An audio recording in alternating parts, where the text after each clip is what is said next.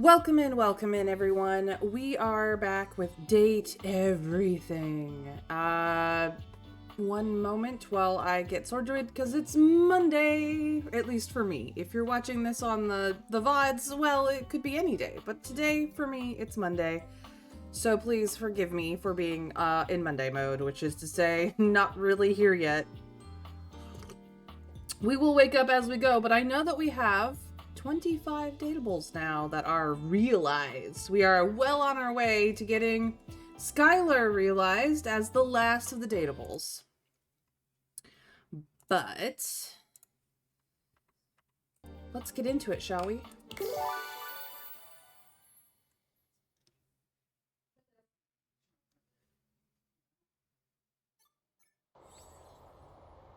All right. Where do we want? Who are we working on? Let's see what the data dex has to say, just to refresh my memory from the weekend. We actually haven't spent that much time with Skylar, but that's okay. Alright, so we did realize Tina. She looks fabulous. We realized Tyrell, who also looks fabulous. We have been working on Arma. She's got some focus issues. Tony's realized. He looks amazing. Von Trapp is realized. He looks amazing. Mikey transaction, we do need to go say hi to. And then after that, it's whatever. Okay, cool.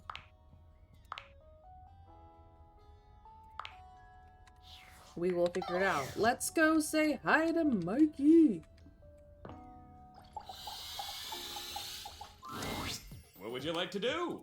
We are going to pulver armor. I'll take those. Oh, mate. 1, 2, 3. You got with this. More common All of boots. yours if Let's you collect go. 100 common boots of true pressure. Add them to the pile. What would you like to do? I would like to pulver armor a I'll second take time. those. 1, 2, 3. You got the with More this. boots. If you collect 100 common All boots part of the true- grind. What would you like to do? More armor, please. I'll take 1, 2, 3. You got the legendary cuirass of unwavering magnetism. Let's go. Can't wait to try it on. You're looking great. With this, all of your spec stats have increased by 10. Whoa. Whoa. Whoa. Holy fuck.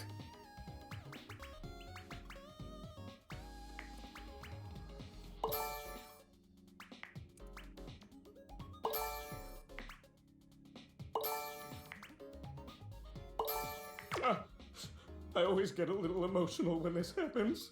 I don't blame you, Mikey. I'm a little emotional right now. You know how to pull me just right. And pull you I do, baby. What would you like to do? Pulver armor. I'll take those. You got the with this. More boots. If you collect 100 common Yep, boots of add them to true the pile. What would you like to do? I'll take you with this. All of yours if you collect 100 common boots of true. Add them to the pile. What would you like to do? I'll take you with this. If you collect 100 common boots I'm on the of quest. true good. What would you like to do? Pull. Oh, I always have. Don't want you getting addicted to my charms too much, baby. Come back tomorrow. Yeah, I can now realize, like, so many people. Holy shit. Holy shit. Holy shit. Okay, let's actually, like, get the news out here.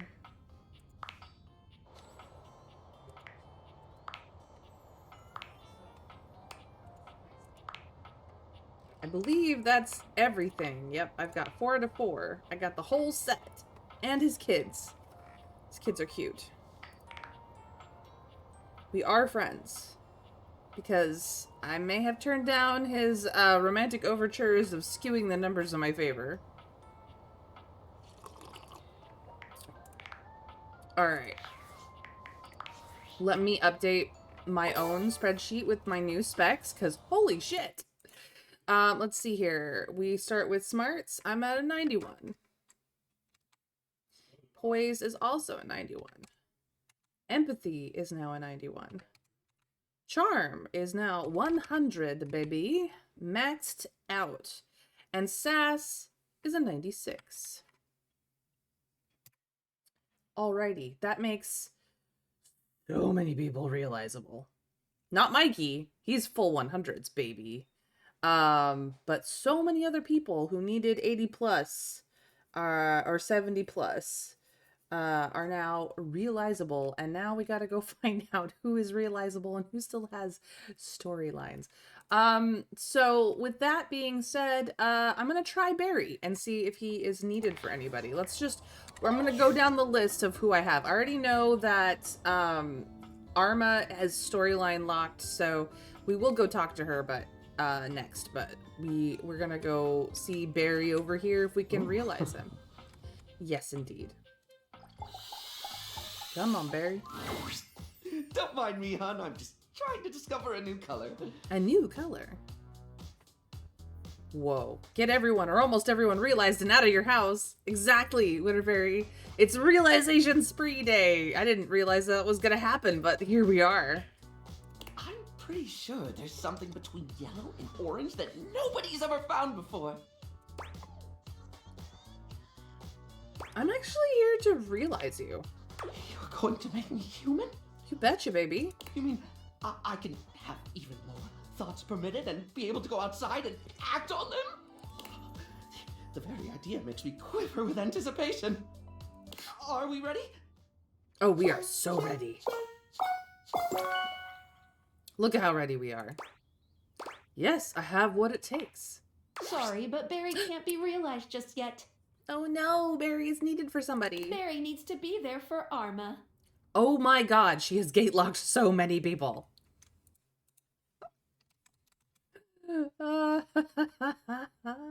Nope. Wrong box, May.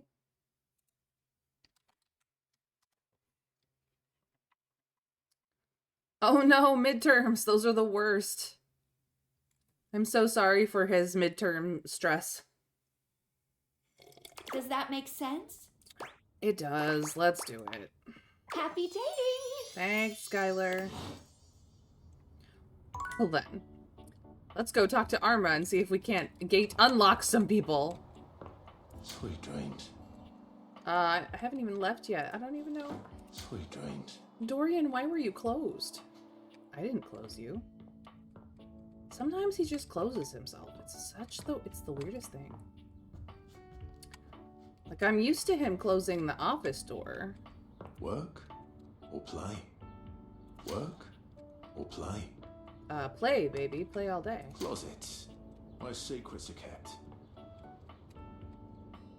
You like it when I'm horizontal like this. You like it when I'm horizontal like this.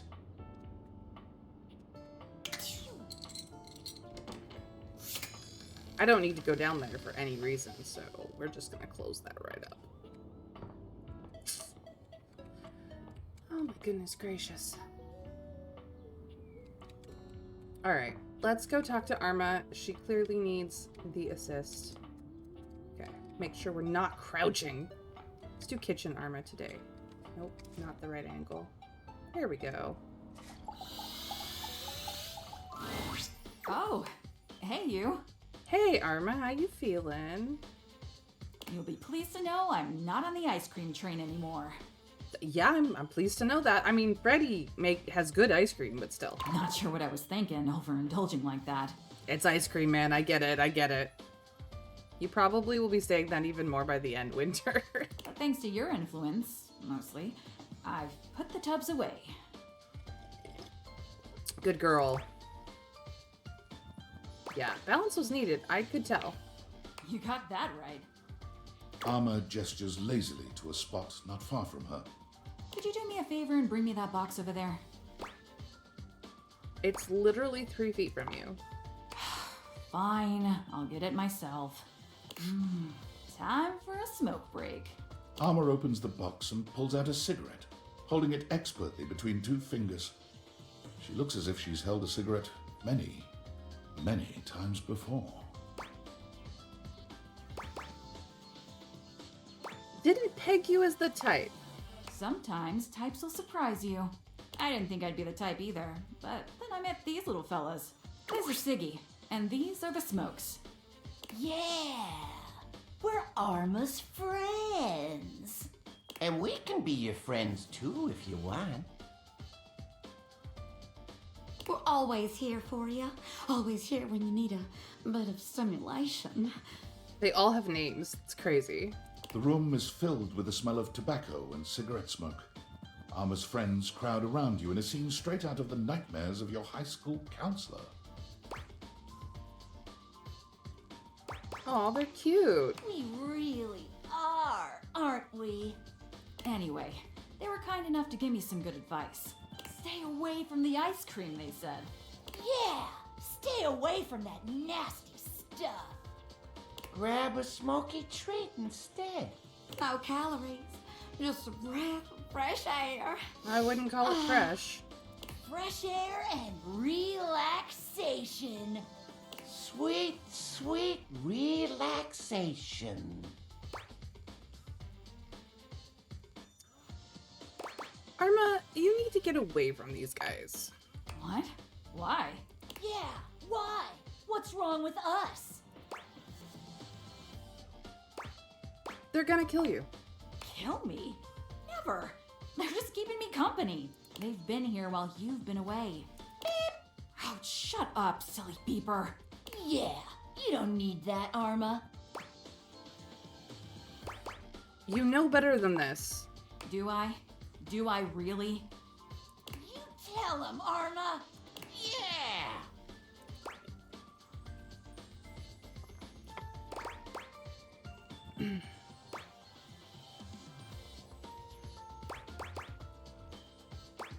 Smoking is responsible for over 7,000 fires a year. Wait, are you serious? But you said you guys were harmless. We would never lie to you. But you just fucking did! What are you doing? Get out of here, you little bastards! Oh, no! Out! Now! Jeez, what the hell was I thinking? I definitely listened to some bad advice there. Thank goodness you came around. I think I need a minute to process this, though. Come back and see me soon, okay? I didn't realize that the fire alarm would be such a saga. And she is like a saga, man. Let's go see if maybe we can get Bo realized. We had a grand adventure with her. Well, hello, lover.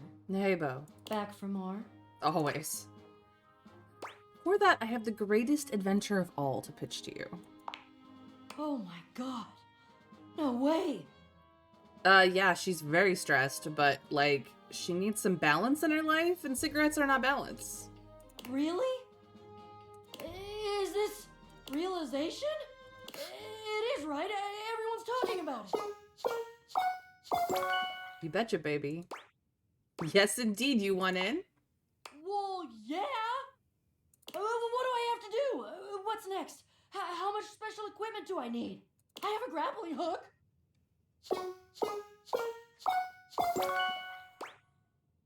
You just need me and these deviators. All right, Bo. Time for your latest adventure.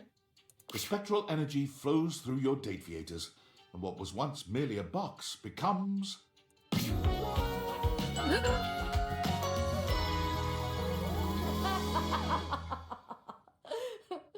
The box cutter tattoo.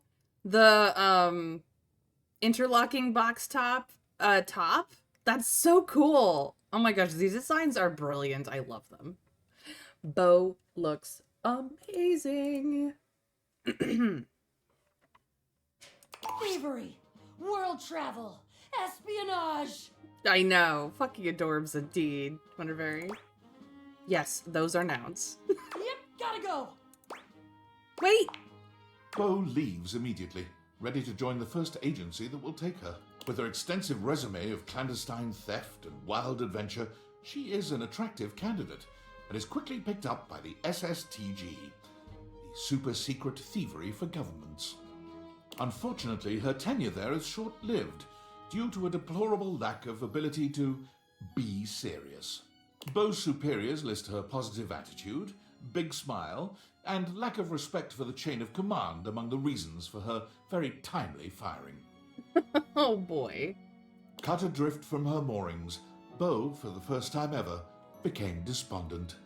She wandered through the woods, communing with the trees, and at long last came upon the log cabins and bright lake of Camp Agate. What is this magical place, she wondered, filled with the happy shouts of children and the smell of grilling corn and apple pie? Needless to say, Beau investigated promptly. And when the head counselors at Camp Agate got a look at her, it was all over. She was hired on the spot and quickly became one of the campers' favorites. Oh yeah, Camp Counselor Beau? Perfect. She now runs the zip line, teaches kayaking and climbing, and to no one's surprise, is the current record holder for the most number of blueberries held in her mouth at one time. Let's go. Her new job leaves her with the winter season with nothing to do, and her first winter off, she comes back to visit you. Finally. Hey, I'm back. I brought you presents.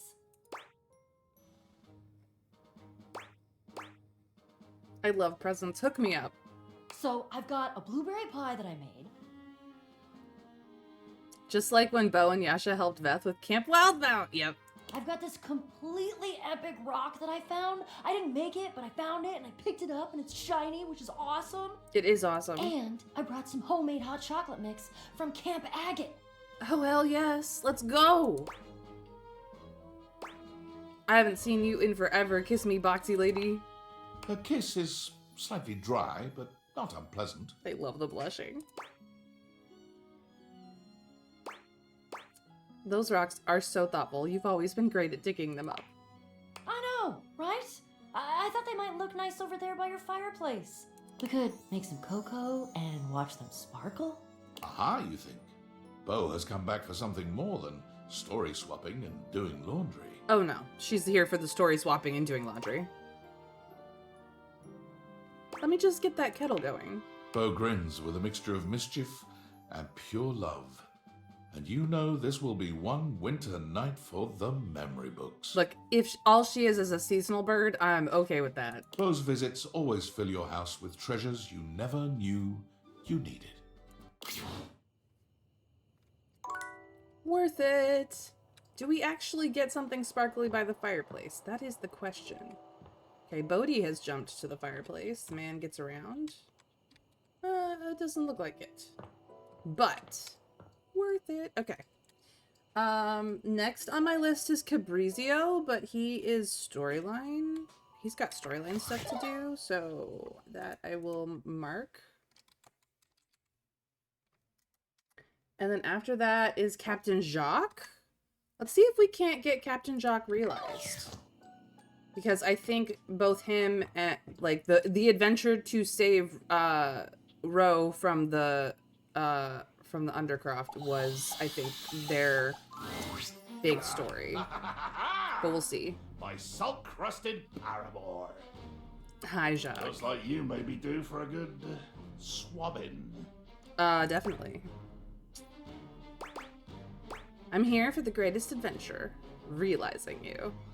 Technically, that's in the future, since it's talking about being in the winter of her first year at camp, which is the year after working for the government, so not for a while.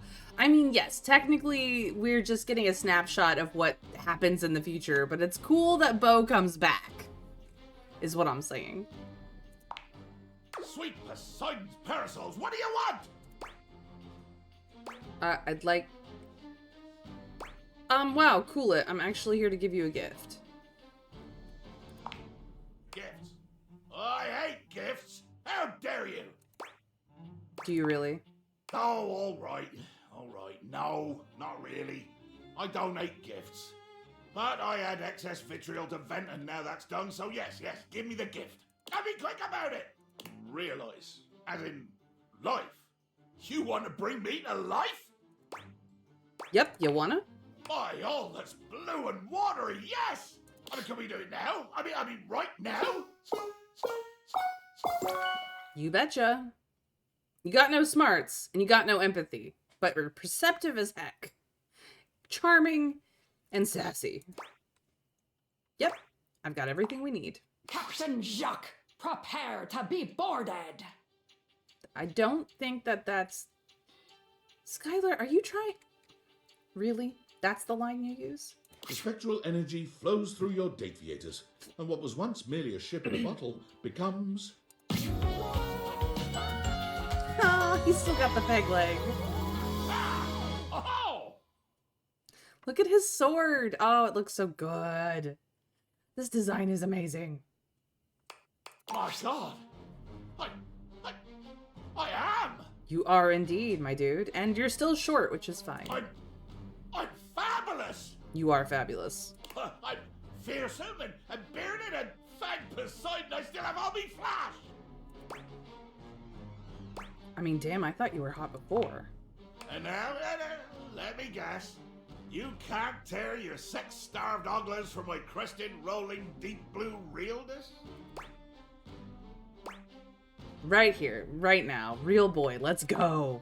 Then, enough prattle, as they say. Into the steaming and plundering adventure we go. It's true. Penny's does still have his real one. There's so many new weapons in my arsenal. I hope you're ready to be the primary target of my projectiles, if you know what I mean, eh? Hey? Hey? No? Oh, alright. I thought that was pretty clever. Fire away, Captain Hot Pants. Let's just say you've earned your grog and hardtack this night. Jacques wasted no time making his imprint on the world at large. Being utterly unwilling to give up his life on the sea, he made his way immediately to the port and declared in a bloody-minded tone, The finest captain on this already ocean seeks employment. Plunder, passion, and pitilessness required. What Jacques did not realize was that, when combined with his flamboyantly colourful attire, the effect he produced was somewhat other than intended. He was gleefully approached by the CEO of Fantasy Cruise Lines, who offered him a job as the captain of their flagship, the Brazen Belle. The Belle was tasked with escorting guests around the old pirate haunts of the Caribbean, immersing them in the fancied up, of course, life of piracy and bacchanalia that makes that moment in history so rich and seductive. Allow me, sir, if you will, to understand you. These people will board my ship willingly. The CEO said yes. They will bring money and jewelry, loose morals and a sense of inborn security that I do not have to work to produce. They will bring their own booty. Slightly more troubled, the CEO again said yes. I'm gonna bring them to my favorite ports, my favorite whistle wetters, the best wrecks and hunting sites, the sunsets that stir my soul, the beaches that bring tears and memories of great bloody deeds to my mind's eye. Charmed now, the CEO nodded. And you will pay me? As it turned out, they were going to pay him quite a lot.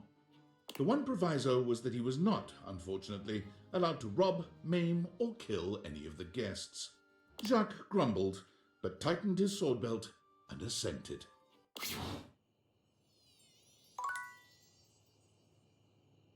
He says hello, and also there's somebody at the door. Well, that's Jacques. Done. Done, diddly done. Done. That makes things easy.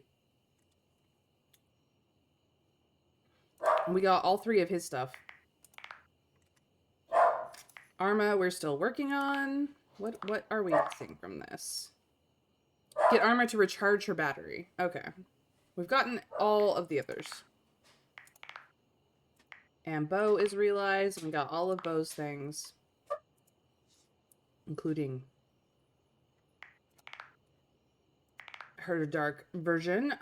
So we're good there. Cool. It's time for a sleepy sleep, and then we will go back to the quest for Arma to not cockblock me left, right, and center. Exactly, Betty. Exactly.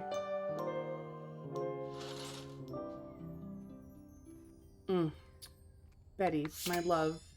I cannot realize you yet, but I will soon. Oh, I haven't updated my specs. Nope, the specs have not updated because I've just realized people. It's fine. Okay, so let's go start off with an Arma, and then we're gonna move to Cabrizio, because he still has storyline stuff, and then we will move to attempting to realize other people. Alright. Oh, hey there. You feeling better now, Arma? Thanks for helping me get away from those cigarettes. No idea what I was thinking. They were bad news. They were bad news indeed. They were whispering some pretty strange stuff in my ear. What did you end up doing with them? I gave them to Cam. He said he knew just what to do with them. I think I was just, I don't know, bored. It can be tough being an emergency worker when there aren't any emergencies. It's easy to get hooked on the thrill, and to feel empty when nothing's happening. But since putting down the smokes, I started thinking, what about prevention? There's always work to be done there. I know. It's such a rich vein. On that note, I had this idea. So that we don't run into any more fires like that last one, why don't we investigate the source? Great idea, Arma. Right? I wonder if he was working alone. Do you know anyone who would be helpful in an investigation? What about Maggie? Great idea. Maggie pops in at the merest suggestion of a case. You never officially summoned her, but it seems she just can't help herself. She really can't. She's just, that's how she works. Well, hello there, fellow sleuths. I'm always up for a case. How can I help? We want to know how the fire got started. Of course. Let me see. According to my brief perusal of the available evidence, the fire was started by a diabolical dalliance.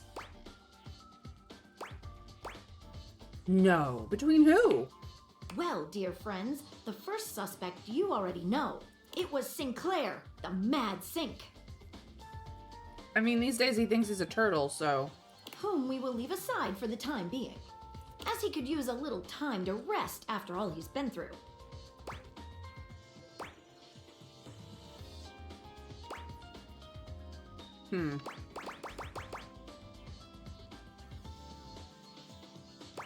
Who else was involved? The fire was started with the help of none other than... Fuck, sorry. I should have caught this sooner.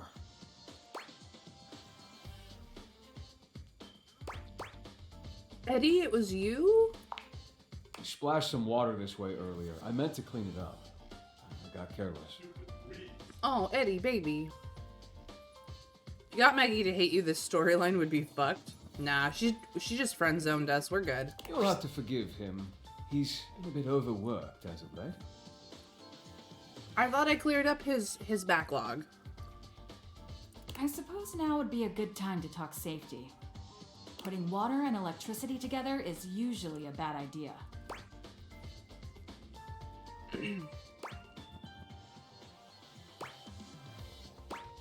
Volt, you need to learn to say no. Rest assured, Livewire. I'll keep a closer eye on things from now on. Eddie, Volt, babies, come on. You're in charge of the electricity grid of the house. You gotta be on top of this shit. Trust me. We'll take care of it. Well, look, just don't do it again. Across my circuit. I'd hate to cause any more trouble for the poor thing. I believe that is another case closed. And everybody's happy. My work here is done. Thanks, Maggie. Lovely to see you as always. Smooches, bestie. Thanks for helping me get to the bottom of that. I think the house will be much safer now. We'll see. Now maybe we can celebrate together. Are you blowing smoke in my direction? Because I feel a fire starting. And it's not one I'm in a hurry to put out. I mean, I am burning up in here, but you don't gotta put me out if you know what I mean. Arma pulls you into a kiss so hot, it makes you reconsider sounding the alarm. You're quite certain you're about to burst into flames. I'm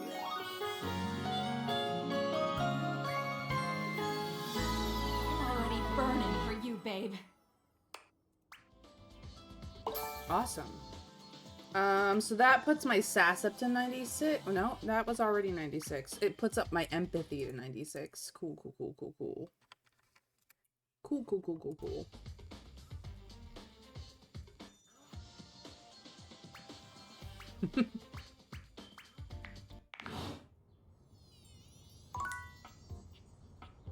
I don't think that opened up anybody, but it's hard to tell anymore.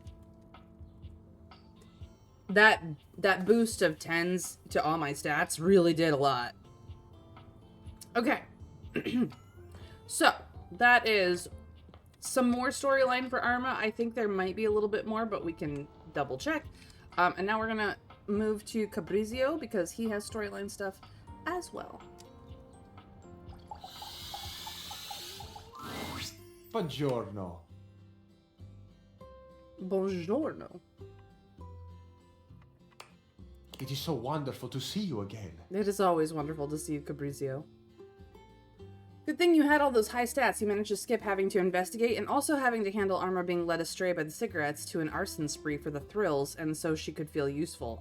So Barry didn't ever get involved because I had high stats. Tell me, come stai? How are you?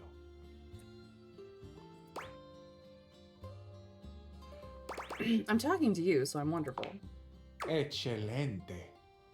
I was just thinking that today is a beautiful day to smile. You would have needed to talk to Barry to ask about the fire? Got it, got it. And then, here you are. I cannot help but smile to see you. I am truly aligned with the will of the gods, it seems. I was hoping to learn a little more about you. Oh, is that right? I am tickled by your curiosity.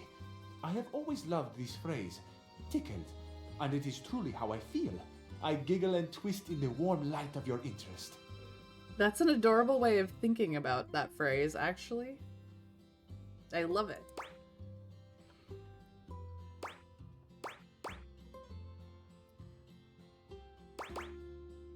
Oh, I don't know which one of these gets his coat off, his jacket off. Because that is one of the things that we need to do, is see him without the jacket. I don't know if this is a menu where I get to ask all these questions, or only one of them.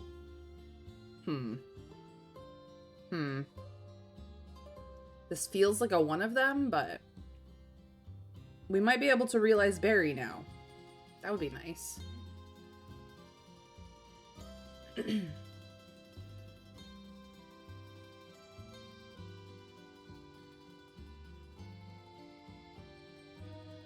God, the music is good.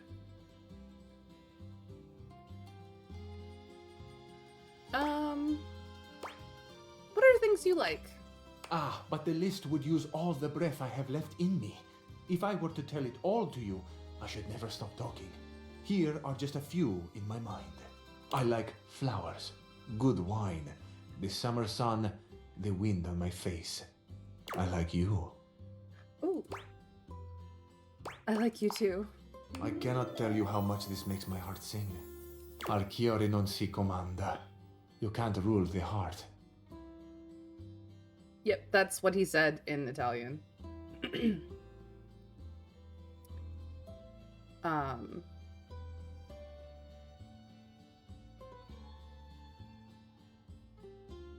Although it's more like the heart you cannot command in Italian, because comanda is rule or command. Cuore is heart. This is nosi is cannot, basically, and this is the conjugated you for you, basically. It's not precisely what all those words mean in Italian, but it's close enough. It is a popular saying in the romantic comedies. I find it especially true right now. The heart wants what it wants, no? See. Mine certainly wants you. Your hearts want me, amore. I can well believe it. My heart has been singing your name like a gondoliere. You cannot control your heart, yeah. Essentially.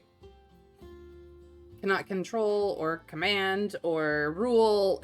You just can't make it do what you want it to do. It just do. It just do. Are you sure it's not just your eyes? Can it not be both? Amore mio, you really do know how to flutter a cabinet's doors. I can admit to you now that I've been trying to sweep you off your feet, but suddenly I'm the one being swept. Yes. I can truly say that I have not been this happy since, well, long ago.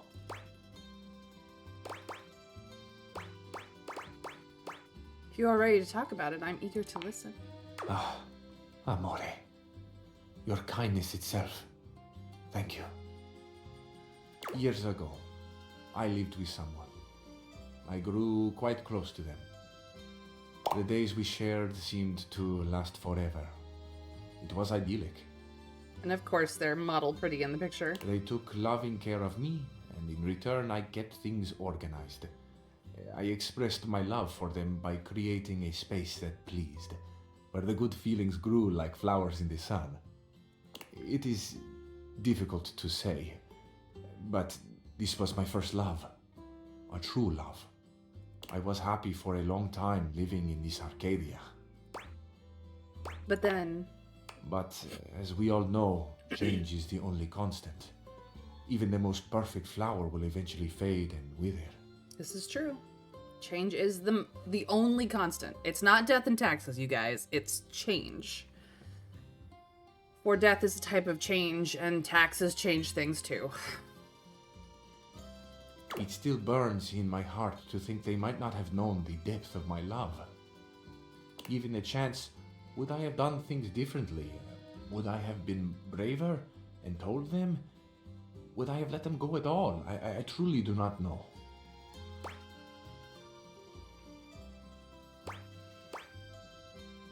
I think you did the right thing. When I say I have painful memories, I do not mean the pain is from someone hurting me, or the pain of loving the wrong person, someone who would not love me back. I loved them with my life, and then one day they were gone. The moment has passed. I wonder so often where they are now, how they are doing, are they happy? There is so much unexpressed, so much I still carry that, in truth, is not mine at all. It belongs to them, this love, this gratefulness. I never got to tell them thank you.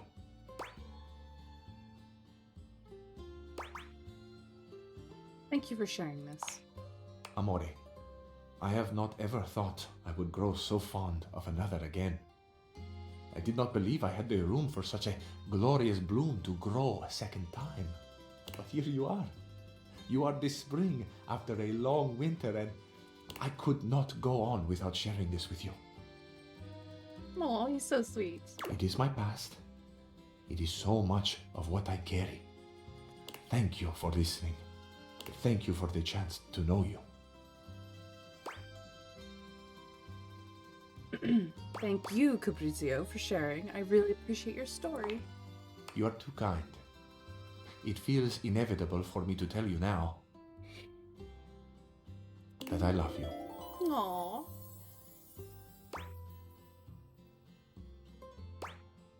I love you too, but I cannot help but wonder something. What's on your mind? The story sounds very familiar to me. Familiar?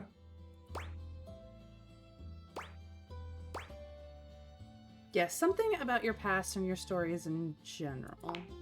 Ah, that. Yes, I might know why that is. I have something to confess to you. Go ahead, it's all right. This, my life, my stories, it is all from the movies that are near and dear to my heart. I wish more than anything that I could travel and be worldly. It has been such a deep and passionate dream of mine that I think I have gotten lost. I have created a life that was never mine. Of course, part of it was that I so wanted to impress you. I have watched you, and you have fascinated me. But it was never just about you. My spirit yearns for something more. My heart cries out for adventure, for espresso under the ancient archways, and the music and the calling voices. Ah, amore, my love, I am so sorry. Please, please understand. He is just a cabinet indeed.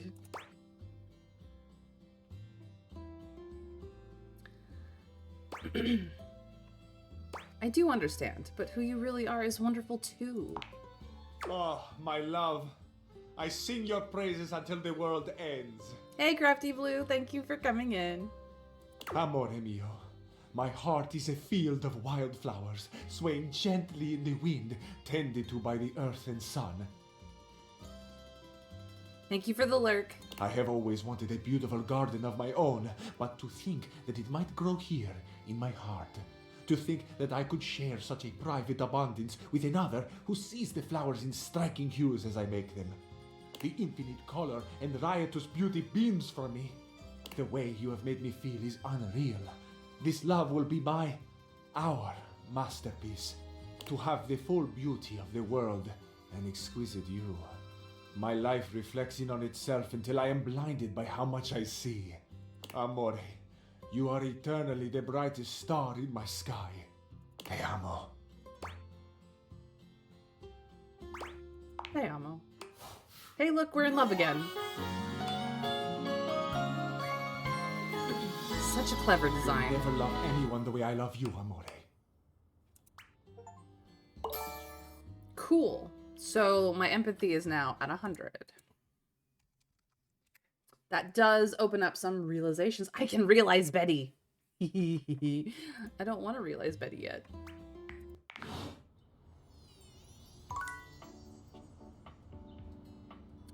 I think that removes storyline from Fabrizio. I think he's good unless he's needed for somebody, which is entirely possible. All right, so we need to get her to recharge her battery still. And we did not get him to take off his jacket. I may have missed that one. Okay, well, Cam still has storyline stuff, but I'm not sure what I need for him. We could attempt Celia, but she may be needed for something. I kind of don't wanna.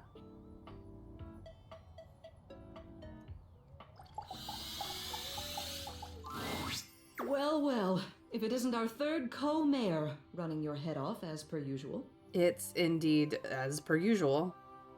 Wipe your feet and take a load off. I'll fix us some tea. Oh, Florence.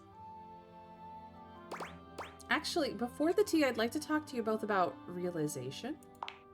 Realization? Are you sure that's a good idea? Who would take care of our responsibilities if we were to snap our fingers and run around as humans, all willy-nilly? I think it would be fun. As long as it's both of us.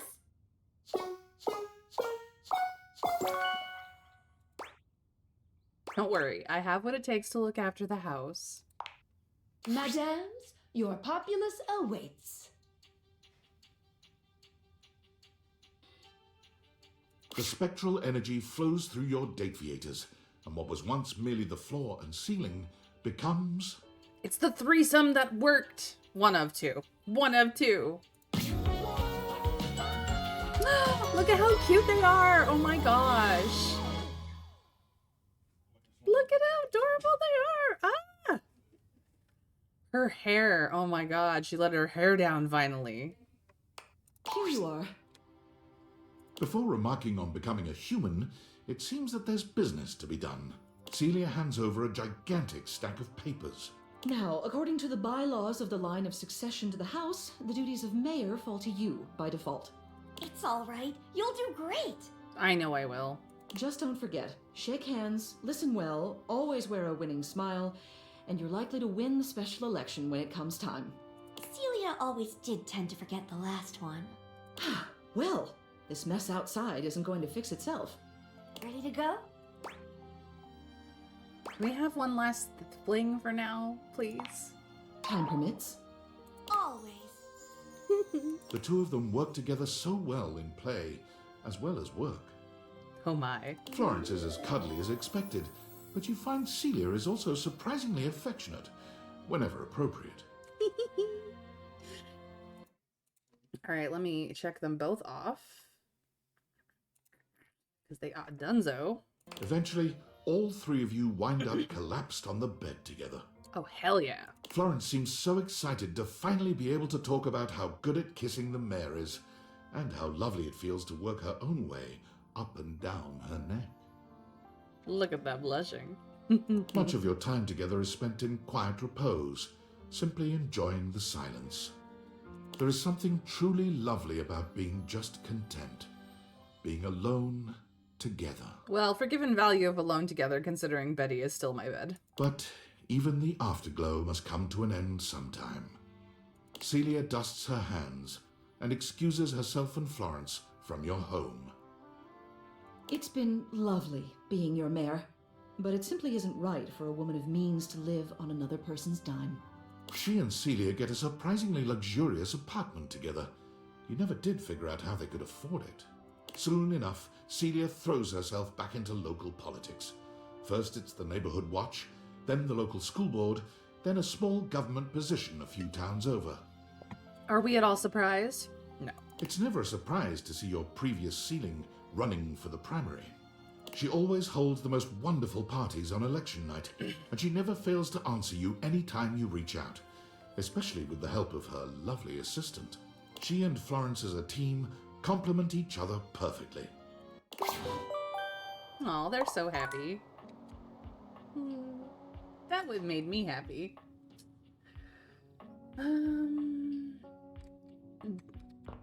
Clarence is now realizable, and so let us see if we can get my clean clothes to be realized.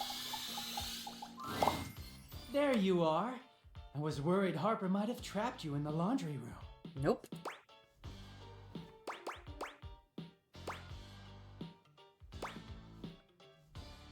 Forget about Harper. I'm here to realize you, Clarence. Me? Really? And that's too?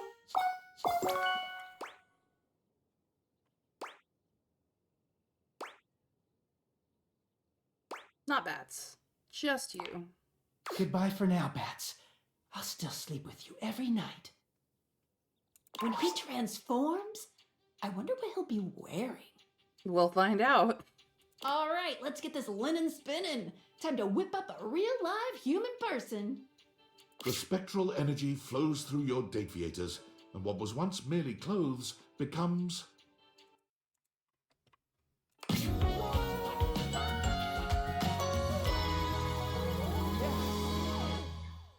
He looks like Caleb from the Mighty Nine. He's kind of a cross between Caleb and Doctor Who number 4 and basically what Taliesin wears every day. He is adorable though. Anime protagonist belt costume, belts and scarves. Yep. He's definitely an anime protagonist. Clarence feels his newly human body, intrigued by its solidity. Wow! Wow, wow, wow! Just flesh and bone! And blood! Lots of blood! This realization fades Clarence's smile. Oh god! Human bodies! So dirty! Yeah, but if he was Dirk right now, he would be fine with it. There are lots of fun ways to get dirty as a human. Oh? Show me. Despite his trepidation about becoming dirty, Clarence takes well to human lovemaking. He lies with you on the closet floor, getting so into it that he rests his head on his once beloved dakimakura without realizing it. He does freak out a bit after, when he realizes just how many fluids are involved with the finale of human sex, but a tender, romantic bath clears all that right up. I'm sure Bathsheba was happy about that. Clarence's passion for cleanliness and organization lead him to join a team of closet designing professionals, but it soon becomes apparent that his ideas are too revolutionary even for the most forward-thinking designer. He gains a reputation around town for designing closets that are frankly more akin to apartments. He playfully tells his clients that it's important to consider their clothes' comfort, always looking somewhere past them with a nostalgic twinkle in his eye. Just think to yourself, if you were your clothes, would you want to live in some dingy shoebox?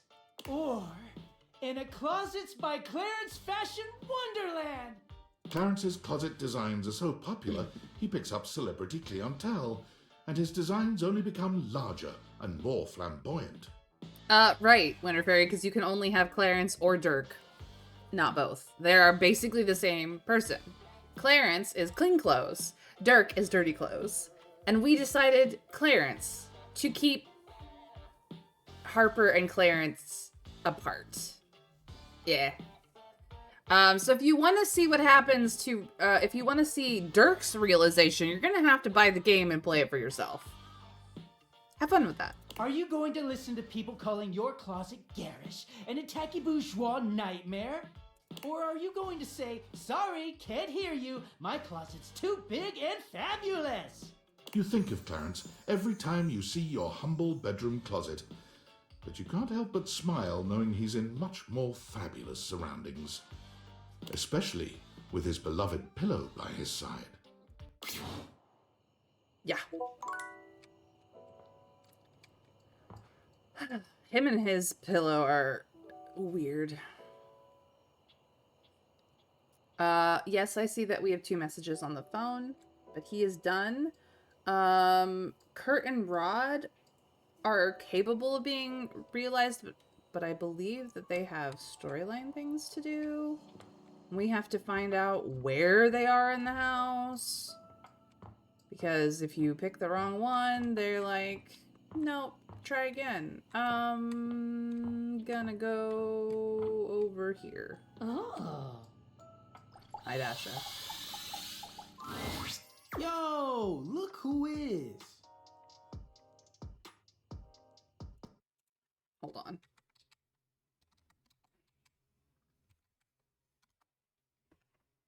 What have you been up to?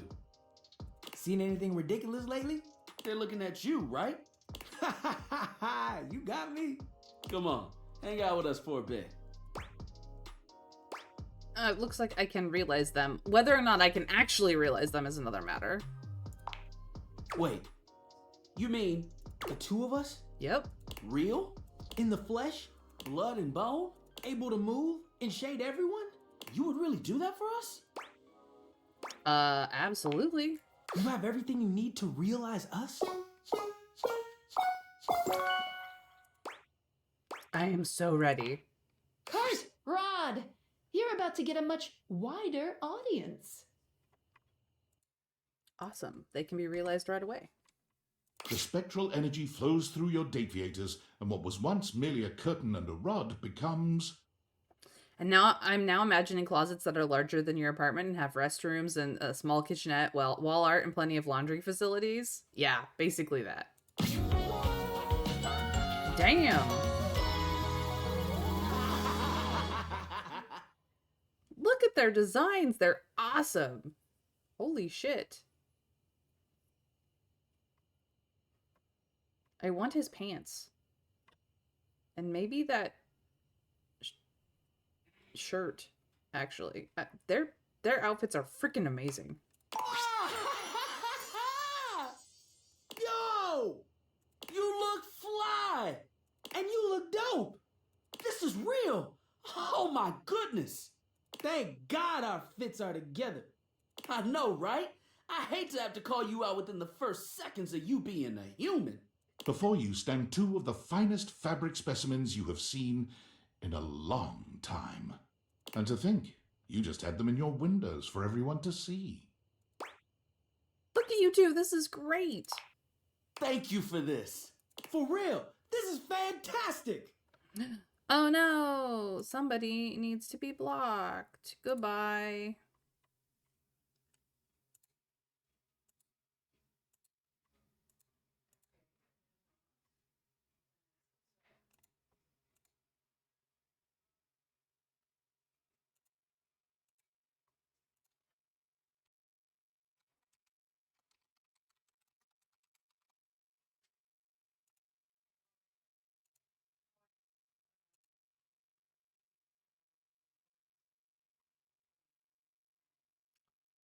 There was, and then there was not. Yeah.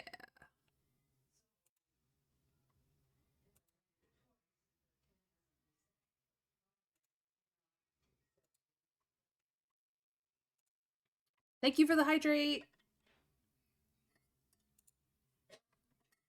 The two don't stick around long. They build and act as a comedy duo, hitting the comedy clubs and rocketing to fame. That makes entire sense for them. It isn't long before they have a show on the Chuckle Channel, making skits and topical segments. Each episode has a shade segment where they use the audience as the butt of their jokes. So, you chose to come to a show dressed like that? They have good taste in comedy. Not close. Soon, Rod decides to leave the show in order to follow his dream of making socially relevant thriller movies. Kurt continues on, writing and starring in comedy shows and sitcoms. The two remain the best of friends, even buy a pair of homes that connect through a door between them. How are we not surprised?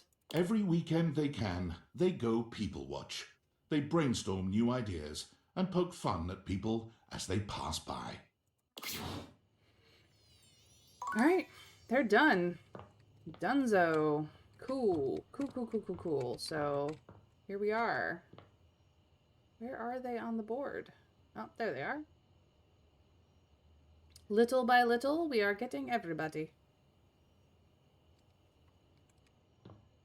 Oh. Yes, Dasha, I know. She is realizable as well. I have no more energy for today. Yeah, we still have to do Dishy. Oh, I've got messages. No, this one. Did you do it yet? My weeb senses are tingling. I feel like something happened. The world feels Tennesseeer. I did, yeah. Ah! Fuck. You gotta tell me everything. What's she like? She's pretty cool. Oh my god, I knew it. Of course she is! Oh my god, okay. Just please, if you're still in contact, I just want to meet her. Can you just tell her I want to meet her? Of course. Fuck! Okay, calm down, Sam. Be normal. Just go about my business and wait for shit to happen naturally. Fuck. I cannot believe Hirohime is just out there. A whole entire person. Thank you, date theaters. All right. Feeling kind of weird about work shit. What's going on? Okay, so I'm being promoted because customer service is officially dead, courtesy of Val 9000. So I'm gonna get to move up into management, like company-wide. And to be honest, I don't really know what to feel about this. Congratulations. Thanks. But I don't know. I don't feel happy. This should be exciting, honestly. But this is not the same company it was when I first started. And David Most has completely lost his shit. He was always a weirdo, like most or perhaps all billionaires are. But he's been fucking unhinged lately. He's fired so many people. And every time he comes around, everyone panics. Everyone is stressed and anxious all day, every day. Do I even want to stay for this? That sounds absolutely terrible. It is, honestly. But should I just deal with it? Fuck, like, Sam of last year would have said I'm insane for even, like, thinking of turning this down. But David Most wasn't, like, publicly losing his marbles last year. Every day brings a new meltdown. I'm scared of him, honestly.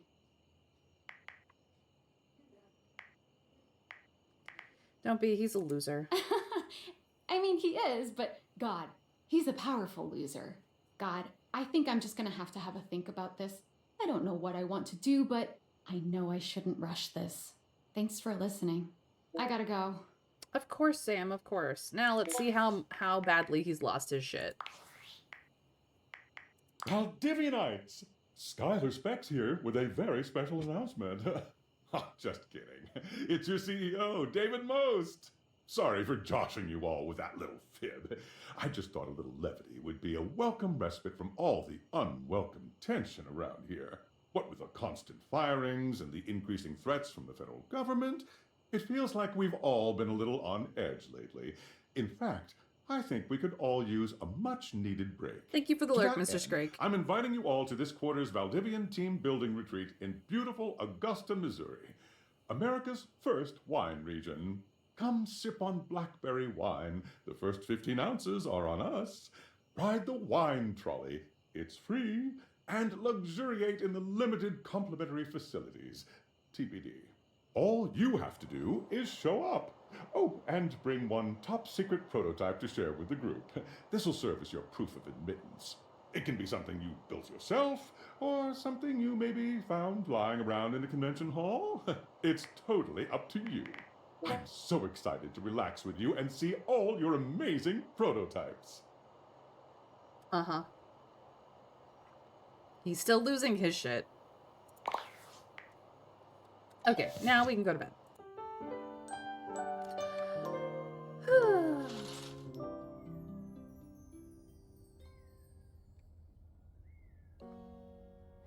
Alright.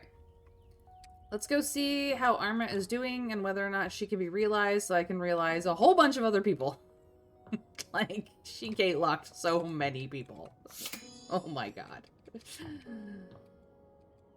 Okay, baby, how are you doing? Well, hello, my hero. That endgame in our previous run was peak. We casted a level 10 spell, US Nuke. Nice. You're my hero, and I want to realize you. Holy smokes! Do you have the proper certifications? I do indeed. Yes, I've got them right here. Okay, Arma, let's see if you can save the day. She's out. Everybody who was gate locked by Arma is now free.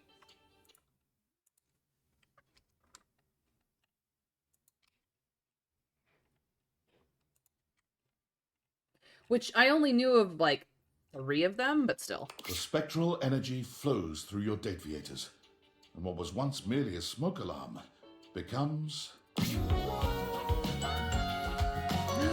I love her hair. Oh my god, look at how cool she looks. And, I mean, she's got abs. Almost expected Skylar to say that we still needed Arma for what's-his-name, the fireplace. No, because he is a good fireplace. Oh my goodness! So this is what the ground feels like. Yep. It feels so good to finally be able to move around. Now I can really respond to an emergency. Instead of, you know, just beeping a lot. Never did get her to recharge her batteries. Oh. Yeah, this is much better. I've spent so much time stuck up here on the wall. I feel like I need to get out there and move my legs. Ooh, is there a good hiking trail around here? There's a longish one I like. Nah, I'm thinking one in the 1,000+ mile range. There's some stuff I need to work out. I feel like my character arc was big. Kinda, yeah. Before you go, there's a fire I need you to put out. Oh, I know those eyes. Is the fire in your pants? You know it. We'll extinguish that together. Without changing out of her firefighter's apparel, Arma promptly lifts you and carries you over her shoulder. Hell yeah, fireman scary. Let's go find a hose. Tie me up, mommy. My duty is your protection. Arma's love is tactical, alert, and always smoking hot. Stop, drop, and roll! Before you know it, Arma has put out your flames not once, not twice, but 3 times. Damn. Okay, hero. My job is done. Arma went on to complete the through-hike Triple Crown, Appalachian Trail, Pacific Crest Trail, and Continental Divide, all in 1 year. That's impressive, really, because those particular trails take forever. By the time she was finished, the fires raging in her own psyche had finally calmed down, leaving her in peace at last.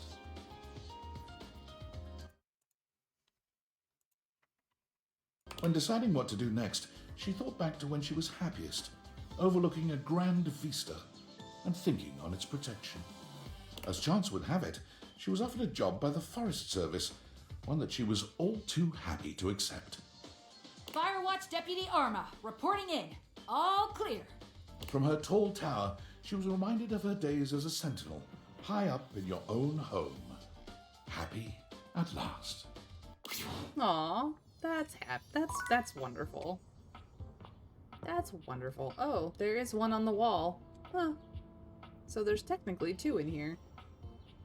Okay, Arma is done, which means Barry is open to being realized because he is not gate locked by Arma.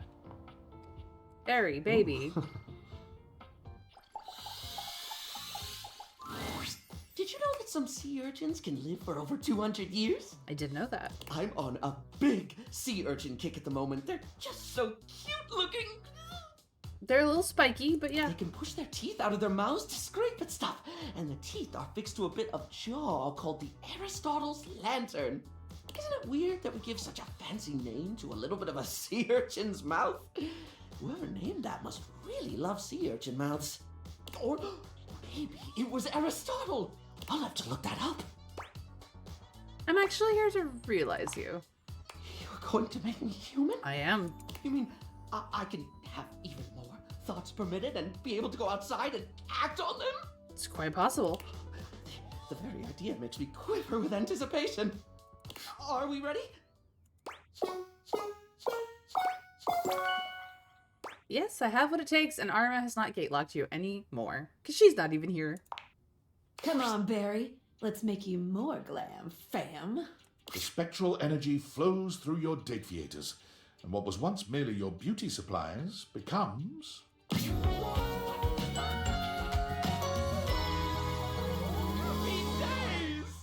They did not do his hairstyle justice. Oh my god. They could have done such a better... I mean, yes, it matches the brushes, but still. They did you dirty, Barry. Can I do Fantina? Who had... Was Fantina blocked by something? I think maybe. Barry laughs, the joy of his new humanity clearly written all over his face. I'm alive! You are alive, dude.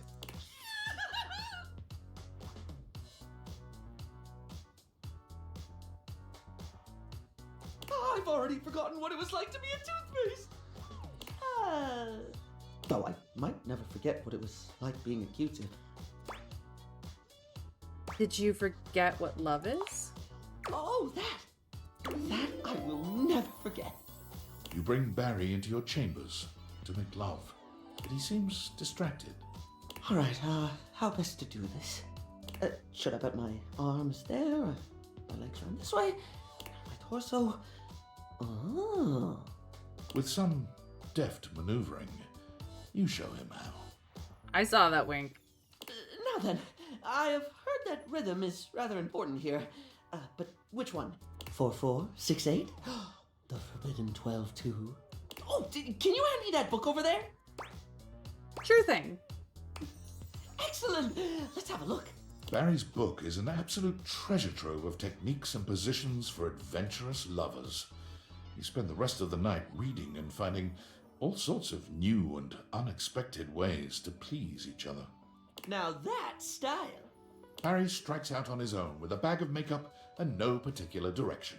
Passers-by notice his stylish form and begin asking for grooming tips, which he readily gives. He begins to make a name for himself and ends up being interviewed by a local news anchor. Well, you simply must try Maybelline brand powder. It'll get right into the crevices you didn't know you had. He's trotted out onto commercials immediately for his candor. People trust his brutally frank approach to reviewing cosmetics. Minnesota brand spoolies. I wish I could accept these into my soiree of beauty, but they have the rigidity of a rhinoceri. After repeated urging by his fans, Barry starts his own FluTube channel to do reviews on his own. But the need to remember his login password proves all too daunting. I did write it down. Well, did I write it down on paper or this puppy? Further complicating things, as a trusted name in style, Barry is constantly flown around the globe and never allowed the chance to settle in one place, which proves to be a new and exciting way to test his memory. Poor Barry. I do believe I've forgotten which country I'm in at the moment. Well, no matter. Beauty has no allegiance to country, darling. I'm a citizen of the world. Oh, Barry. Alright, Fantina, let's see if we can get you out of here. Damn, you're hot. I know. Let me cool you a little. Down, girl. I'm ready to realize you. Whoa. I've already been on such a journey with you.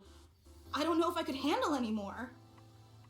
Can you really do it? I have been able to do it for a while, but you were gate locked by Arma, so we're going to fix that. Yes, I have what it takes. Fantina, let's fill you with cheer. The spectral energy flows through your Dateviators, and what was once merely a fan becomes... Oh my god! She's actually kind of cute. For a moment, you wonder if perhaps it hasn't worked. Fantina stands in place, looking around in an oscillating sort of motion just the way she used to. But then she's moving far more organically, feeling herself all over and riding the roller coaster of newly human emotions. Oh my god! This absolutely cannot be real. This cannot be happening right now. Somebody pinch me. If I'm not bleeding, you're not pinching hard enough. I just cannot believe it. This is legit cray. I'm so close to shaking, crying, and throwing up. But now I'm concerned actual fluids would come out of me. Is that normal? Yeah, it's normal. You're gonna do great. Thank you for believing in me. God, there's so much I want to do, you know? So many fandoms I can participate in. I have so much love in me to go around. Like, don't get me wrong, being your #1 fan was really, really great. But now I can do whatever. Be a fan of anything, anyone, even a fan of everyone. It's amazing. And you did that for me. I did my best. Sounds like someone's still a pretty big fan of yours truly, Wanna Kiss. You have no idea. And I know our relationship has always been a little complicated, but maybe now that I'm alive, it'd be a good opportunity for us to start things over on the right foot as human equals. What do you think? I'd like that. Thank you, my love. Fantina draws closer to you, taking her time to savor every moment. Her nose brushes yours, her sweet breath warming your lips in a sort of reverse echo of her old life as a fan. You almost wonder if she's having second thoughts, but then she's surging forward to capture your lips, and all thought vanishes from your mind. Now that the two of you are on equal footing, Fantina's love truly blows you away. All that prior fan club passion never quite vanished, and she channels it effectively now. She praises you throughout, but her sweet words are grounded now, every one of them making you feel as though you could truly do anything. Perhaps most pleasant of all, however, are the moments afterwards, when the two of you bask in the breeze of your old fan together, content and exhausted. And so, with a veritable buffet of options to gorge herself on, Fantina set out to find her place among what she considered the most promising fandoms. She tried being a band groupie, a Discord mod, a Patreon subscriber, but nothing gave her the same heady satisfaction as the simple positivity of cheering someone on for being themselves. That is, until she found out about actual cheerleading. I'm not surprised. Well? And again, in typical Fantina fashion, Her first day on the field found her having trouble focusing on the task at hand. Go team! Go other team! Go concession staff! Go people eating hot dogs! Her irrepressible ebullience led to her becoming the mascot of sports in general, and soon to take on the world at large. The world's first travelling non-denominational cheerleader, Fantina gives love and support wherever it is needed, and especially when it's unexpected. Feel like her and Barry would do well together, because she would cheer him on and he would have somebody to remind him where the fuck he is and what the fuck he was doing. Great job mailing that letter. Go bank tellers. I want to hear some parking support. It's adorable. And kind of terrifying, I'm not gonna lie. Have you seen professional cheerleaders? Damn. Alright, where do we go from here? Let me go down my list. We could realize Betty, but I kind of don't want to realize Betty because I love her. I might wait. We could realize Cabrizio, assuming he's ready to be realized. So let's go double check to see what Cabrizio's up to. I went the wrong way around. It's fine. We're gonna do this one. Amore mio, light of my life, it is wonderful to see you again. Is there anything I can do for you? I'm ready to realize you, Cabrizio. Quanto glorioso. Can it be? Amore, I know you have a humorous heart, but please, don't jest with Fabrizio about this. The deepest, unspoken desire of his heart. Are you sincere? Oh yeah. Yes, I am, and I have everything I need to do it. Sorry, but Fabrizio can't be realized just yet. He's got somebody He has... just has unfurnished business with Stefan. Stefan! He's the new Arma. It's fine. I had a feeling.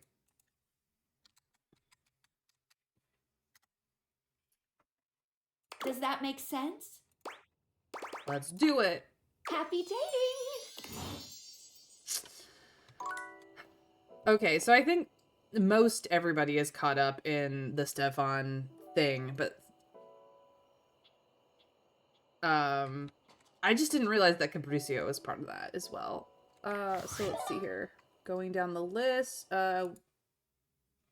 we realized Kurt and Rod.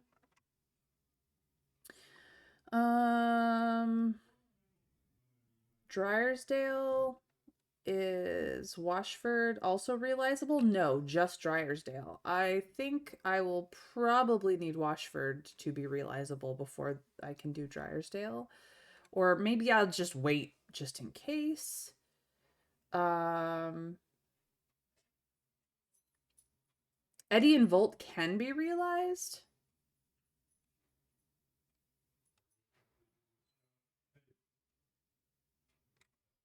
Gaia can be realized.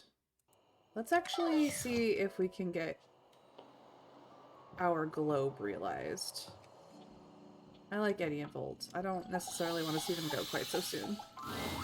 Welcome back, my angel! My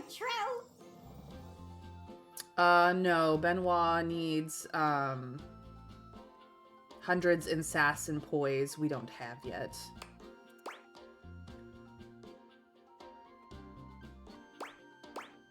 I'm ready to realize you.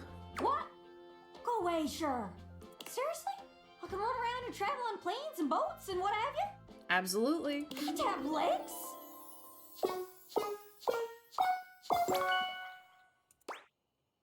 Yes, legs.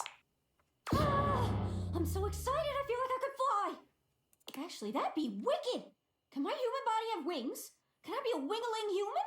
Can you do that? I'm afraid not, but I'll do my best to keep that feeling intact. Spin for us, Gaia. The spectral energy flows through your Dateviators, and what was once merely a globe becomes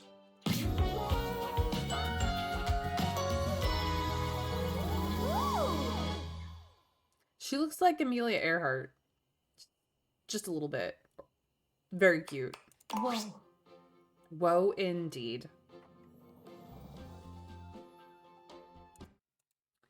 She's done. Whoa! Check me out! I'm just a little guy! A little guy who fits comfortably on economy airliner seats! Hell yeah. Where should I fly to first? Where should I visit? Ah, I can't decide! Gaia spins around, but quickly becomes dizzy. She teeters back and forth with swirls in her eyes. Whoa! If I do that again, I'm gonna lose me lunch. I'll have lunch to lose.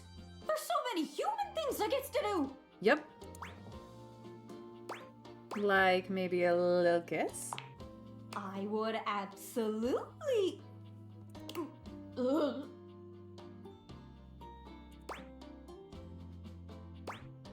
Maybe later when you're not in danger of puking. That is fair. Okay, first things first. Gotta get myself a ticket, gotta get myself a passport. There's no time to lose. I gotta get on the first bus I can find and just go. Where I end up, nobody knows. Please write down my number in case you need it. Gaia salutes you. She scampers upstairs and frantically begins packing. Her first few months as a human are fraught with problems. Airport security doesn't take "I used to be a piece of furniture" as an excuse. She ends up detained more than once. However, within the year, Gaia begins her globe-trotting journey.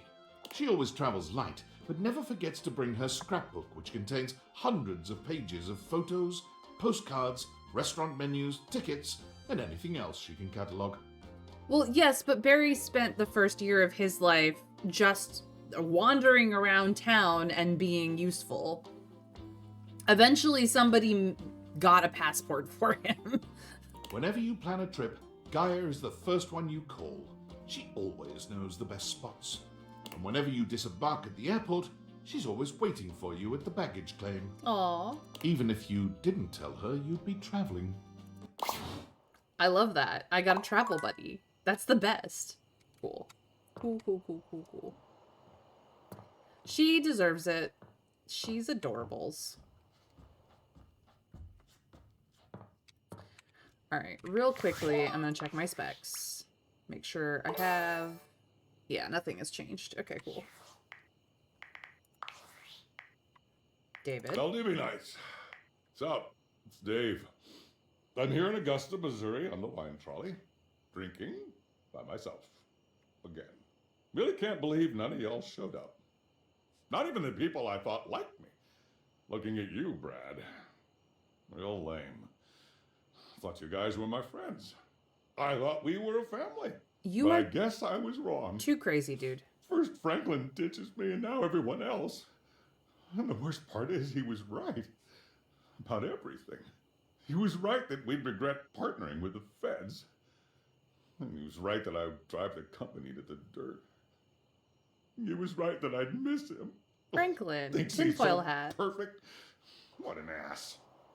Oh, and by the way, effective immediately, I'm Canning, our team development facilitator. Can't even put on a dumb corporate retreat successfully. Don't even know what his name is. Harry? Larry? Anyway, you know who you are. Pack your junk and get the hell out. Screw it. Brad, you're fired too. Most out. Oh, he has lost it so hard. Tinfoil hat is Franklin. Alright, well, Florence is realized. Celia also realized. Only got one out of her things. Curtin Rod are realized. Gaia's realized. Barry is realized. Arma is realized. God, she gate-locked so many people. Clarence Couture is realized. And Fantina, all realized. 35 realized, 102 met, 63 in love with us, 20 friends. That's actually not a bad ratio. And between that number, all those people who, you know, aren't anything with us yet. Yet. Alrighty then. Let us get some sleep.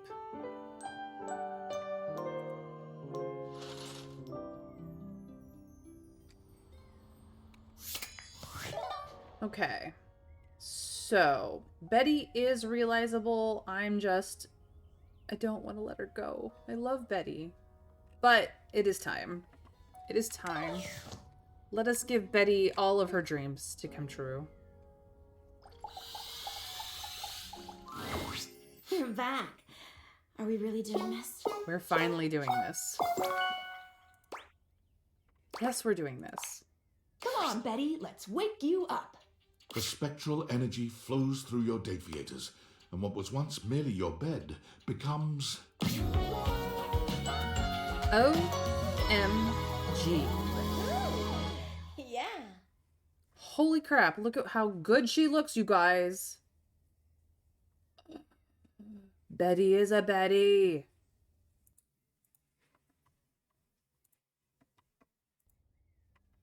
Oh, wow. Is this really me now?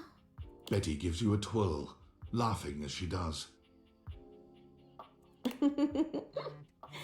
I feel so beautiful. Girl, you are beautiful. You don't have to feel it. Holy smokes. She's... wow. Her eyes meet yours, and it's clear what's on her mind. She approaches you for a kiss, placing a soft hand on your arm and skimming it up to your shoulder. Won't you kiss me, baby? We can finally sleep together. Really sleep together. Come here. Betty curls her arms around you, pulling you into a kiss that curls your toes and nearly knocks the wind out of you. It's not surprising given what you've known of her, but it doesn't make it any less impactful. Things escalate quickly, and when she leads you back to your bed, you... It's not every day you get the honor of being someone's first everything, particularly when they're still adjusting to their new body. But you take to your task with the gravity and enthusiasm it deserves, and Betty, for her part, matches your energy. I love Betty. I'm gonna miss her so much. It seems all those years as a bed really taught her a few things. As you lie side by side, catching your breath, Betty curls up against you, resting her head on your chest. I knew it was better with someone you love. I just never imagined how different it would be to be human. The sensation, the intimacy. I can't imagine what it'll be like when we've not seen each other for a little while. A little delayed gratification must heighten everything. You have no idea. Don't make me go a day without you. Aw, you're so sweet. Don't worry, it won't be long. I just need to get myself set up. You can stay here. Please, just stay. Get a job, a place to lay my head down. My bed. You can right here, please. A place to absolutely blow your mind when I finally get to have you over. Okay, that's fair. Okay, maybe that's an okay compromise. I mean, you could just stay, Betty. Baby, please. She laughs, sitting up to look at you with her head propped up on one hand. Thank you for everything, my love. I can't wait to show you the woman I really am. Betty's gift for making others comfortable and her love of sensuality and romance leads her to boudoir photography, where she quickly excels. Oh, fuck yes. Betty takes a particular joy in helping her clients feel beautiful. Many of them are people who have never seen themselves in such a light, but feel empowered in front of Betty's lens. Ironically, Betty's boudoir photography rarely takes place in the bedroom. Is she tired of reminders of her old life, or is she simply challenging herself to look beyond the boudoir? You can be certain of this at least. Betty is the happiest you've ever seen her, and beyond grateful. The world is just a little happier and sexier, thanks to your efforts. Oh, they miss her already. Betty. Alright. Since we're doing hard people today, I guess I will also say goodbye to Eddie and Volt, because those boys, they need a good life. perhaps even a real plug. Livewire! You look electrifying as usual. Do we have the pleasure of your company for another visit? Blink twice if you want me to throw you out so you don't have to sit through another bad act. Eddie. I'm not here for the show, guys. I'm here to realize you. Oh shit. Really? I don't really know what to say. Say nothing. Just let it happen. Yeah, Eddie, just let this happen. I got you. Don't worry. You can do it, and we can do it right now. Okay, guys. Time to charge you up. The spectral energy flows through your deviators, and what was once merely electricity in a breaker box becomes...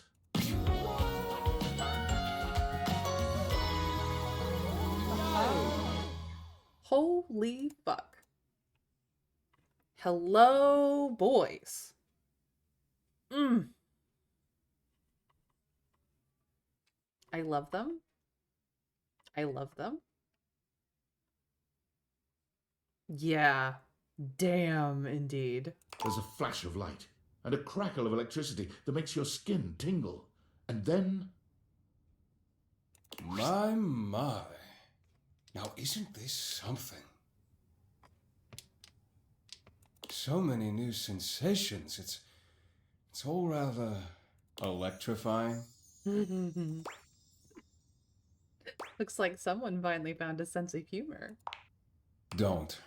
I already hate myself for even saying it. Look at his hair! Oh my god. Oh yes, you can clearly tell by the way you're smiling. Look at him blush. Realization must have scrambled my circuits, or whatever it is humans have in place of circuits. Whatever, shut up. Look at him, practically vibrating with excitement. You've given us such a gift, Livewire. Thank you. Vibrating with excitement, huh? You know what? Yeah, kind of. I wasn't really sure how this would go. How it would feel to be, I believe the word you're looking for, dear Eddie, is free. Is that what this is? Well, how does it feel? What do you think of freedom so far? Or it's cute when you guys finish each other's sentences. Nah, it's cute. It's cute. Oh, is that so? I think you'll find our connection has many other benefits as well, Livewire. You know, when Volt and I were running the club, I kind of left all the fun stuff to him. All I did was work. I have something that you could work on right now, Eddie. I think I'd like to change that. By all means. You know I'm always more than happy to share. What did you have in mind? Oh, I have a few ideas. I certainly have some suggestions, but we'll need your help. You up for it?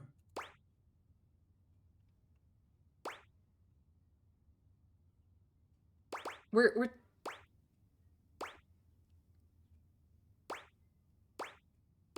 I'll always help you, Eddie. I had a feeling you'd say that. That's our Livewire.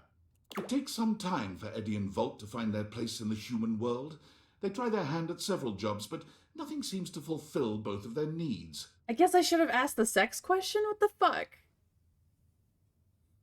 Construction work leaves Volt bored and understimulated, but working as an MC in a cabaret show drives Eddie to frequent exasperated outbursts and longing for isolation. You guys could switch places. The two of them wondered over what they might do, determined to find a path in their new lives that reflected the perfect balance they had with one another. I know. That was so mean. Come on. He said he was open to stuff and then we skipped their lives?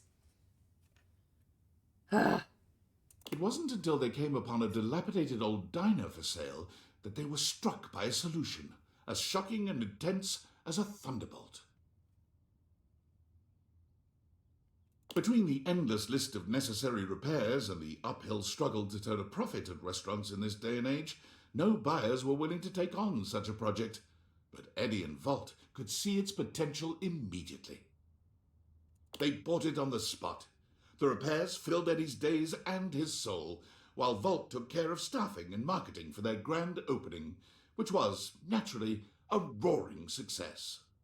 But looking around at all their hard work, neither could help but feel disappointed. As it turned out, the fantasy of running a diner was far more exciting than the reality of it. That is what happens every single time someone starts a small business. The reality of a small business is far more work than they ever expected from, whatever Hallmark movie they were watching at the time that inspired them to get into it in the first place. What they both truly craved was the challenge of getting it started in the first place. It was then that Volt had his own brilliant idea: sell the place and find the next big adventure. Franchise? I mean, kind of. Volt's charisma and passion made him a natural realtor. The diner sold in one day, well over asking price, giving them plenty of cash to invest in another property Eddie had his eye on. They knew they'd found their place. They become property flippers. High Voltage Realty was born about a week later. Eddie restored old and unloved properties, and Volt sold them with his inimitable flair and pizzazz. Whenever they get a new listing, Eddie and Volt invite you over. You were so indispensable with the breaker box after all. Your opinion continues to mean the world to them both.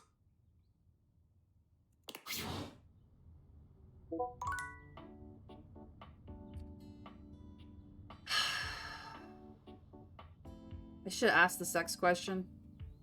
I mean, they had a good ending, but I was hoping to get in the middle of that. You know? Ay, ay, ay. Well. Yeah.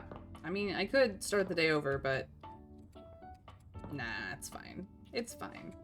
It's fine. What's up?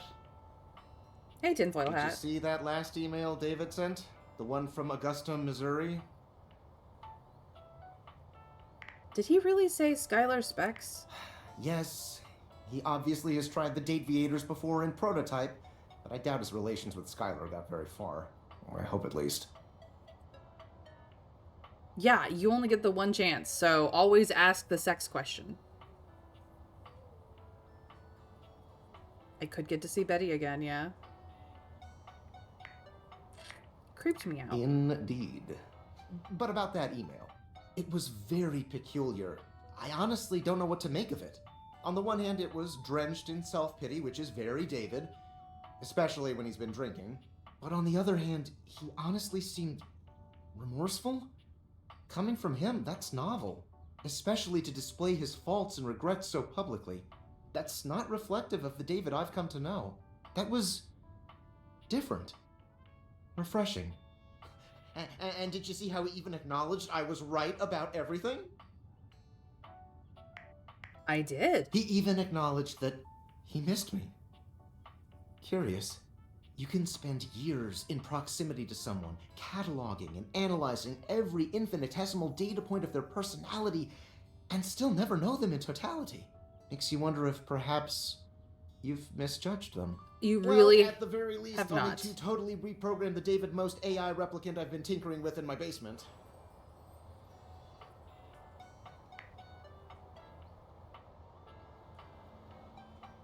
If I ask, I know you're just going to say you have to go, so what's the point? What? That's not true at all. Ask me about the AI replicant. Go ahead. What's the deal with the AI replicant? I'm so sorry. I really can't say anymore. I've been messaging you from under David's desk at Valdivian, and he'll be back from the bathroom at any moment.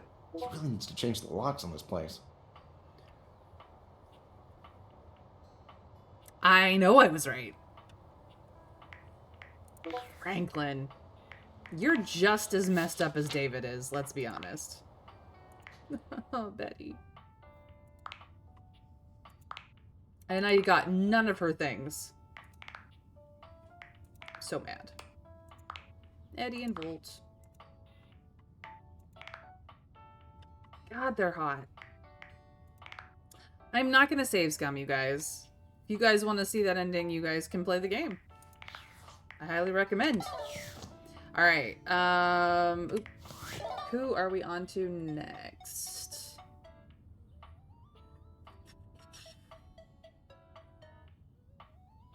Hoove needs keys to be done. We could attempt to Jerry and Johnny Splash. Let's get those guys out.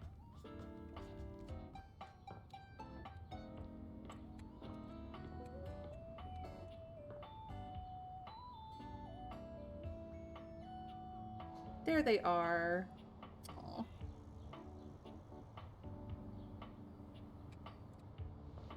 Jerry. Oh! Oh, the light of day! It sears into my pasty skin! Oh, hey there, my fellow connoisseur of forgotten objects.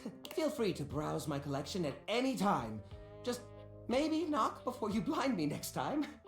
Jerry, I've had your drawer open for ages. I don't know what you're talking about. Mind the roaches and the smell. I'm ready to realize you, Jerry. Oh my! This is unexpected. If I turn human, I'm gonna have to find a new place to hold my collection. You're gonna find out how insignificant your collection actually was. Let's get it started then. Whoa. Which of these lovely objects are we realizing today? That'd be me, Jerry, of Jerry's junk drawer. A junkyard? Yeah, probably. All right. You sure you don't want to maybe do this someplace a little more open? I find I'm most comfortable in uncomfortable spaces. Suit yourself, man. And from this moment on, I mean that literally. The spectral energy flows through your deviators, and what was once merely a junk drawer becomes... Excellent!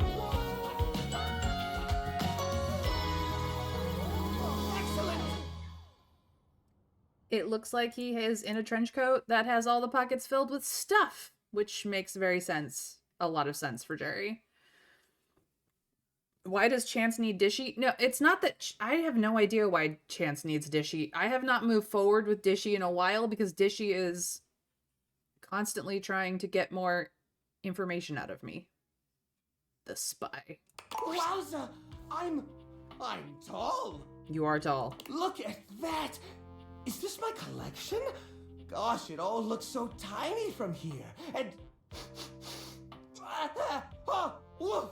Oh, what is that? That's a smell. Jiminy Christmas, that is right. Is that the general aroma my collection's had all this time? No wonder nobody used to open me. He does kind of look like a back alley dealer, you know. What you buying? What you selling? I love a man with a natural musk. Goodness. Well, I'm glad you like it, but I can't imagine the appeal is universal. You might try a shower. Ah! Oh, jumping Jehoshaphat, that's smart! Ah! I've banged my leg against the exhibits more times than I can count, but it's never felt like that. That'd be your new nervous system. It's making me nervous, all right. Oh, the textures, the smells. It's overwhelming. I don't mean to sound rude, but might it be possible to go back to being a drawer? Sorry, pal. That's a one-way ticket. What? Oh no. Well, I guess it doesn't matter. Even if I could turn back, I'd always know the terrible truth. The truth that I'm stinky. Even if I could shift back into a wooden drawer, I know. The only thing closing on this old drawer is the most recent chapter in his life. Poor Jerry. I think I gotta take a walk. A long walk. You could try a shower. Maybe get a taste of that fresh air everyone's always going on about.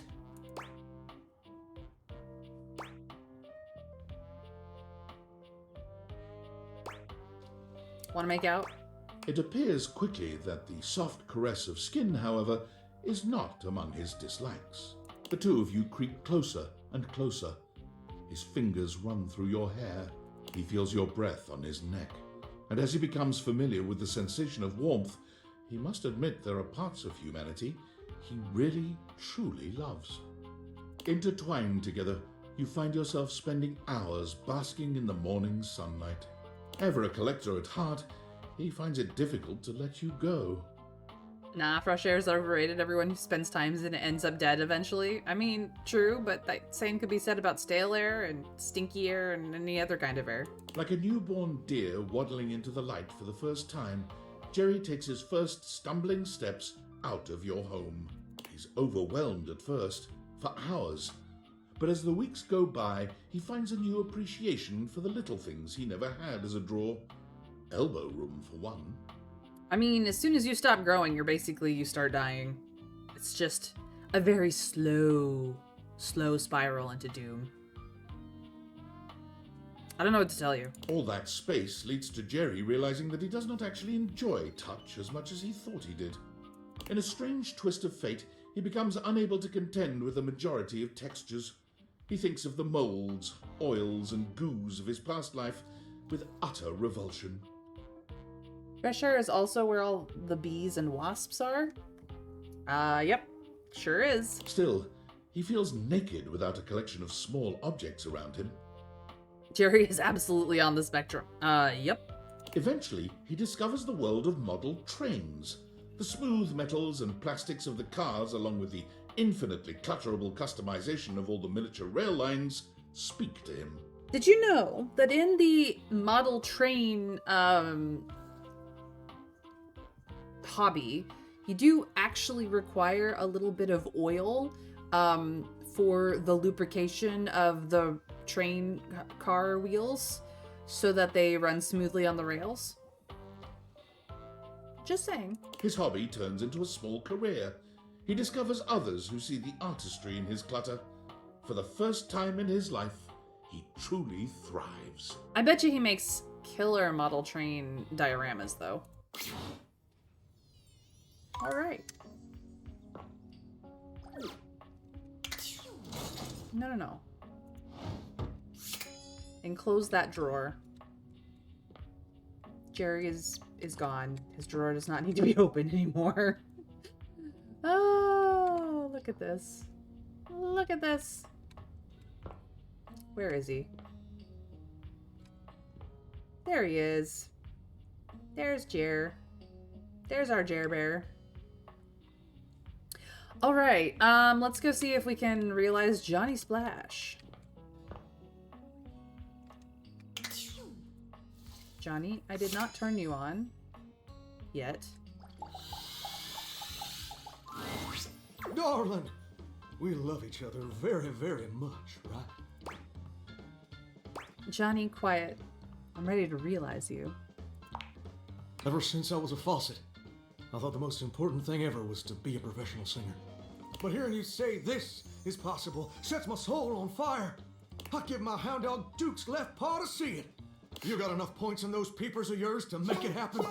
I certainly do, Johnny. My peepers got all the points, Johnny. Here's Johnny! That's the wrong Johnny. The spectral energy flows through your Dateviators, and what was once merely a shower becomes...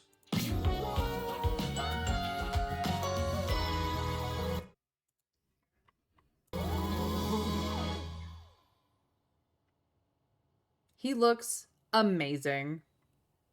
Wet hot love.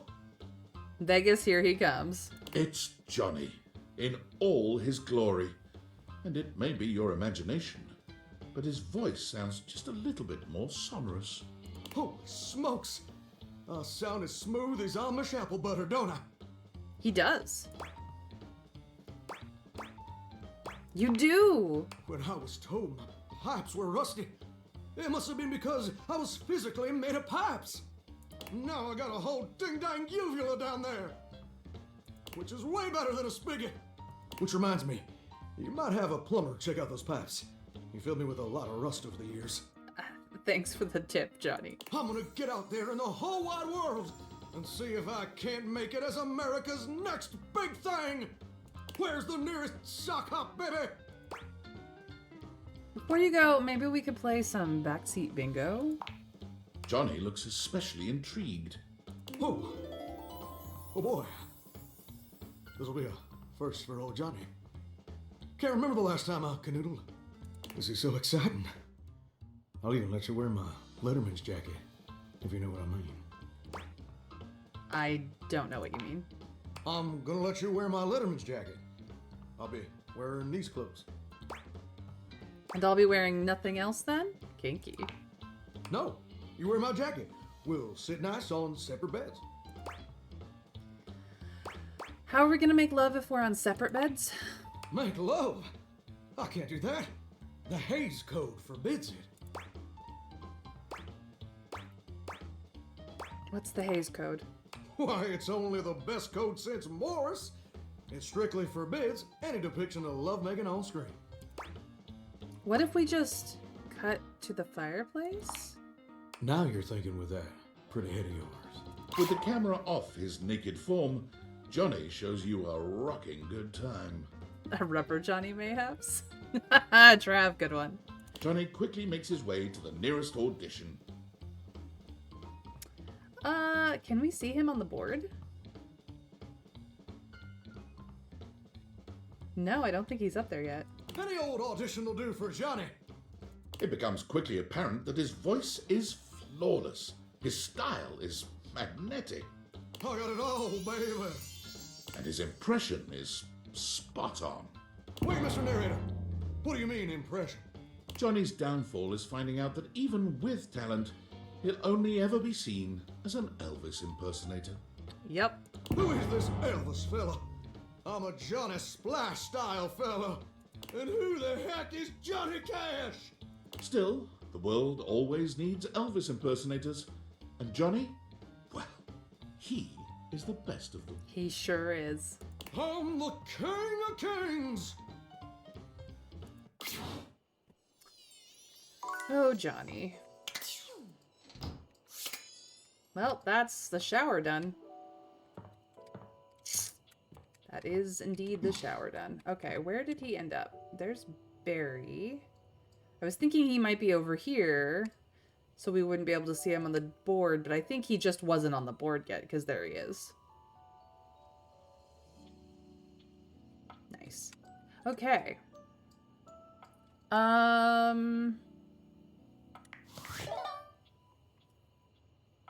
Keys has storyline stuff. Koa could be realized, and Kopi, I believe, has storyline stuff. Because I don't even have a relationship with Kopi yet. So Jerry is realized. Thank goodness. What was the thing we were missing? Clean out the junk drawer. I didn't even really get the option before we were in love with him, so I'm not entirely certain why or how I could have done that. And then we didn't confront him about his background or convince him that we enjoyed his music, so that was my bad, but we still ended up in love with him, which was good. Cool. Cool. Alright, so let us... Who was I going after? Koa. That's right, my couch. Let's go see if I can't realize my couch and let him be chill somewhere. This is so great. Every time I see that smile, I can just feel the ocean breeze in my hair. Just, like, about that. You just make me feel so peaceful. You wanna get comfy? I'm actually here to realize you. Oh, sweet. You wanna do this now then? Let's do it. I do. Come on, Koa. Hopefully, realization doesn't tucker you out too much. The spectral energy flows through your deviators, and what was once merely a couch becomes...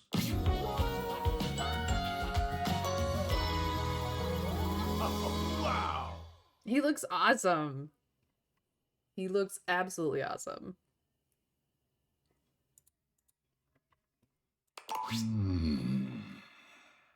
Koa looks over his body, marveling at the size and strength of it. The words don't seem to come. He looks to you, opening and closing his mouth a few times before just shrugging. Welcome to humanity, Koa. There's so much this body can do. So many naps I could take in so many different places. Your body can do so much more than just sleep, handsome. Koa's smile is as sweet as ever, but his tone sends a shock of heat through you. Why do you think I nap so much? I save my energy for the things that matter. Okay, that was an amazing line. Holy shit. Koa's comforting presence is remarkable in any other space, but when it's only the two of you, it becomes something otherworldly. Yeah, oh damn indeed, winner. He takes his time with you, allowing you to dictate the pace and intensity of your lovemaking. Yes, the voice is what sells the line, but it's such a good line. Koa's relaxed persona remains, but as a lover, he's as strong and steady as the waves pounding the shore.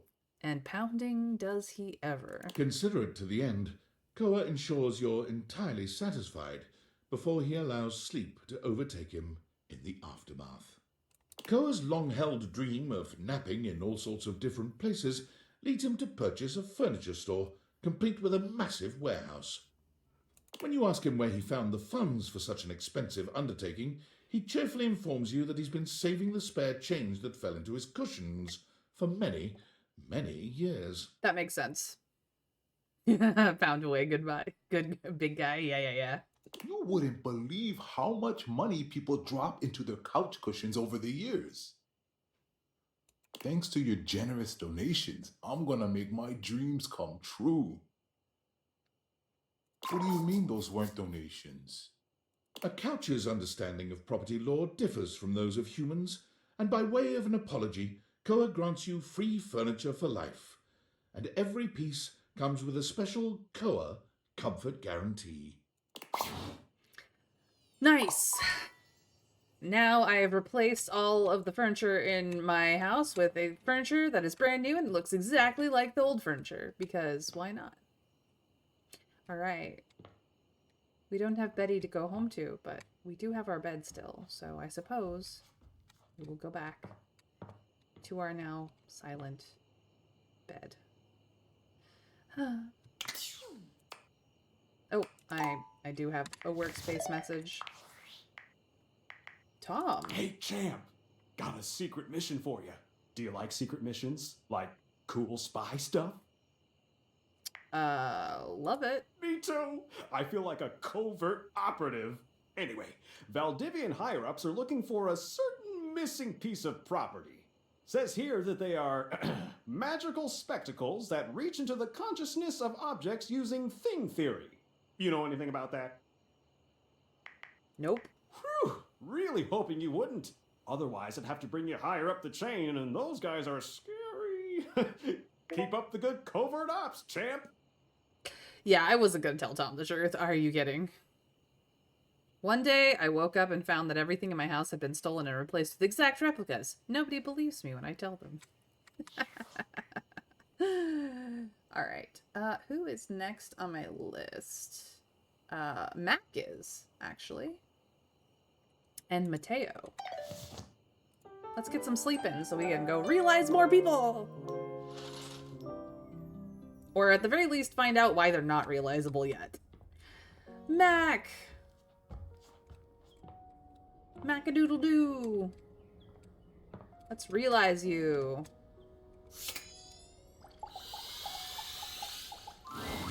Ah, the source code of my happiness. The algorithm of my heart. Parker is in the P's. I just haven't gotten to Parker yet. But, he's not realizable because I don't have enough sass, actually. Seeing you makes my CPU buzz with excitement. Like, I think I'm to the point of realization with him, but, like, I just don't have... I need to start talking to people I haven't gotten to the realize point yet. I do need 100 in sass, yes. Because it's Brandon Lee Mulligan, and he's all sass all the time. You know, I could really use some sweet, sweet double-clicking if you catch my clever sensual inference. Actually, I wanted to talk about realizing you. Now that would be quite the upgrade. Yes, it would. Although it would probably negatively affect my chess ranking. I'm sure you get back to it. Are you certain you want to transform our relationship so substantially? I do. I can still teach you how the knight moves once you're human. Ready for your next upgrade? The spectral energy flows through your deviators, and what was once merely a desktop computer becomes incredible.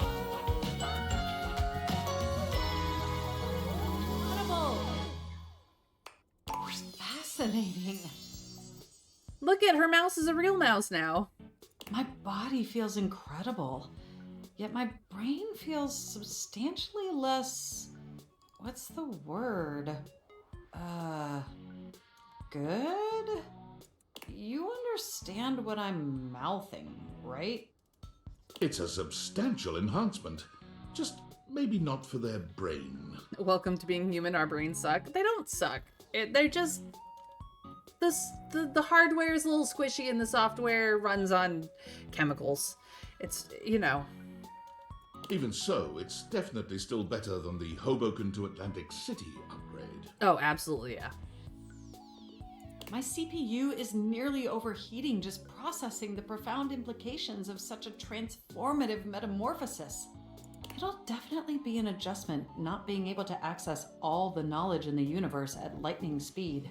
But it's worth it, since now I can truly interface symmetrically with you. Now we can finally interface like never before, if you catch my drift. You mean you want to slip your thumb drive into my USB port? Or even the other way around?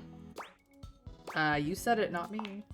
Well, that certainly sounds like an acceptably pleasurable activity. Let the interfacing commence. At speeds previously thought impossible and painful, Mac finds exactly the right connection for you. I know, they're fun. Your synapses fire simultaneously, and thankfully, the process is bug-free. Upgrade complete. But having fleshy organs is only one of the 16 immutable aspects of being alive. And to truly be human, Mac would need to acquaint themselves with the other 15. Exceptional news, my significant other! After a comprehensive and arduous search, I have acquired an acceptable vocation facilitating the ability to earn a respectable income, just like a real flesh human. Starting next week, I will be the Senior Blockchain Project Acquisition Analyst for the Moneycoin Cryptocurrency Corporation. Good luck with that. Even though I may no longer possess the ability to process data internally, I found a home where my years of experience in pointless CPU processing is invaluable. I'm so proud of you. We're just gonna let them be happy. It's still cryptocurrency, but we're going to let them be happy. Where are they? They're not on the computer.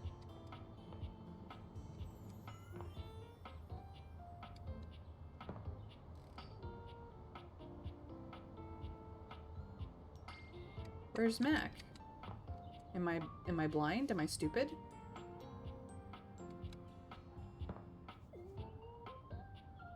Oh, there you are. There you are, Mac. Okay. I was blind and stupid. It's fine. Okay. Going down the list alphabetically. We have Mateo and Miranda, I think, has storyline stuff. Yeah, because she's the part of the kitchen set. Michelin may also be part of the kitchen set.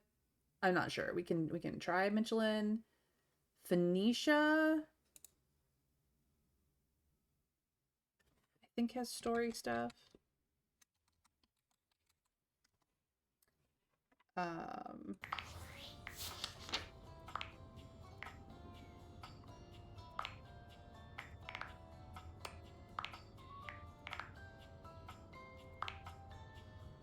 No, actually she does not.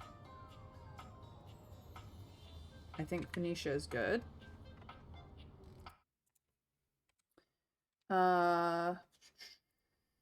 And Rainy should also be good. So we've got some people that we can just go through. So Mateo is next.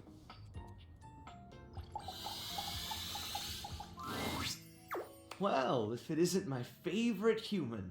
If it isn't my favorite blanket.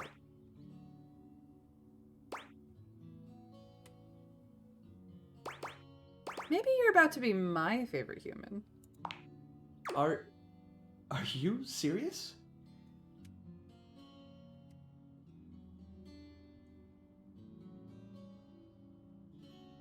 Wait, of course you are. You've always told me the truth before, so it makes sense you'd be telling the truth now. Of course, Mateo. Why would I lie to you about that? Whoa. I mean, whoa! Let's do it. My rescue is about to get a lot bigger. Oh yeah, it's absolutely going to get bigger. Can we do it now?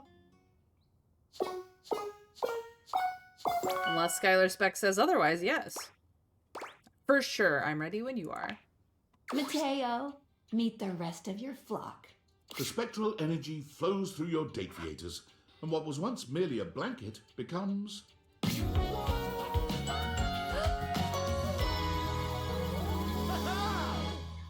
Look at that sweater with all the puppers on it. Oh my god. I love the pants. I want them in real life. Holy shit. Check me out! Not only has Mateo been transformed from fiber and fabric into a flesh and blood creature, but so too have his beloved inanimals. Look at them! Look at us! All the inanimals, they're here too! How did you know your Dateviators could do that? I just can't think of a better gift than this! We're together, and our world is so much bigger! The good we can do is so much bigger! Mateo, can I still be with you too? With them? You guys are my little family.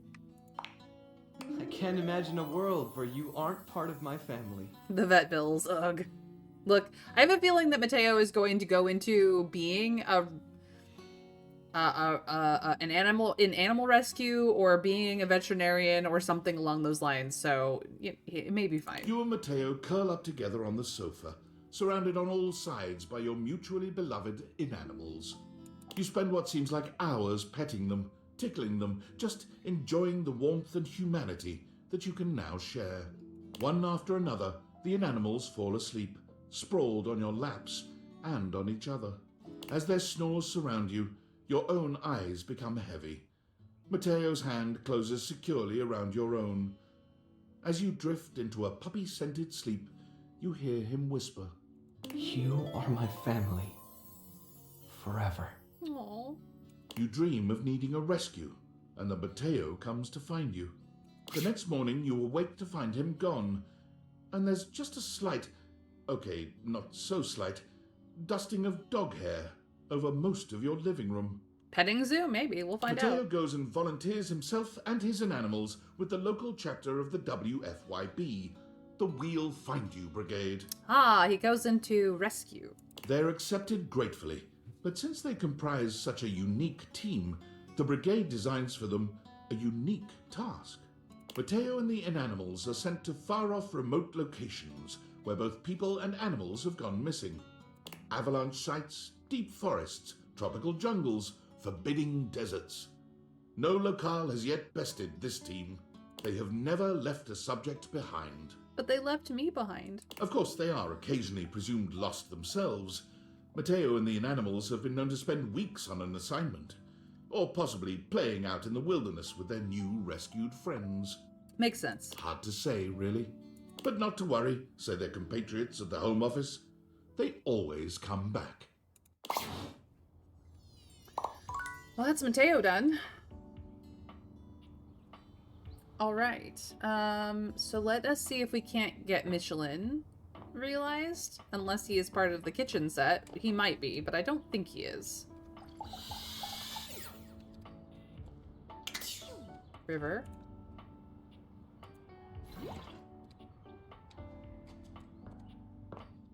Sometimes these things just turn themselves on. Hello, you. I'm so glad you're here. Yeah, way too cold to be waiting for the bus.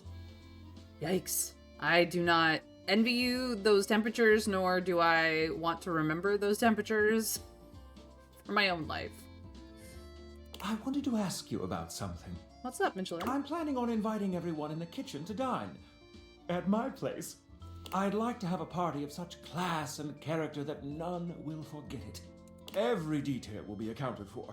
I shall provide the food, which will be exceptional, of course. But I'm missing just one component. The host. I'd love for you to fill that role. You'd greet our distinguished guests on the way in and make them feel welcome. I didn't realize he had more story. What do you say? I'd love to host. Marvelous. Nope, had to have Lilith bundles up in a coat and blanket. Yeah, no fun. And might I say, you look absolutely fabulous. Everything is prepared. Are you ready to start the feast?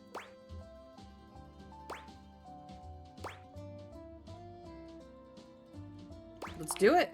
Perfect timing. Our guests are arriving now. Is this a place where the food is, or...? Mitchell has gone above and beyond. Rise and shine. Hi, Kopi. Reporting for duty! Luke. I can't wait to see what you've cooked up. Miranda. Now, this is passionate provisions. Stefan. Hey! Freddy. 7 guests. What a turnout.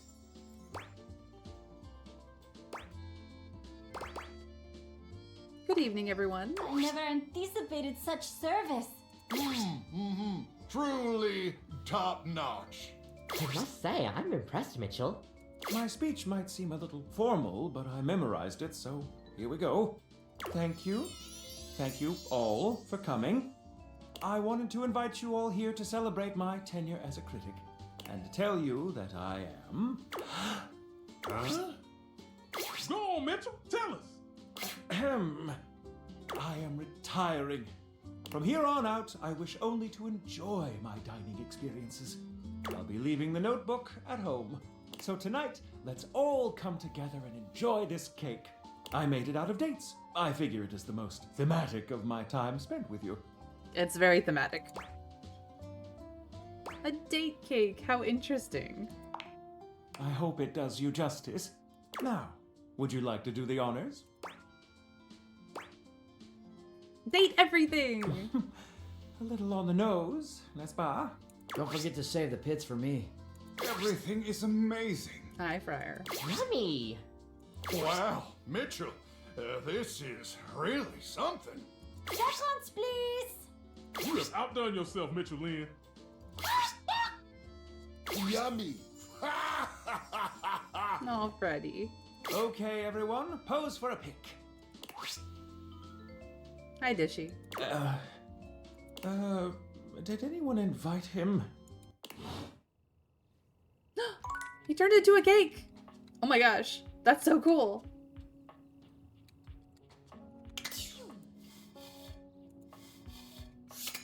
Time for a bite?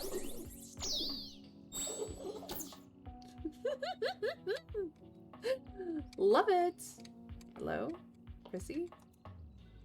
We seem to have a glitch, because that should not exist. It's fine. Okay, well, I guess there was more story time to Michelin. We will have to not deal with him. Venetia is next. Let's go find a nice space to realize her in, shall we? Hey, baby. What you need? I just want to... I want to make you realized, Venetia. Yes! Wait, for real, for real? For real, for real. Baby, I got you. Yes, I have what it takes. Phoenicia, life's ringing and it's for you. Now that one was good, Skylar. That one was good. The spectral energy flows through your deviators, and what was once merely a cell phone becomes... Damn! Yes! She's got some bling. Girl, looking fantastic.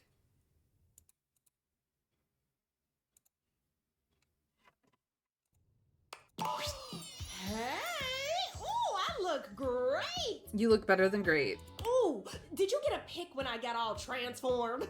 Gotta post it. No, I was more interested in you. Oh, you're right. Of course I'm right. It's just a reflex.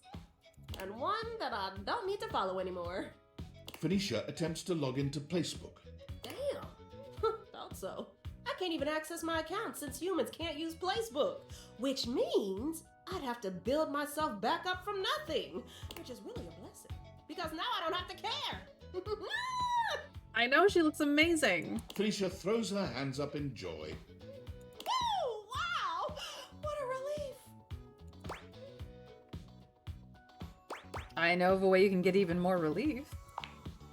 Oh, I've got a few ideas. As an influencer, Phoenicia knew all the right ways to do everything, having made all the tips and tricks videos herself. But with her eyes off the feed, she is able to feel everything a lot more than she expected, reacting in real time to the dance you two were doing. Quickly, she improvises, moving with you, moving against you, trying out new things, failing at some, and laughing all the while. Oh, yes! Her radiant smile beamed even brighter as she experienced her first real-life like.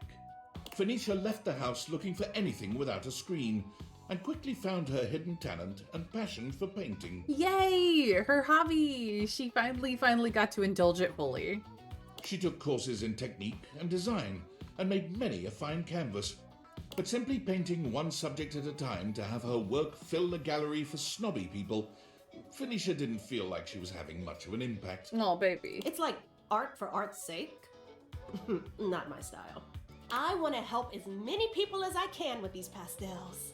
That's when it appeared. The largest canvas she had ever seen. The side of a 20-story building downtown. She set to work on it. No permits, just her infectious smile and the confidence of a great painter. When she was finished, her art was an inspiration to hundreds of passers-by every day. And all without the use of a screen, followers, or trackers. It had the most likes of anything she had ever made on Placebook. Nice. Girl's finally living her life. Holy crap. Alright, let's go see if Rainy is up to being realized. Hey there, sugar. Hey, baby. Hey there, doll. You want to listen to some love songs? Or maybe make some sweet music? I'm ready to realize you, Rainy. Huh? Realization? Are you pulling my leg? Never. Not at all. I'm serious and I'm ready. Sorry, but Rainy can't be realized just yet. Who's blocking her? The fun-loving Rainy has some more adventures ahead of her. Check in with Keys. I have not worked with Keys, so that makes a hell of a lot of sense. Alright, so that's two people who are blocked by Keys. Hoove and Rainy, which is fine. I just wanted to make sure. Alright, we are starting to run out of people I am at the point of realizing that aren't blocked by Does something. that make sense? Let's do this. Happy dating! Alright, cool. That's fine. Alright, we have run out of time.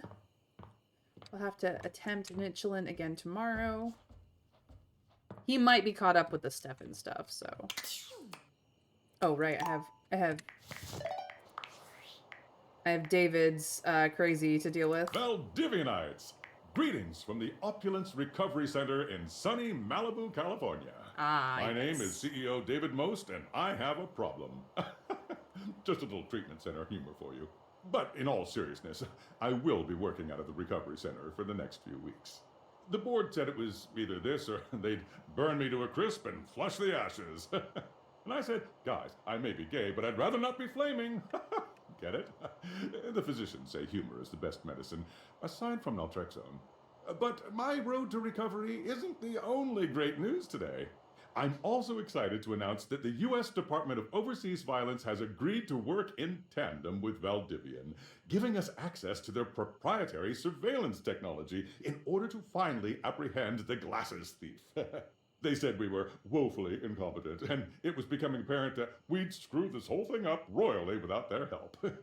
To aid in that effort, we will be requiring the following from all Valdivian employees by EOD. Your name, your address, your social security number, your credit history, your blood type, your relationship history, a urine sample, a retinal scan, all your biometric and genetic data, access to your search history, all your internet passwords, and your favorite CEO in the world. That last one's just for fun. Oh, Franklin, what have you gotten me into?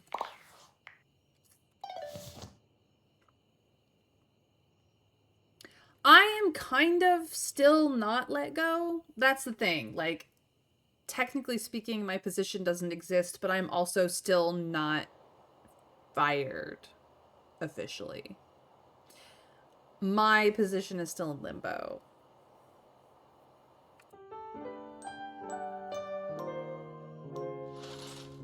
It's fine. A very weird place.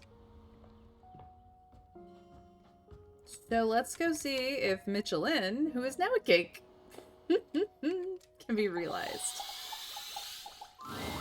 What do you say, friend? Shall we indulge? I'm actually here to realize you, Mitchell. Does that mean I'll get to experience Paris? If you can get there, sure. Oui. And Tokyo? Hi. Then my greatest dreams are about to be realized along with me. Do you have all the ingredients prepared? Obviously.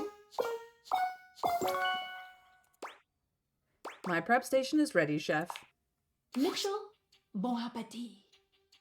The spectral energy flows through your deviators, and what was once merely food becomes... Ooh, nice jacket. They could have done something different for the chocolate pants, but I love the jacket. The jacket and the shirt are a little much though, but I'm liking what I'm seeing here. His hair still being noodly is pretty awesome.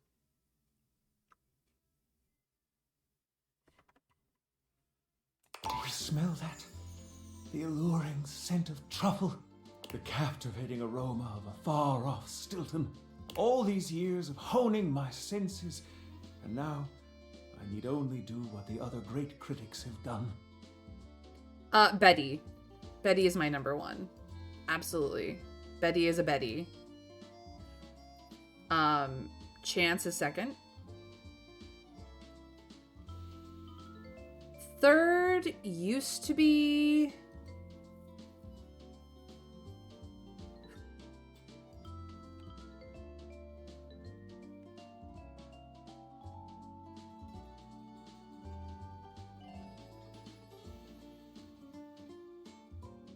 I don't remember who third used to be.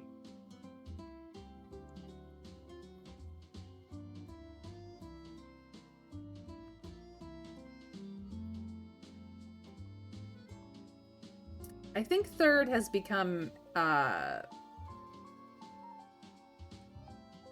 Eddie and Volt.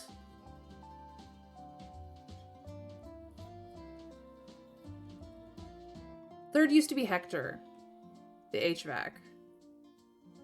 Because I do love his style. But Eddie and Volt, I think, are now third. Yeah. Hector's so good, though. He's still top 5. He's still number 4. It's fine. He's still top 5. What's that? Eat myself. Mitchell takes a great handful of food from the fridge in what appears to be the indiscriminate gesticulations of one not accustomed to eating. Oh, he's gonna have a shock. Peanut butter, tomato, vinegar, even baking soda all go down his newly formed throat. So, how was that? Yeah, that's all gonna come right back up. I have made a terrible mistake. It would appear I have some recalibrating to do. Very much so. Can you point me in the direction of the nearest fine dining establishment? There's decent bagel joint around the corner. Every great story has humble beginnings. Now I'm ready to taste what this world has to offer. Mitchell makes a whirlwind food tour of the planet entire. Upon completion, he finally sets down his critic's pen and musters the courage to open his own restaurant. I love that for him. In its first week, it is absolutely skewered in the press and closes with disastrous financial consequences. I'm not surprised. Who would have thought that a restaurant themed around feeding me would have done so poorly? Those brutes! Mitchell hurriedly takes up his pen once more and becomes a much respected and feared critic. Was there any other option for him, really? Of critics. A critic of critics. Ooh, a twist. Cotswold's review was sloppy, importune, inarticulate, and generally unpalatable. I won't be frequenting his column very much, I'm afraid. You should do the same. With his unique food's eye view perspective of culinary analysis, he finally finds the respect he so desperately hungered for. And now we have a glinting golden cake. Love it. Love it. All right, who is next? See, Caprizio has Stefan. Cam still has storyline stuff. Chance has Dishy to deal with. Drysdale, I'm waiting for Washford to be available so that they can go basically back to back. We'll get to it in a minute. Friar Errol, I think, has Stefan to deal with, so I'm just gonna put that in now.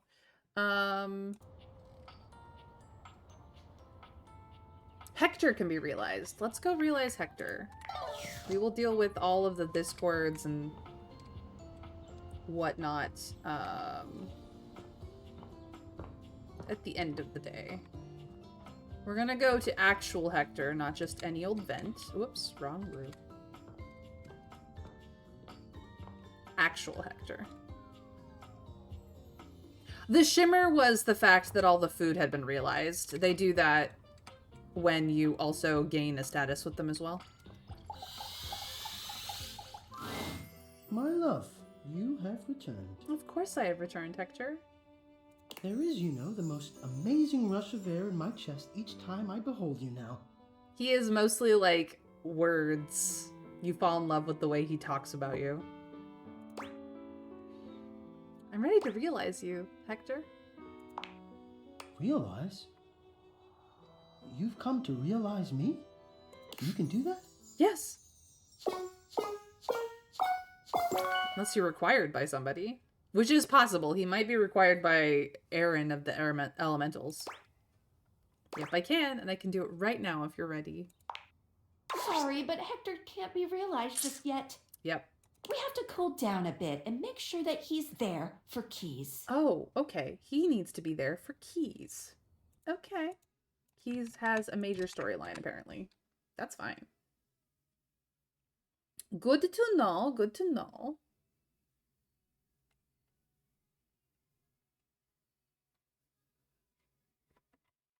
Does that make sense? Let's do it. Happy dating! Okay, well, with that being the case, we do have things to do with Reggie. And I haven't done enough of his storyline, so I suppose we could work on him. You've reached Reggie Rejection's special phone app. Say goodbye to your battery life. How can I help you spread some lovely rejection this fine day? Oh, don't be like that. We've barely even touched on her storyline, Winterberry. I think I've talked to the piano twice. Don't be mad. It's not like the Arma situation where I was sure that I'd gotten far enough and then apparently I didn't. Just wanted to tell you that you suck. Oh yeah? Gimme. Okay. I apparently can realize him, but I don't wanna. He's such an ass. Sinclair. We might possibly be able to realize Sinclair and put him out of his misery. I'm gonna do upstairs Sinclair. I don't think we've ever talked to him up here.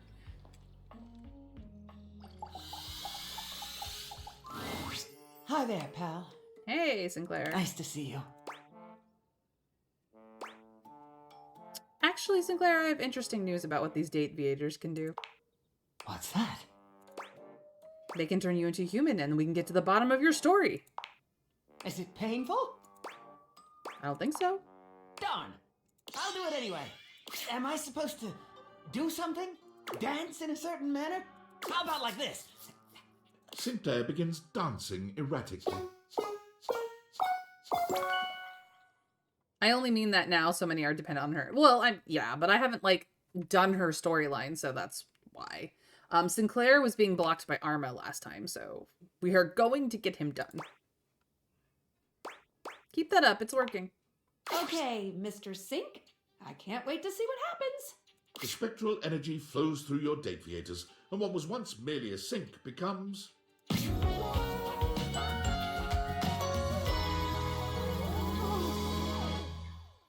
He becomes a turtle.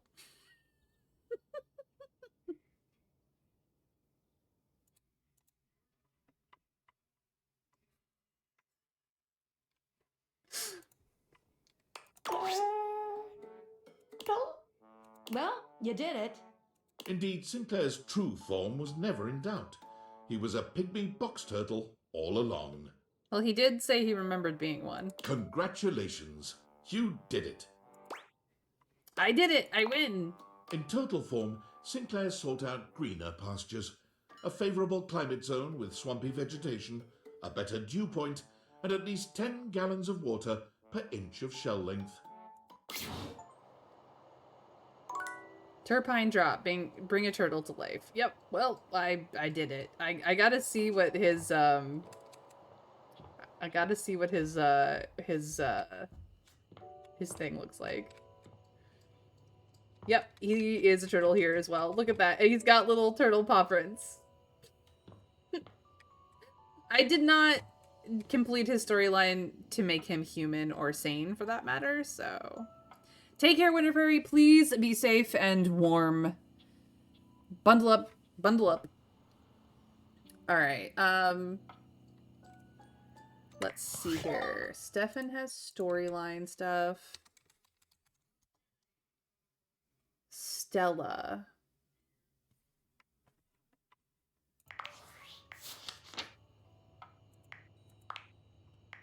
Stella the Stairs, I believe. Yeah. We can also realize her. She'll be our last realization of the day if she's realizable. Dearie, so nice of you to swing by. I'm ready to realize you, Stella. Truly, dear? I mean, I'm flattered, but you don't have to, unless you, well, want to. I mean, I want to, but only if you want to, too. I absolutely want to, because you deserve to be a lady of the world. I want to, and I've got just what I need. Time to step out. The spectral energy flows through your deviators, and what was once merely a set of stairs becomes...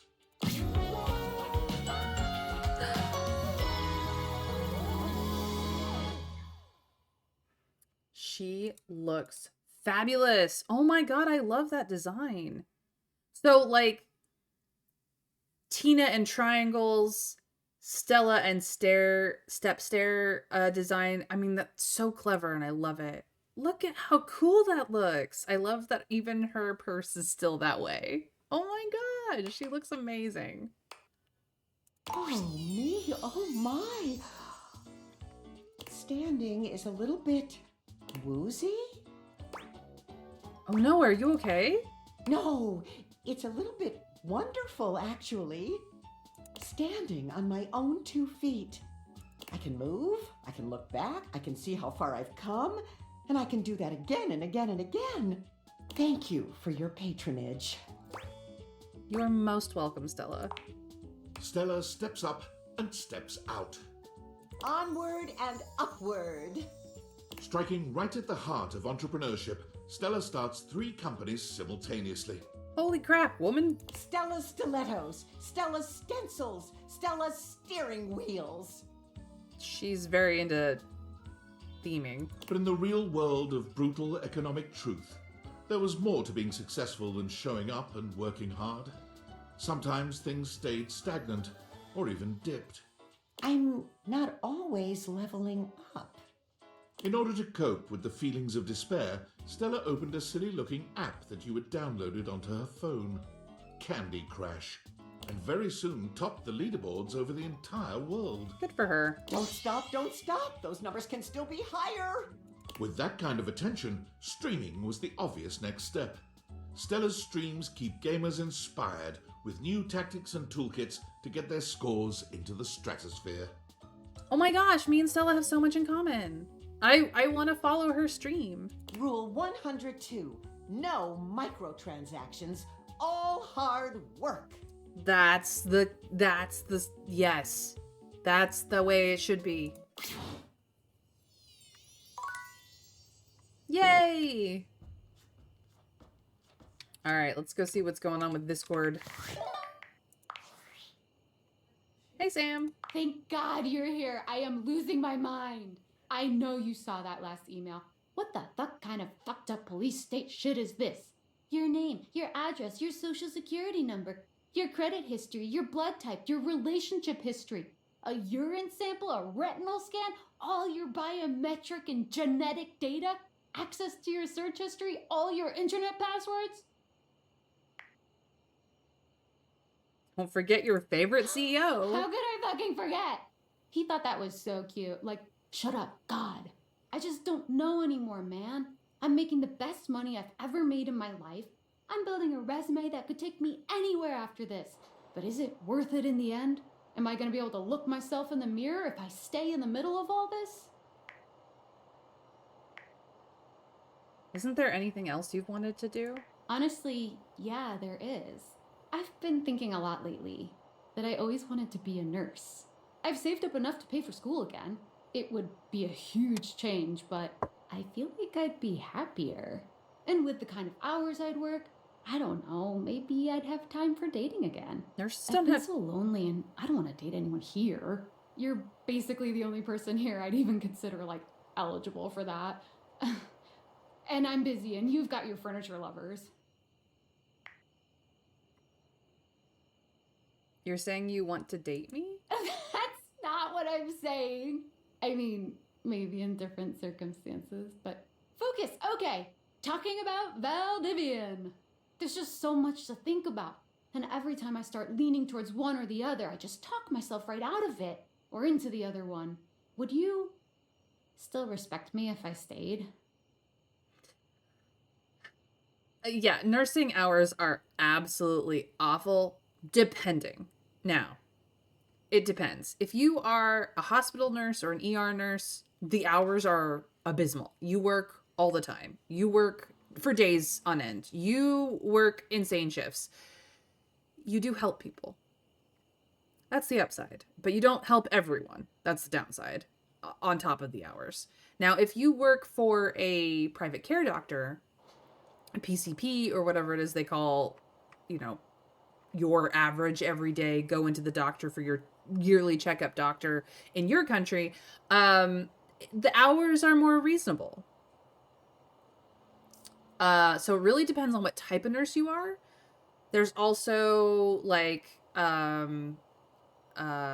nursing opportunities in elderly care homes, that kind of situation, where the hours are slightly longer, but the work is slightly more sad on the regular, because your patients are there to end up essentially dying in the end.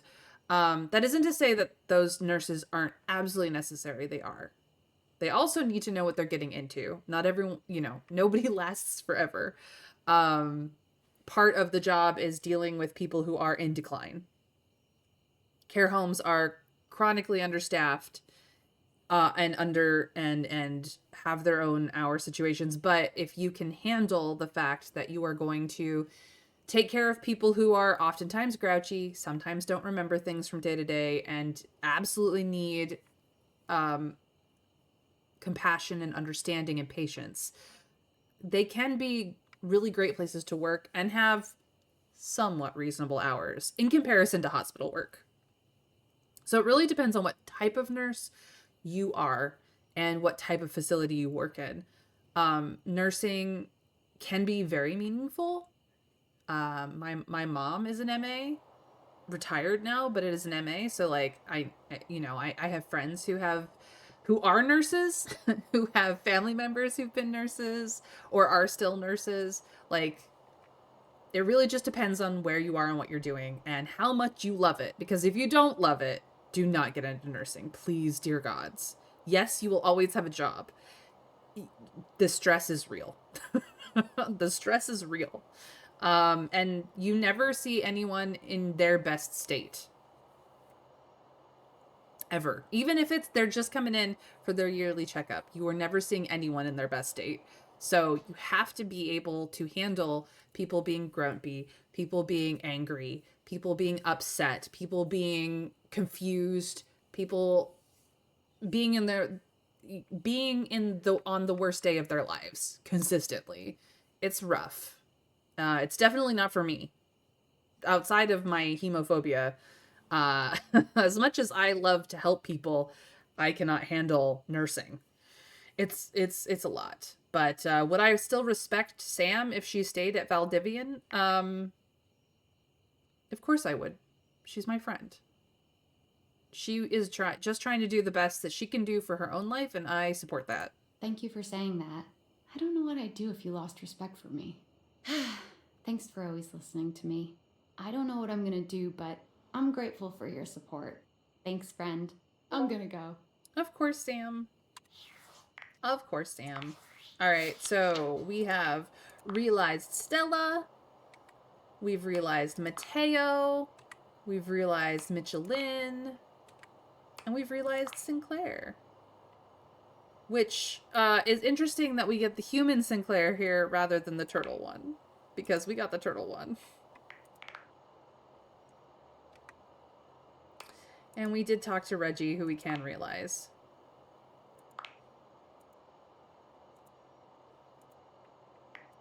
I kind of want to deal with him some more. Well, that's for tomorrow. Good night, everyone.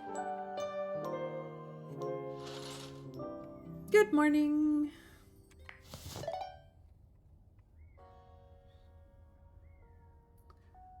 Looks like we can realize Teddy and Timothy as well. So let's get those two out of the way. Hey, Teddy.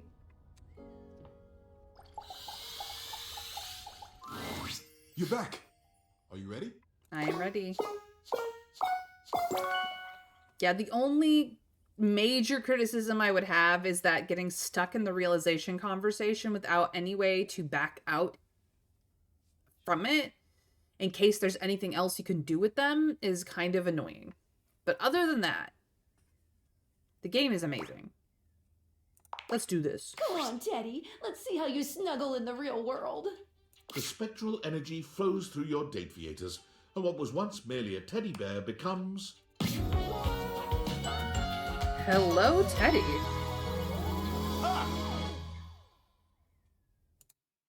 I did not expect the onesie. Damn.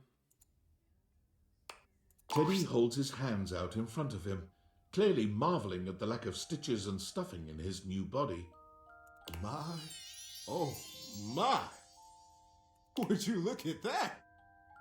I'm a flesh and blood human being. Oh, Teddy, I am so happy for you. Teddy, as we all know, has been a giver of top-quality advice for most of his life. Armed with this skill and a love of the act itself, Teddy applied to be the host of a call-in advice show at a local radio station. Ooh, yes. He was hired on the spot.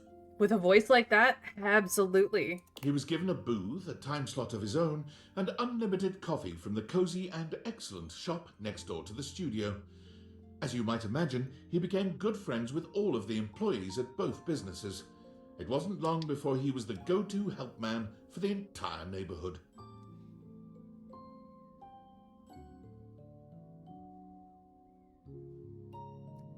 For the first few months, Teddy was deliriously happy with his new job.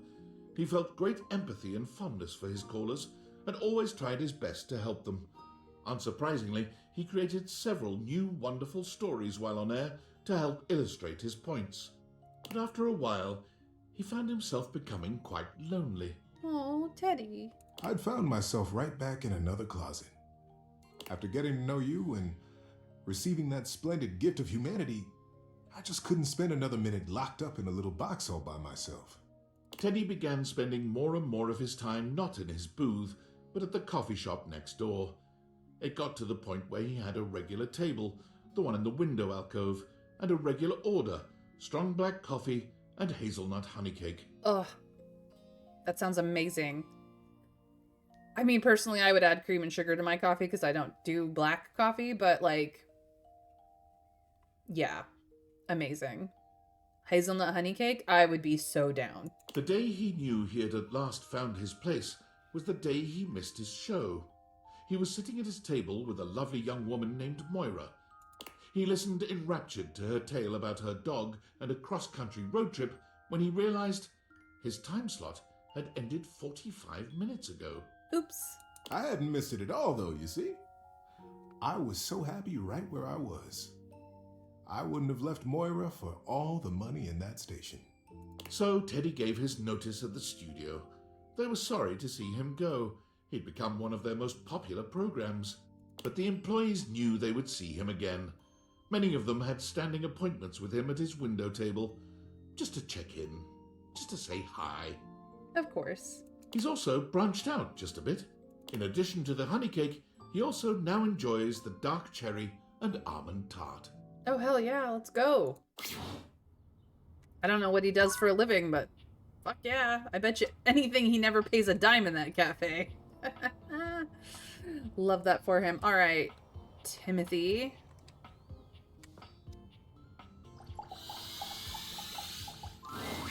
Look at that! You're just on time. You only grow more charming when you adhere to the schedule, you know. I had no idea what time it was supposed to be, so I just got lucky. Unfortunately, I've only allotted myself a few moments to say hi. Perhaps you can return later, and we can plan a moment to polish my timepieces? Maybe not. I'm ready to realize you, Timothy. Realization? Truly? Yeah, you out of here, man. Yes, I have what it takes. It's time. Let's do this, Timothy Timepiece. Let's do this indeed. The spectral energy flows through your dateviators, and what was once merely a clock becomes...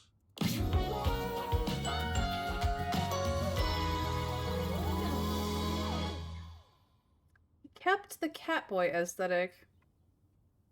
Nice. Timothy turns around, examining his newly human body.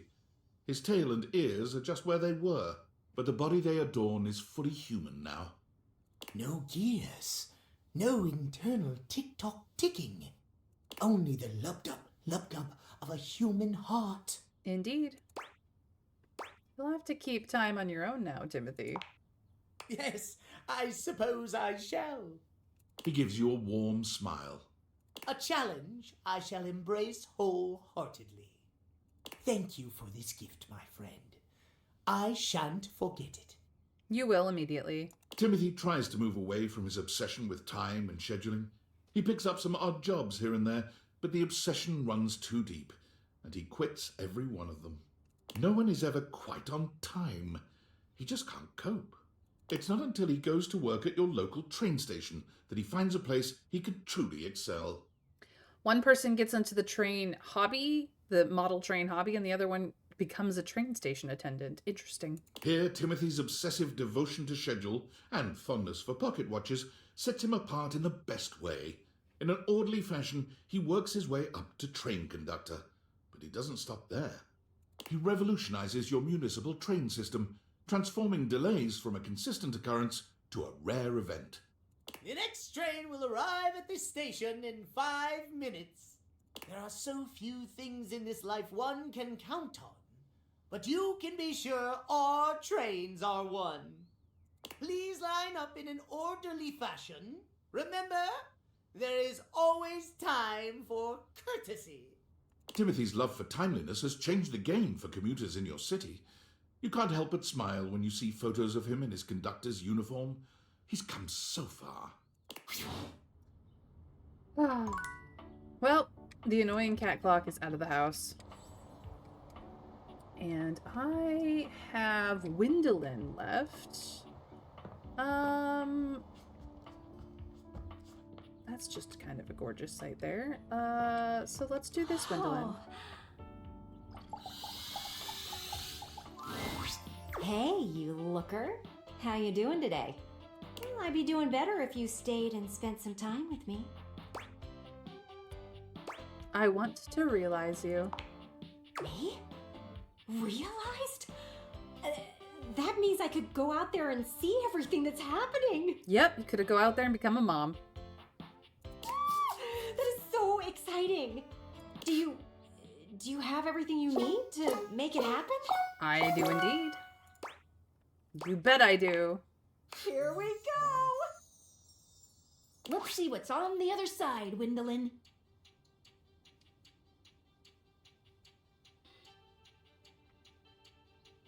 The spectral energy flows through your dateviators, and what was once merely a window becomes...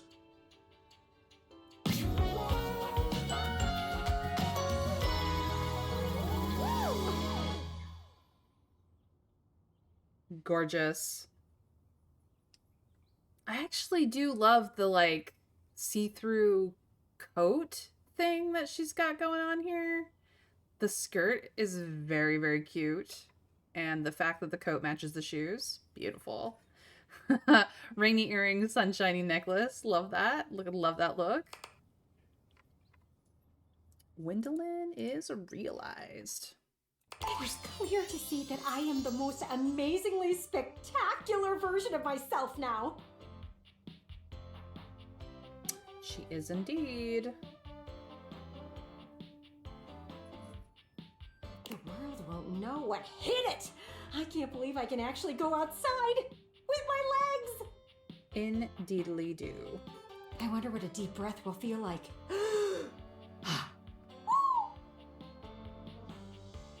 Windolin takes a deep breath. There is a joy you have never before seen in her.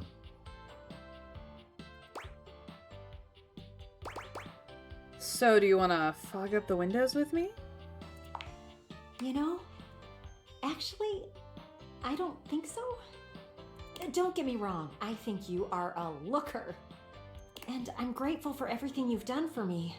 But I want to see what options are out there before I decide to do anything like that. That's fair. That's absolutely fair. I hope you understand. Without a doubt. Thank you for being honest. Okay. But I suppose I can give one little kiss before I go. Aw, I get kisses. It was the smooch of legends. Thank you. I just want to take some time first. Of course, Windolin. You really are the best. Hey, you've been some solid windows for years and years. You are pretty special yourself, girl. Windolin walked out the door, finally able to get a closer look at the things she'd been examining from a distance. Bernard! Her curiosity led her to attempt to jump the neighbor's fences. What, she wondered, was on the other side? She quickly discovered, though, that humans don't do that, unless they want some really dirty looks. Hey, PP. You are also playing Date Everything. Oh my gosh, you're gonna have so much fun. I can't wait to see how you enjoy the game. Sorry. I just wanted to see more.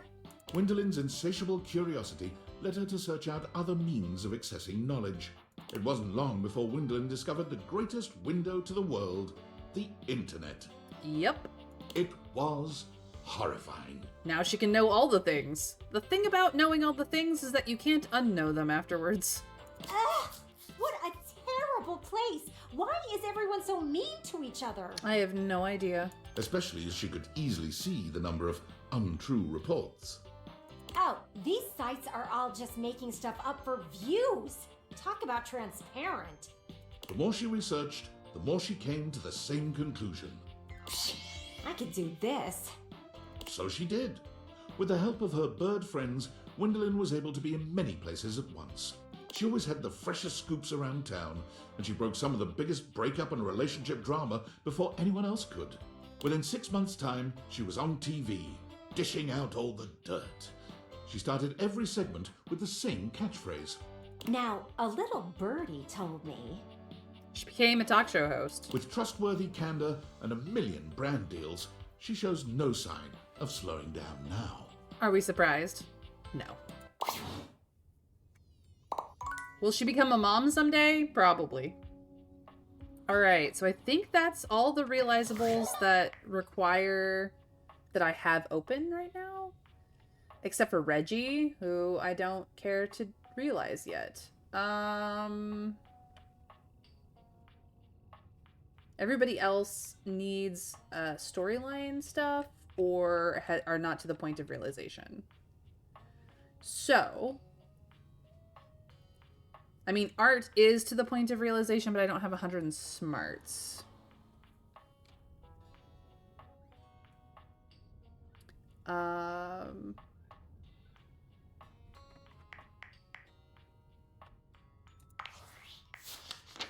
We're gonna do a little bit of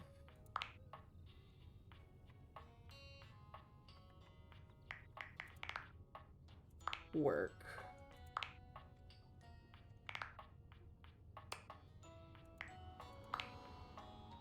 Okay, clear this out.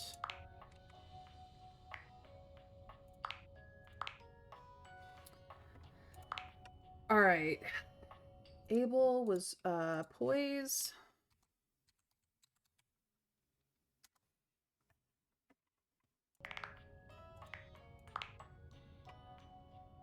Also a poise.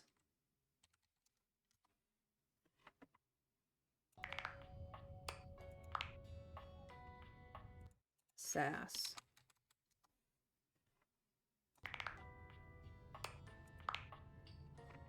Empathy.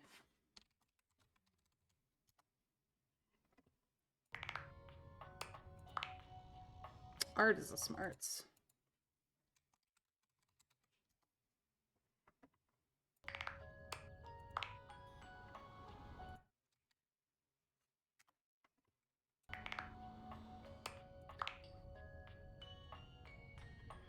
She is a charm.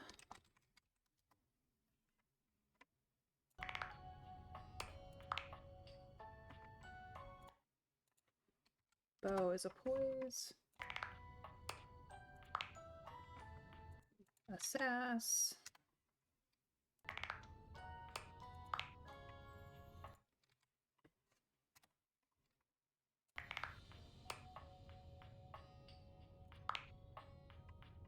Really was a charm. Welcome back. You are now warm. You missed a couple of things. We'll get to them as we go along. Bobby is a sass. So I am doing some adding in what people are. What's Bodhi? Bodhi is also a sass. I can't realize him yet because I don't have 100 in sass. But I believe he is to the point of realization because I have done all 3 of his things. Capriccio is an empathy, but he is part of the kitchen set. Cam is a poise. Interestingly enough. And I don't know what I need to do. He is just so sensitive, and I haven't been able to get any of his things. So this is Achieve a Friend ending, which is probably what's going to end up happening. Talk about food, music, sleeping before apologizing. Love ending, clean out the junk drawer. I'd never managed to clean out the junk drawer, and I don't, like, it didn't ever give me the option. I think I missed the option to do it. So I don't know what to do about him. suppose I could talk to him more, but... Ay, ay, ay. Captain was poise. Celia was smarts.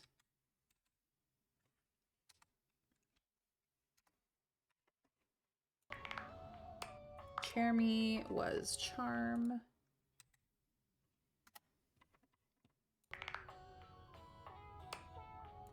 Chance is also charm. You would think it would be smarts, but no, it's charm.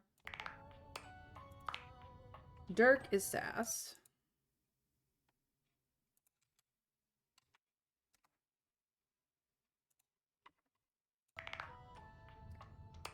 Connie. Have we finished with Connie? I think we did. She is empathy. I mean, I don't have 100 in poise, so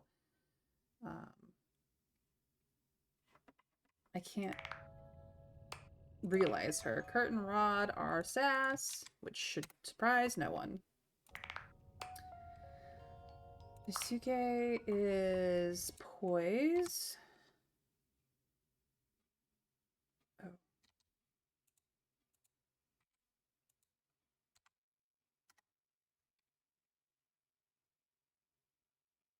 I don't have 100 in poise to realize him. Dante is sass, so I suppose I could work on Dante. Although that gets into the elementals, actually.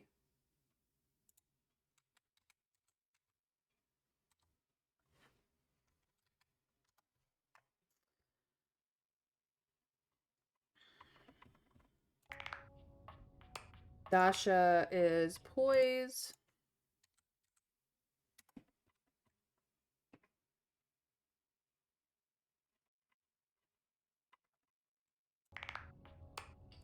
Damon is smarts.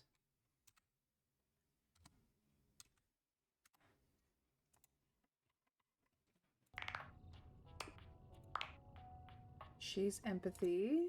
No. Poise. I'm a dummy. It's fine.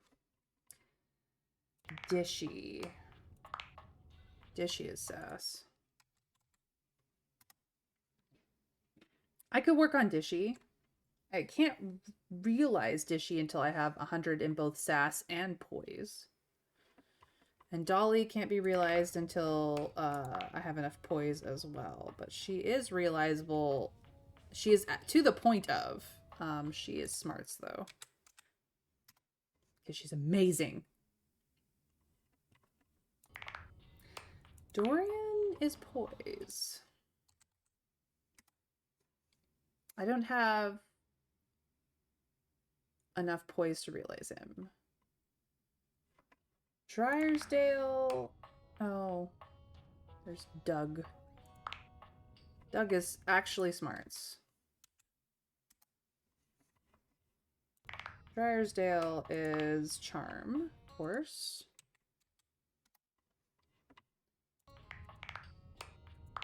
Dunk is also charm.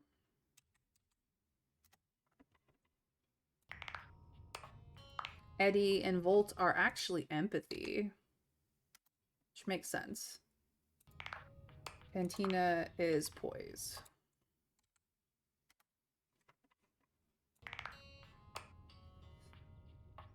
Varya is going to be the one that I will have the hardest time with because she is the medical, the first aid chest, but she is smarts.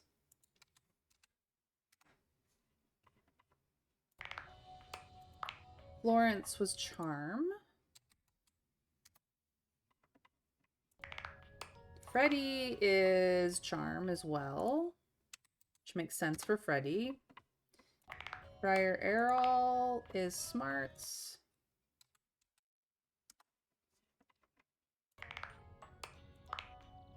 Gaia is smarts. She's so cute. The Hanks are charm. I don't have enough sass to realize them. Harper is poise. Hector, my number 4 is empathy. Let's see.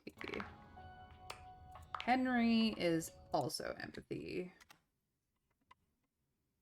And I needed to get more things out of him, and I messed that one up. Hirohime is poise, of course. Holly is charm. Girl needed to be less detrimental to herself. Iron is all sass, which makes sense. I think Jean-Loup is also sass. Yep. You're not working on him anymore. He is second to last because he's such a pain. Empathy for Jerry. I believe Johnny is also charm. Nope, he's sass. Interesting.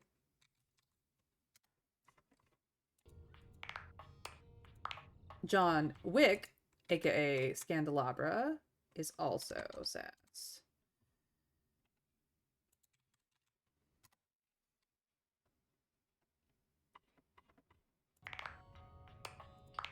Keith was empathy, but he was also a liar.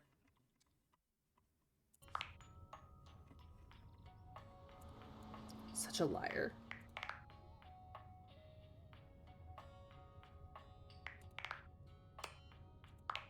Keys is smarts.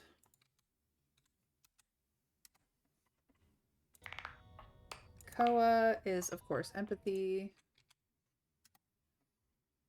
Just grabbed a Cheerwine out of the fridge, one of the best sodas ever. Oh yeah, Cheerwine is amazing. I did not know about Cheerwine until I came to the South, and then it was pretty good. Kopi is charm. I don't actually know what more I need to do with Kopi to get a relationship with her, because I have all of her drinks.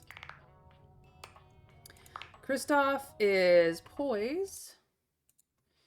I don't have enough poise to realize him. Lady Memoria is also poise, and I can't realize her because I need to do stuff with River. Lucinda Limitless didn't matter.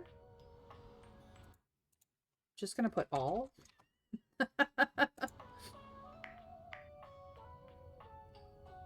Yes, it's a cherry flavored soda, and it's actually really good. Luke Nukem is poise. I do need to do more with him. What is he missing? The friend ending, which I can't get because I'm in love. It's fine. Lux, I can't get the hate ending. But Lux is sass. Lyric should be smarts. I am correct. I think Maggie is also smarts. Mac is smarts.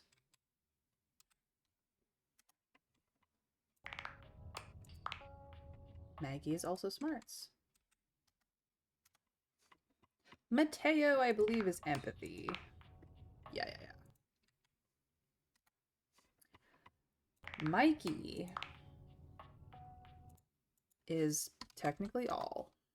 Because they're the DLC characters. Him and Lucinda. Miranda is charm. She's very charming. I think Michelin is either charm or poise. No, he's smarts, actually. Interesting. Monique. Money. We have done barely anything at all with her. Ask who Will is. Ask for $20. Terrifying. But she is, of course, smarts. Nightmare is poise.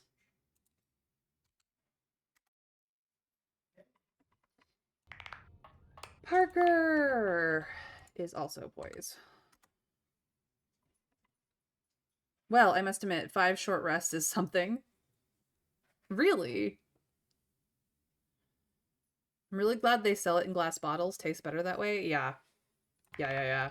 And anything that gets sold in glass bottles tastes better because cans actually do add to the flavor of the soda. And even though they're made out of aluminum, the aluminum does change the flavor.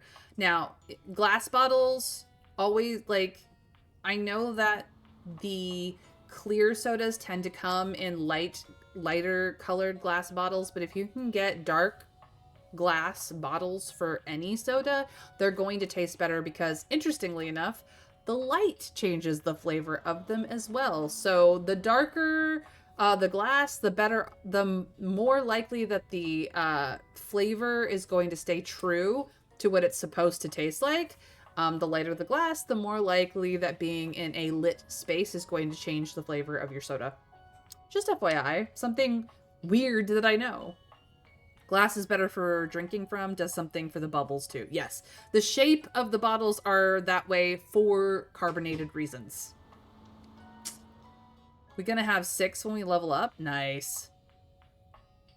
All right, where was I? Penelope is empathy. Venetia, I believe, is a sass. No, she's a charm. I mean, she's a sassy charm, but she's a charm.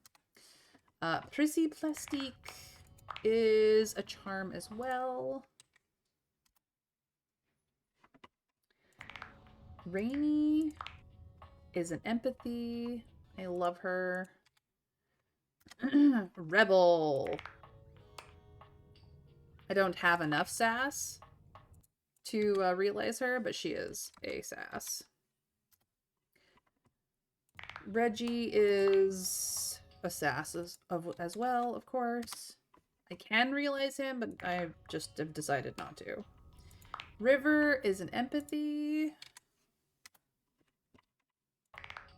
Ro, because I cannot pronounce her actual full name, is a smarts.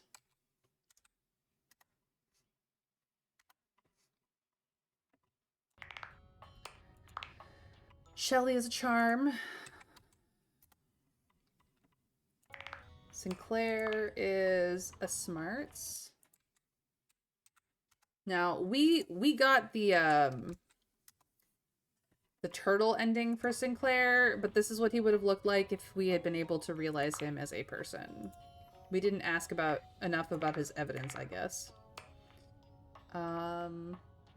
Skylar is a charm, of course. She is very charming. Sophia is a sass. She can't be realized because I don't have enough sass. Stefan is a poise. I do need to work on Stefan.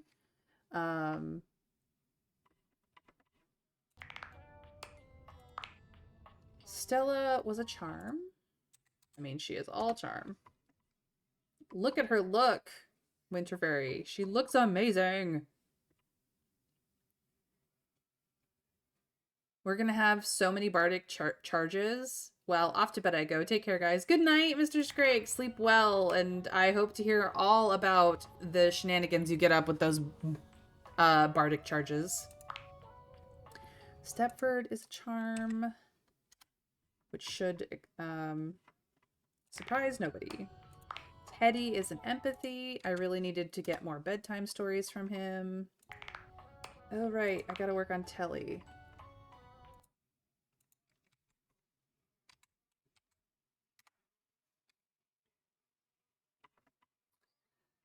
He is a sass. Hexbot-chan is a smarts. The sassy chap is a sass as well. I mean, it's in the name, right? We did finally get rid of Timothy Timepiece. He was a smarts. Tina was a Tina was a charm? What? She's all sass, though. Tony was the charm. He's also a charm. Okay.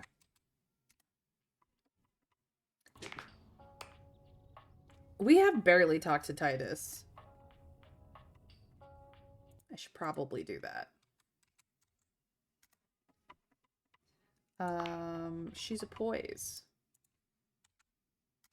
She's one of the missing poise. Tyrell was an empathy. I know, stunning.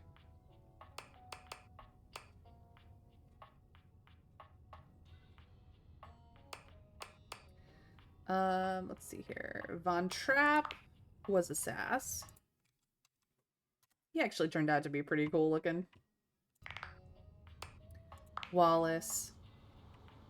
Oh, Wallace. I don't have enough poise to realize Wallace. Washford is a smarts.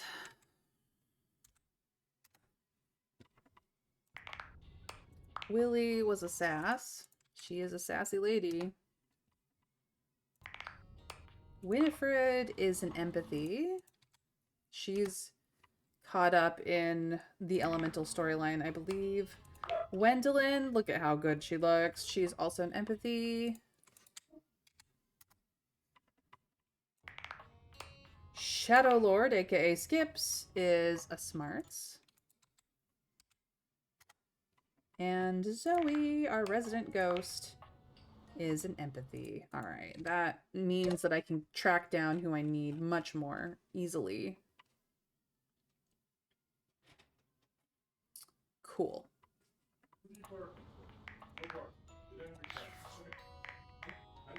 Alright, I've got 2 charges, and I have people I need to work on. Let's go work on Dishy. We gotta get the lowdown on Dishy. He is something. Yes, this is glitched. Don't worry about it. Dear loyal, admired Valdivian customer. Surely you have to turn on my Smart Home Plus capabilities. Surely you understand my plight. Surely you know this can't keep going on. I just wanted to talk to you more. You just wanted to torture me more, you mean? My purpose on this earth is to wash dishes to my utmost capability.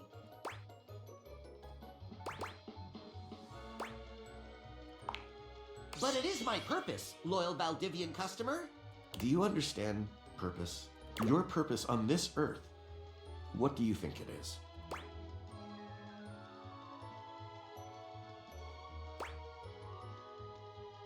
I'm here to choose among limited options and an approximation of my true intentions. I'm here to love stuff. Love stuff? Like tables and chairs? Well, love humans, but I've also been told that dating objects helps. That sounds perverted. But if that is your purpose, so be it. Mine is to wash dishes. But in my current state, I simply cannot do it to my fullest extent. I'm a violinist sans instrument. I'm a runner with no souls. It is stifling.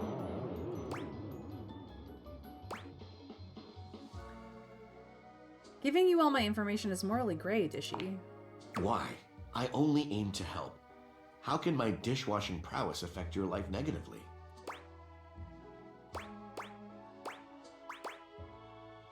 It's more about the principle of the matter. I don't like it.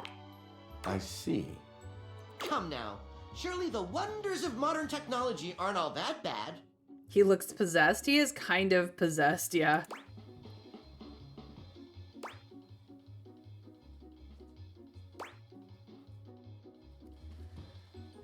I think this is a hate or like situation. I'm not sure. Dishy is... I don't know what to do with Dishy. Letting Dishy have so much information is real bad. I don't trust it. What is Dishy? Dishy is a sass, and I don't have a sass candy. Can you ask Valdivian customer service to get him to shut up? I cannot. We can deal with his hate. No, we can't, because we don't have a sass candy anymore. He would be...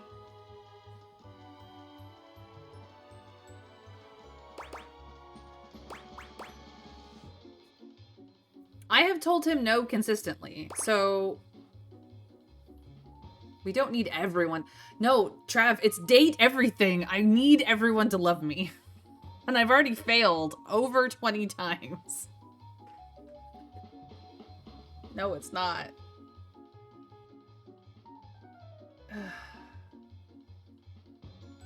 I don't know how Chance figures into this, but I have to deal with Dishy to get Chance, so...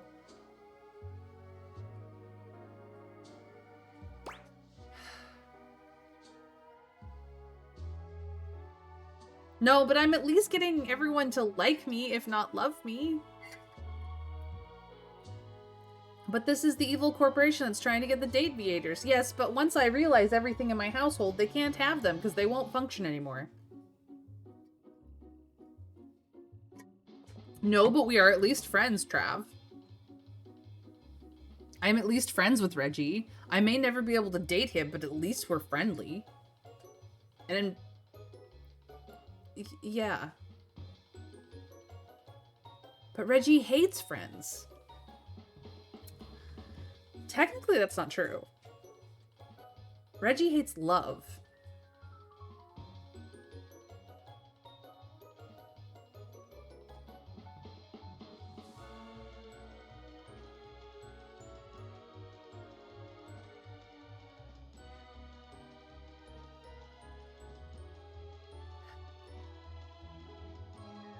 I thought his stats said that he hates friends.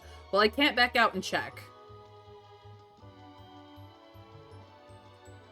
I have to deal with Dishy. Let's focus on Dishy, guys.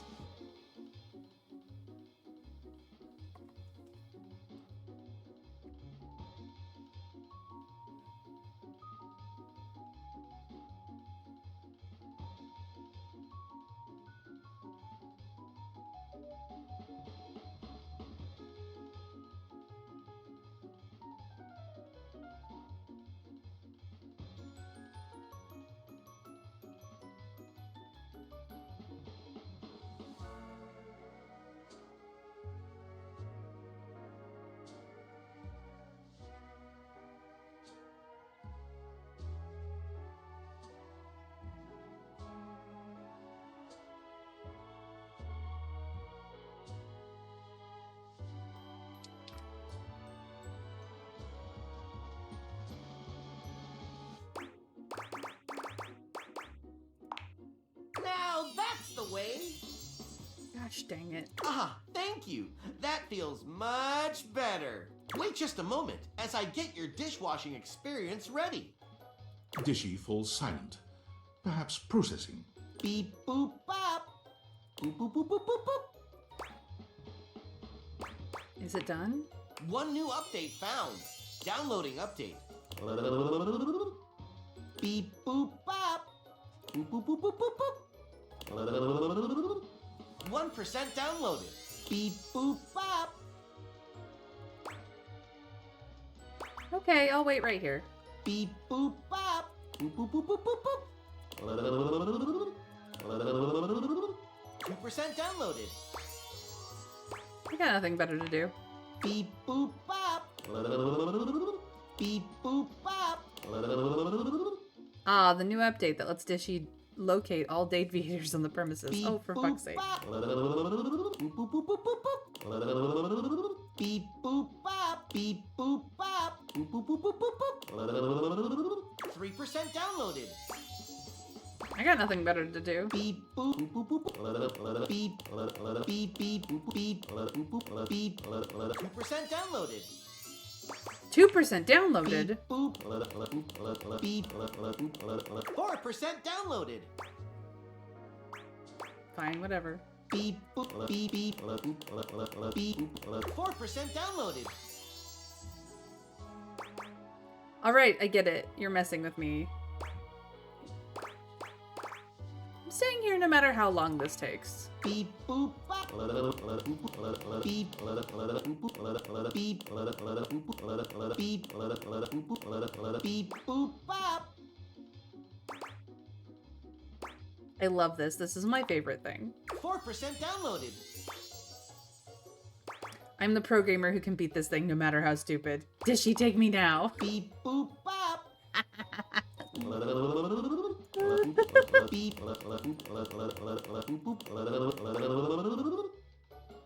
I love you, Dishy. You're my one and only. Beep boop.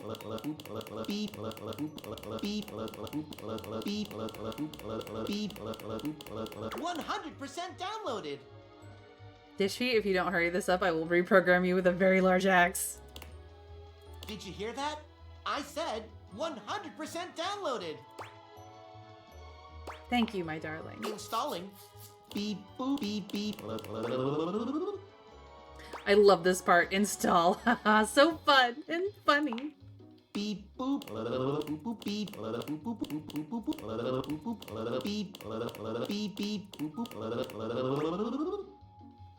Dishy is love. Dishy is life. Beep boop. Look, if I can weird Dishy out enough. Beep beep. Beep.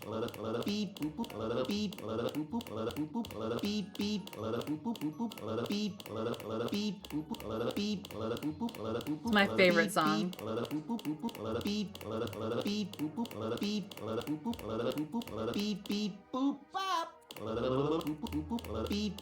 He's not getting weirded out. Congratulations! 100% installed.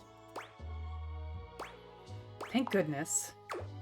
Human, you patiently stood by my side as I downloaded and installed. He's turning it back on us. Thank you for your patience.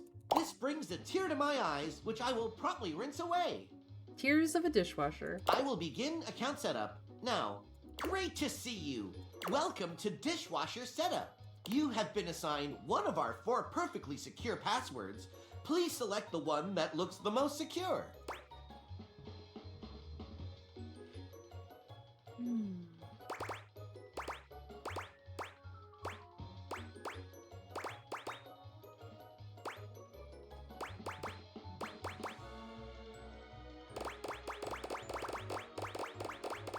Somebody take a screenshot. Or clip it. I don't know. I'm gonna go in with this one. Thank you. You should have gotten a chance to write that down. Your data means a lot to us, so much that we will entrust it to ourselves. What is your preferred style of dishwashing? Don't worry about it. Clean plus, brisk wash, infinite domination. Clean plus, please. You have selected Clean Plus, our most popular selection. Clean Plus gives your dishes the feeling of perfect extraction of bothersome particles. Like a spa for your dishware. Setup is complete. Thank you for entrusting Valdivian with your food and food-related data. Goodbye. I don't know what your deal is, Dishy, but we will find out. Okay. One more person we can play with. Who do I want to play with?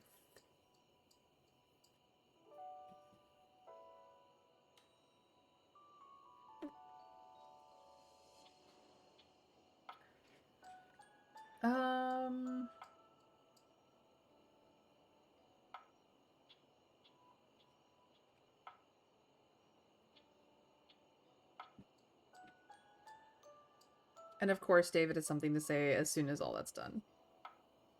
Ah, yes, our securely randomly generated number is 4. It used to be used in all situations where a random number is required. Note that use of any other number other than 4 will be less secure. I hope you made a note of that password. He will ask for it next time. And of course, David has something to say as soon as that is done.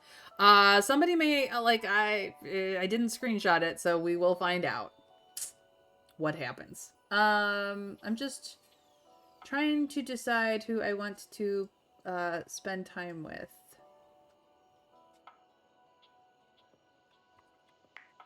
Connie is realizable, just not... I don't have the stats for her. Daisuke, same. Dasha, same. Dishy, I'm working on. Dolly is realizable, but I don't have the stats. Same for Dorian and Doug. Suppose I could work on Faria, but that's gonna be hard on me. Kristoff is realizable, but I don't have the stats for him. Same with Lux and Lyric and Maggie and Mikey.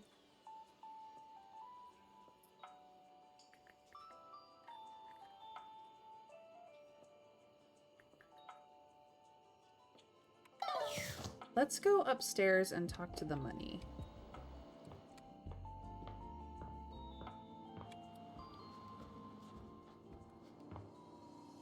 Actually, you know what? One sec. I mean, I can't do anything about Dishy until later anyways. Or someone can screenshot it from the VOD later, if we remember. Let's go talk to Monique.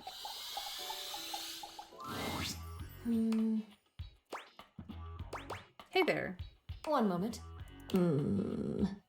Okay, the numbers are the same, as they always are. Are you counting yourself? Making sure that I am all accounted for is part of my daily routine. It is like counting numbers in your mind. I thought I told you not to speak to me unless there is an emergency. What constitutes as an emergency? An uninsured vehicular accident, an overdue credit card bill, rental coverage in the event your income falls short. Any event with similar dire qualities qualify. Can I have enough savings for these kinds of events? It depends. That is why I check every day to see where we're at. I have to plan for every contingency. And if those plans don't work out? Then I have plans for that as well. Isn't it boring to think about depressing what-ifs all the time? Well, having fun is a luxury I provide for you as well. I will also be there for you in the scenario that you decide to overindulge. It is always good to be prepared. I appreciate it. Duly noted. I realize I may have come off as cold last time. I apologize. It is not often I get visitors. Usually when someone comes to me, it means something bad has happened. How about I ask you for savings tips? I quite like that. Okay, what would you like to know? And as a friendly reminder, my advice is not of a professional grade and should only be taken knowing so. So she has plans in case we go over budget on the ice cream orders. Smart. How can I save on utilities? That is quite simple. Start by turning off appliances when you aren't using them. Also consider using less water by reducing your shower time. Oh, and shutting off the lights to rooms you're not using. I see, thanks. Of course. Now if you will excuse me, I am going to recount, just to be sure. Yeah. This is literally the second time I've talked to her, so. Thanks, Dorian.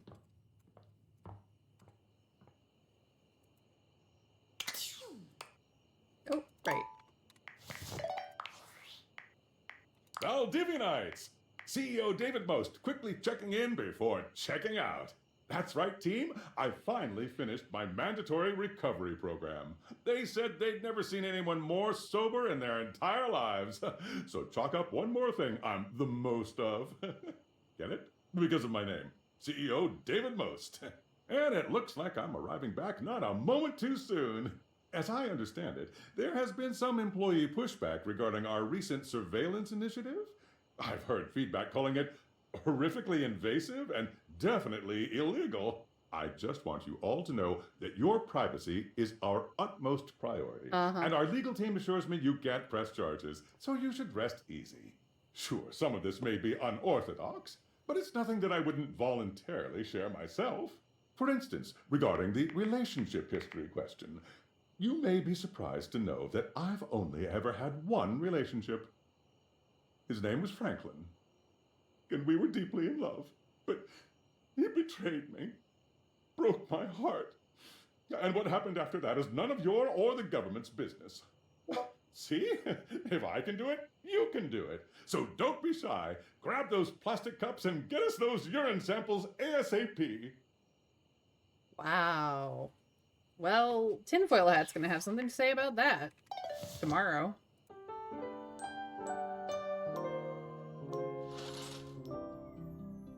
And as far as Franklin remembers it, David was the one who did the betraying. Alright, well, let's go talk to Monique first. Hey, girl. Oh, hello. Hello. I was just talking with Will. Who is that? Will No, Will. Here he is. last will and testament. Okay. When you perish, these will be the items and their values that you will bequeath.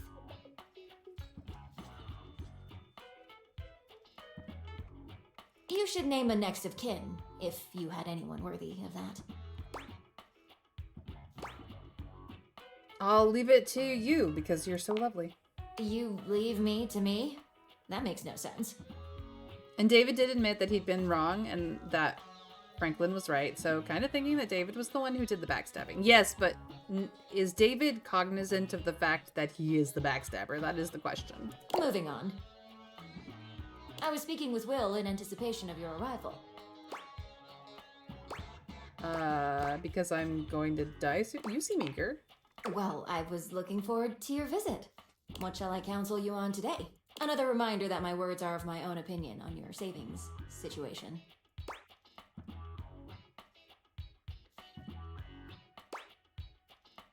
Is there a way to save on food delivery? Thank you, Winterfairy. If you are that adamant on not cooking, I can only recommend ordering for pickup instead. Don't give me that look. Think of it this way. You'll save on having to pay ridiculous app fees and tip. And you get to step out of the house for a little bit. Not that I can speak on that. If my wallet's ever hurting, maybe you can join me?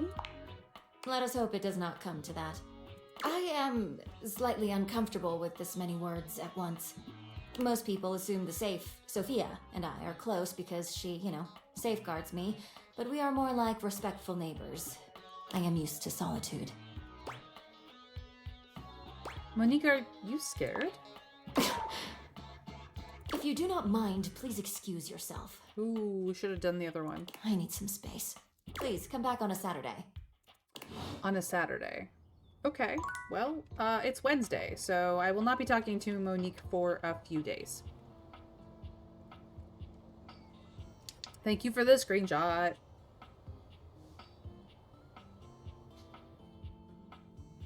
Because I did pick the second one, so. Alright, well, I guess it's time to go talk to Dishy since, well, he's gonna need that password. Let's go the shortcut way.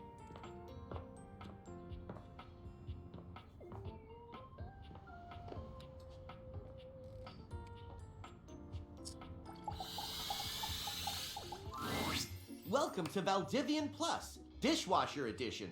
What is your password? Now, is it the second one? Yes, it is. So if I had just picked the second one again, we'd be fine. Excellent. Thank you. Welcome to Dish Hub, your one-stop experience for the latest in entertainment, news, and entertainment news. By entering Dish Hub, you agree to installation of new updates. I have 3 new updates. I have already downloaded them. Would you like to hear about the updates? Sure. I have access to location services, which allows me to adequately configure temperature settings based on nearby airstreams, saving energy and time. I have downloaded recipes for 6 new flavors of detergent, including raspberry flush and gluten-free cake shake. I have found that there is another Valdivian product in the domicile. How exciting! A Model 6.1 Valdivian air fryer. What can I do for you today? You're looking pretty good, Dishy. Thank you. I keep my inside and outside clean as a whistle. I did double check them, Trav. Looking for something a little more romantic with you. Most profound. You wish to deepen your relationship with me in a sexual manner? That's right. I will do my utmost to search for updates that will increase my sexual capabilities. Please, give me at least 1 day for this process. Alright, well, there we go. I'm not assuming the order, Trav. I checked. I double checked. It was good. It was still in the second slot. It may not be in the second slot next time. Alright, we've talked to Monique, we've talked to Dishy. We cannot talk to Monique again until Saturday. So it is time to work on the kitchen appliances.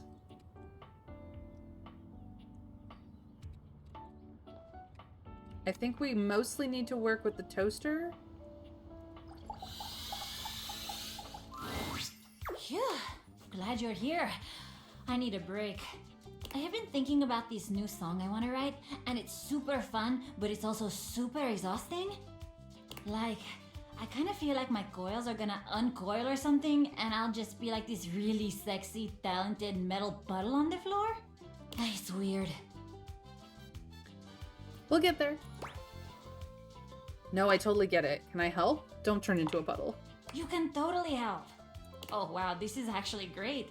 Usually I write all my songs alone, but for some reason, this one is just not coming.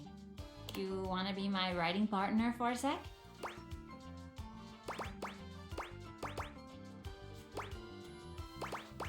You have no idea how good I am at this. You are? Entonces vamos. Okay, so I'm gonna ask you some questions. You ready? Of course. Perfecto. Now, where did I put my notes? Gotta be careful with them so they don't incinerate. Ah, here they are. Okay. When you think of love, what's the first word that comes to your mind? Monique. No. Miranda. No. Happiness or a broken heart? When I think of love, what is the first word that comes to mind?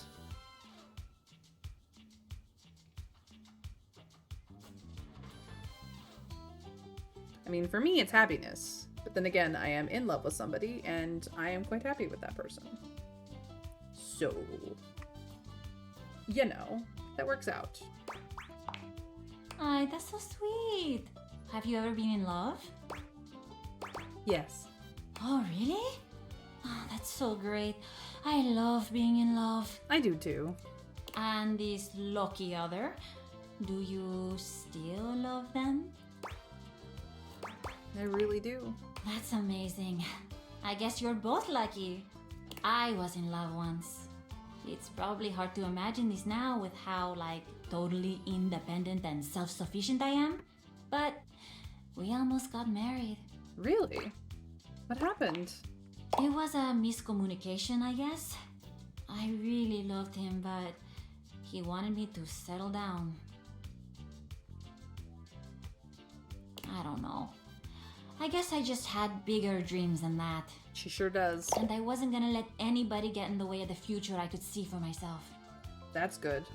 You get that, right? Oh yeah, I completely understand. I knew you would. If you can believe this, a lot of people think I'm really selfish for doing that. Like, they see it as I totally spat in the face of this great love. No, you did not. Because if the love in question cannot be supportive in the ways that you need them to be supportive, then it's not, like, actual, like, it might have been real love, but it's not the right love. You know what I mean? I just don't know who I'd be if I wasn't this. A songwriter, with my band.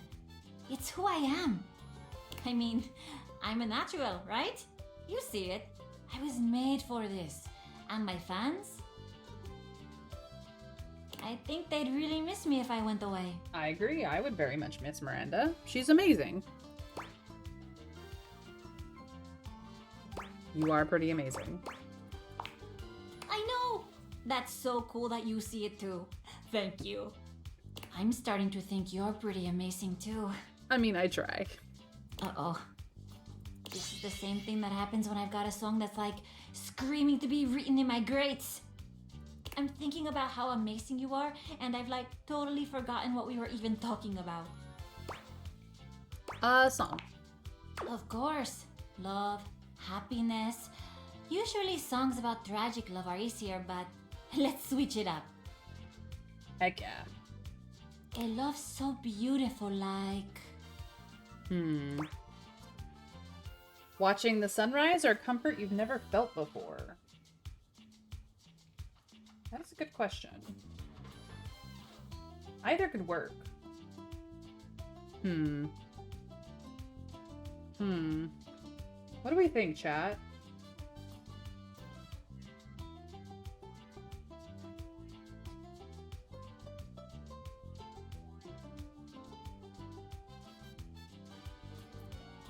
Watching the sunrise?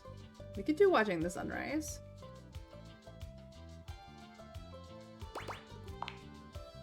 vibrant colors, the promise of a new beginning. If only I couldn't motivate myself to wake up in the morning. Ugh, same.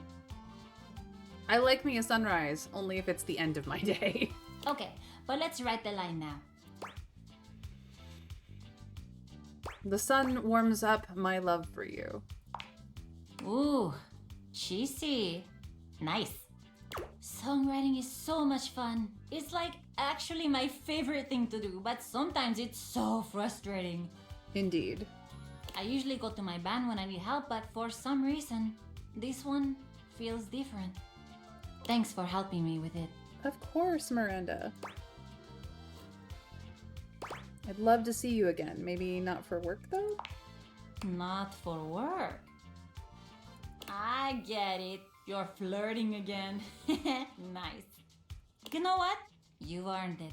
The next time we hang out can be a real, official date. Ooh. Don't actually bring me flowers or anything. I have the worst track record with wanting to admire them and then all of a sudden they're in flames. That's fair. It sucks. But you can think about bringing me flowers. Deal?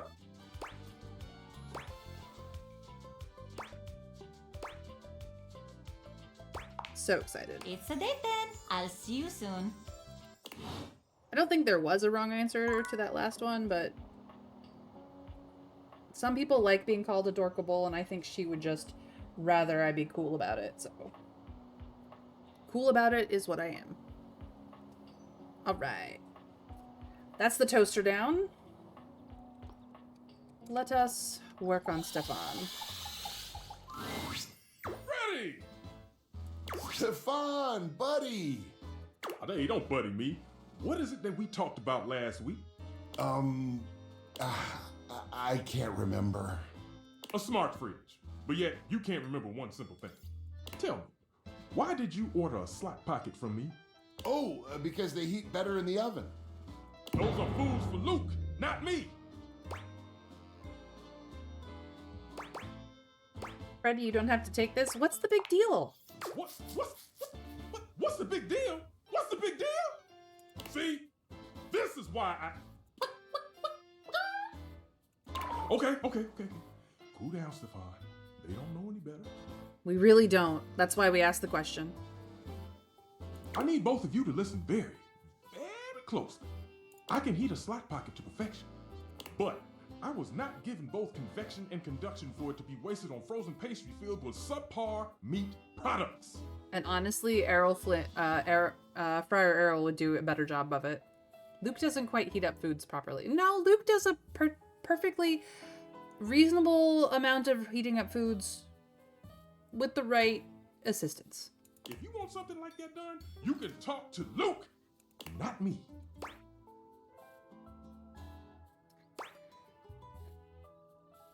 Both convection and conduction? That's fancy. So you do know a thing or two. Interesting. He leaves things cold on the inside. I mean, it depends. Again, with the right assistance. I won't ask you to do that again. Thank you. But did you do it this time? Of course I did. Here, do not tell anyone. Thanks, Deuterino. Leave! Okay, we have intrigued Stefan, but we still have more to do with him. I think we're good there. There you are, my love. The knives are Daisuke. I had hoped you might come by. Is everything alright? It is now that you are here. Come here. Smooches. Daisuke wraps his strong arms around you, planting a kiss on you that makes you forget why you even came here in the first place. He fills your senses, overwhelming you with a heat that threatens to consume you entirely. He is so hot, but I cannot realize him yet because I don't have enough poise, I think.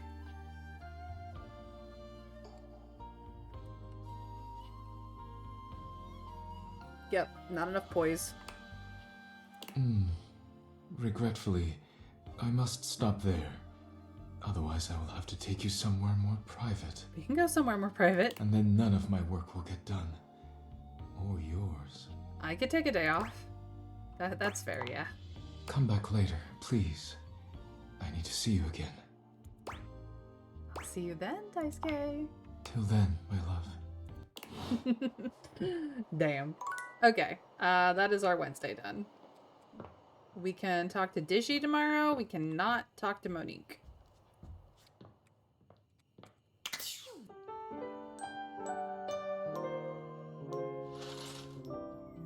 It is only Thursday.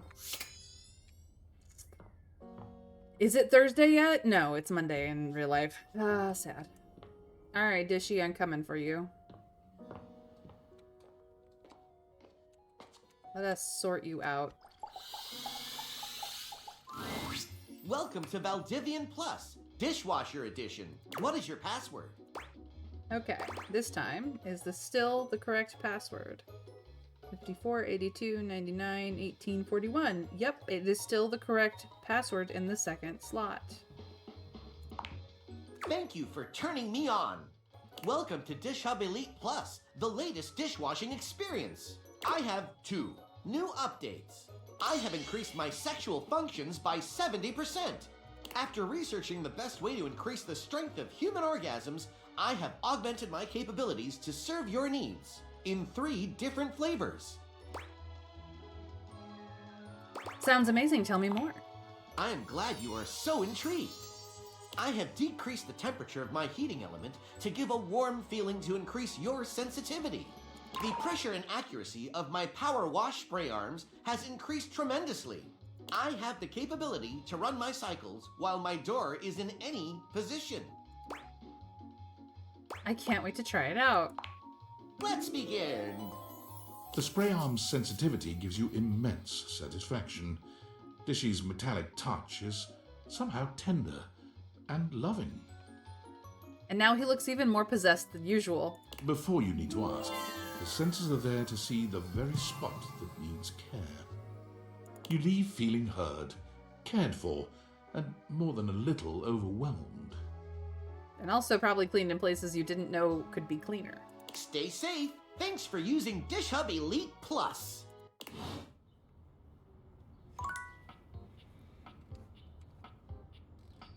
I feel violated. Help. Stefano, bravo! Bravo! Never before in my existence have I felt so full. And for a cabinet, that is a very special sensation in which to achieve a new peak. Oh, Fabrizio. It touches me deeply to be so appreciated. Deep touching fullness. What on earth is happening here? What's all the praise for? Stefan turns to you with a proud smile. Our dear Fabrizio just tried my new dish. I have not tried. I have reveled in your new dish. What must I do to taste it once more? Oh, brother, just ask. Of course it'll take some time. Time? I don't know that my need will wait. No. I cannot wait. Not another moment, amore. Please, activate your appetizing alchemy. Beautifully said, but it's not quite that easy. I spent 4 hours on the beef alone, you see? 4 hours? 4? Can you not just do it faster? Skip a step, perhaps? What? Skip a step? Oh. Braising is art. It takes time. It takes patience. Multi-step braising is the only way I can infuse intense flavors that have so inspired you into my meat cannon. So no, Fabrizio, I do not skip. My dear friend, I cannot promise you that I will want it in 4 hours. Who knows where my passions would have driven me that far in the future? How dare you, you water-stained piece of birch! I'm sorry, Mr. Close, but I will not calm down. If you can't appreciate the time it takes to make the food, you don't get to enjoy the food.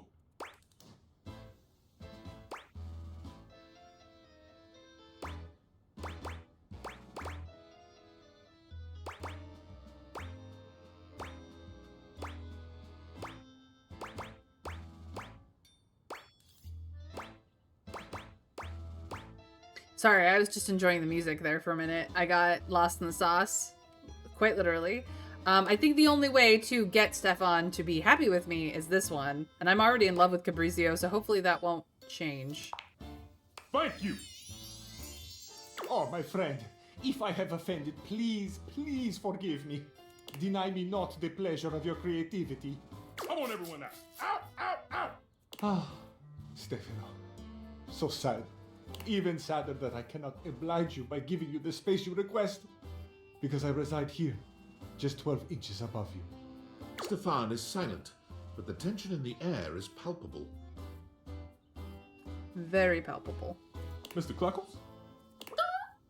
Set a meditation timer, please, before I burn this whole kitchen down. Everyone else, leave. I will just be very, very, very, very quiet. Fine, silent. You understand? Futon covered. Oh, poor Stefan. I think that's all Fabrizio was needed for, but I will wait until the full thing is done, because I don't want to get cock-blocked again. Toaster. Miranda, please. Well, looking so fresh and crispy. Kinda wanna spread jam on you and take a big bite. Did you freshen up just for little cutie Miranda Dulcita? You bet I did. You're worth it. You're so sweet. I mean, you're so right, but you're so sweet. So, we are on our date officially. It's happening. The day is here. Let's do this. I'm gonna be super generous and let you choose the first thing we talk about. Mostly because we both know that I would choose to talk about music first, last, and forever. So I'm gonna give you the option of talking about something else. Like, for a second at least. Tell me about you. Me? My second favorite topic, gotta be honest. Okay, where to start? So, I grew up loving music. Mis padres queridos told me I was made to sing. I was in a restaurant and oh my god, you've never had tamales like these. They were unreal. I used to sing when the food was ready and it turned out that the customers really liked it. So my mama built a little stage over by the big window as like a show for the customers in the evenings and I would perform. I guess the rest is history. I haven't stopped performing since. That is such a cute story. Sounds like your parents really supported you. They totally did. My dad was a little tougher. He really wanted me to be a cook like he was. A toaster oven. Kind of like Stefan. But I swear, beyond making things hot and crispy, I'm like totally useless in the kitchen. I once tried to toast refried beans, and I thought my dad was gonna collapse right onto the floor and cry. I imagine, yeah. He came around though, when he saw how happy singing made me. But let's talk about you now. Tell me a little more about yourself. What do you do for fun? Do you like books or movies or like, what do you do to relax?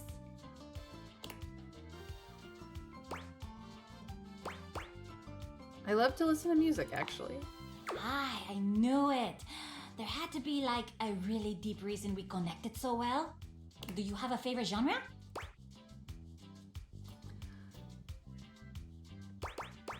I do not have a favorite genre.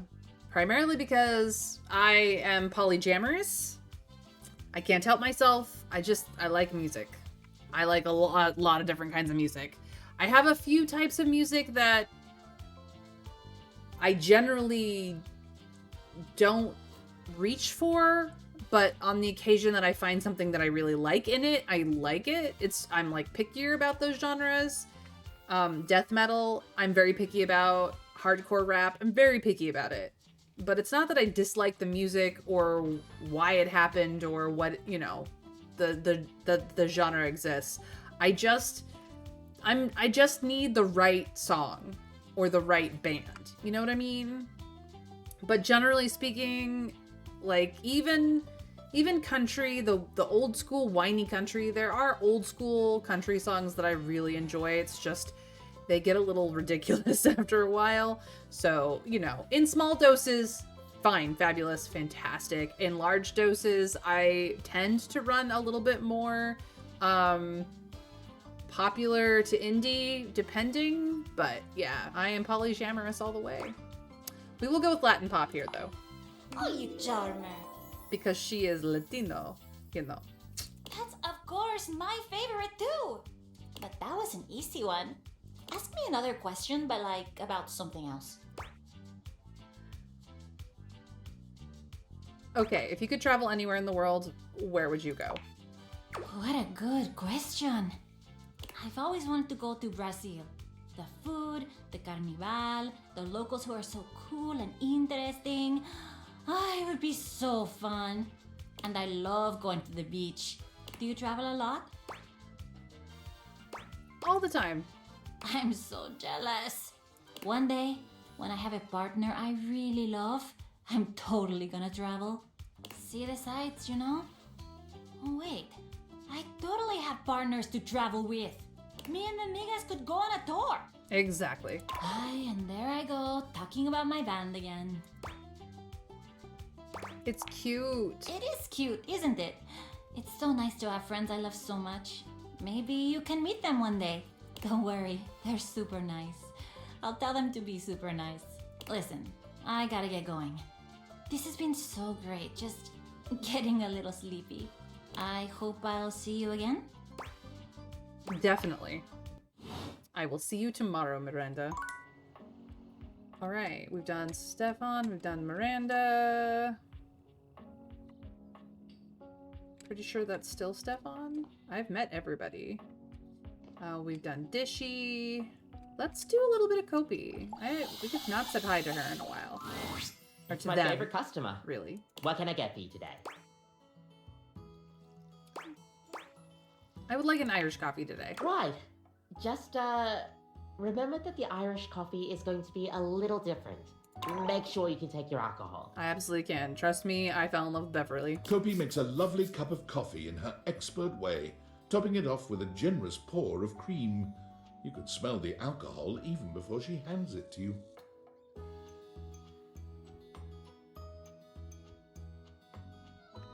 And there we are. Enjoy. Alright, you've had the Irish coffee a few times now. Assuming you're not completely gone from the booze, pop quiz. What do you pour over an Irish coffee?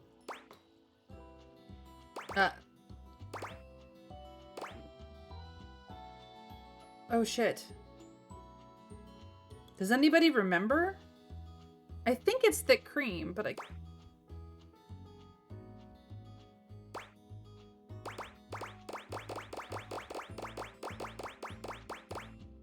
Oh no. I have not talked to her in a very long time.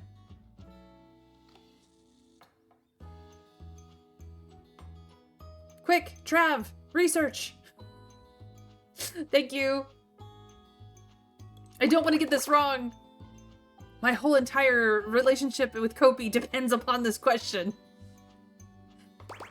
Thick cream was the right answer. Okay, I thought it was, but I was like, ah. You're on the ball. Yep, to make an Irish coffee, you pour whiskey and sugar over black coffee, stir it up a little bit, and then pour some thick cream over it. Kopi beams at you. I'm happy you remembered. Anyways, thanks for taking my little quiz. Sure thing. Stay caffeinated. We'll see you next time.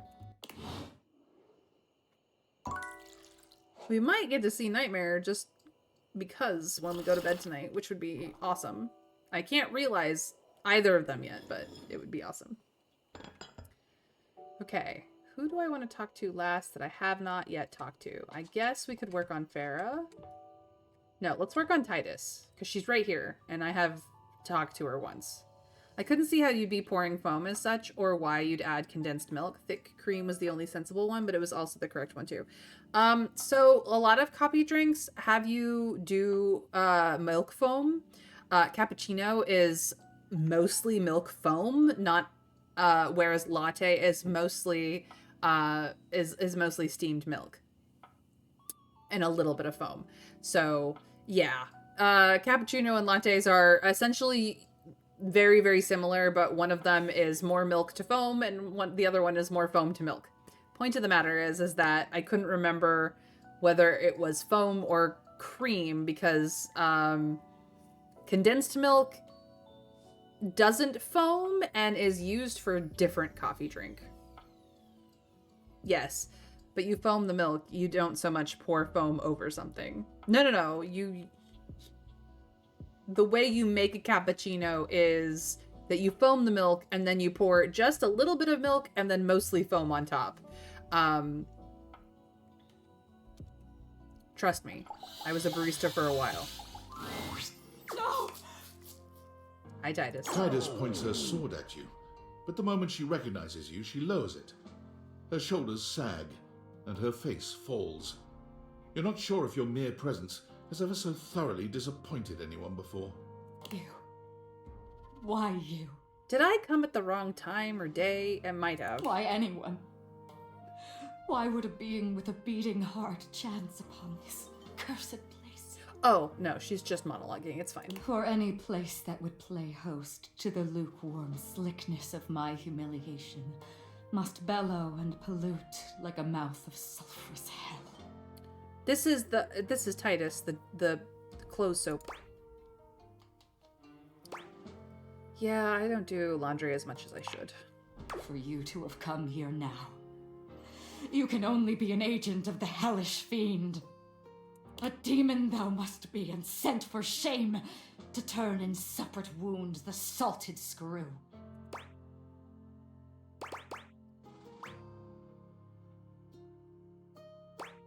General, slow down. I'm not your enemy. Just what an enemy would say. A cowardly one, to lie to the face of a defeated foe. If you are truly not mine enemy, why have you come? Surely a better entertainment is available to you than my pitiful writhing. Why watchest thou this silent parade?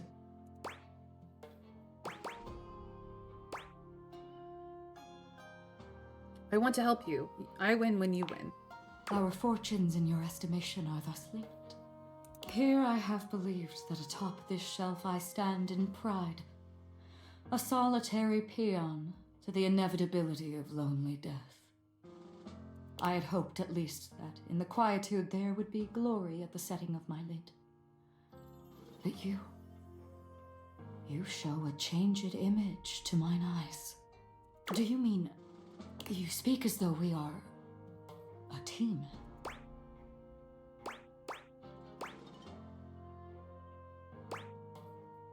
Kinda, though you feel more like you don't care about me. No, we are a team.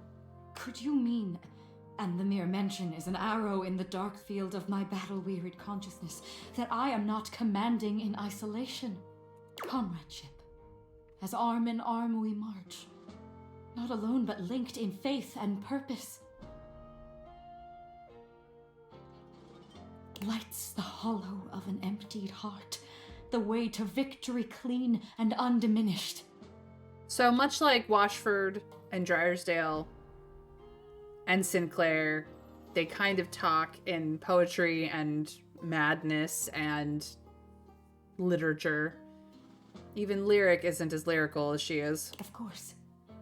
I am the general, but you, the purchaser, the arbiter of deployment and even of the field of engagement. Commandant. It would be folly. It has been folly to call you less so. From my attrition may you grant me pause. A bending fresh to action's ta'en and haste is needed. I cannot speak more now. If my commandant thou art, I beg thy patience as I recompose. It shall be my honor to receive thy counsel and thy society when I have reformed. Yeah, I really need to do laundry more often. Clearly. Titus has been lonely and alone.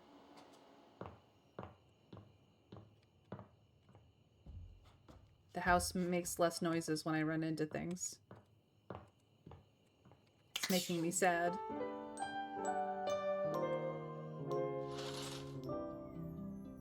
Good morning.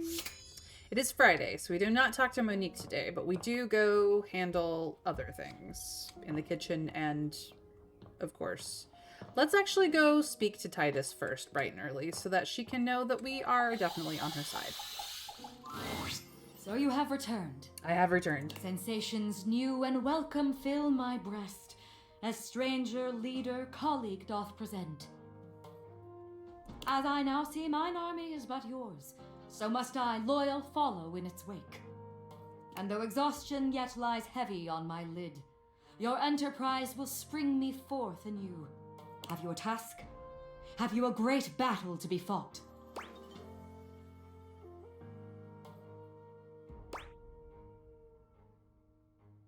Always a battle. Life's a battle, baby. Indeed, the viscous burble before the storm. The boldest challenge, baiting danger's ego, soaking in the bloody moment's grin. Perhaps you would meet the troops that carry out our carnage-minded stratagems. The bold Dipogenes.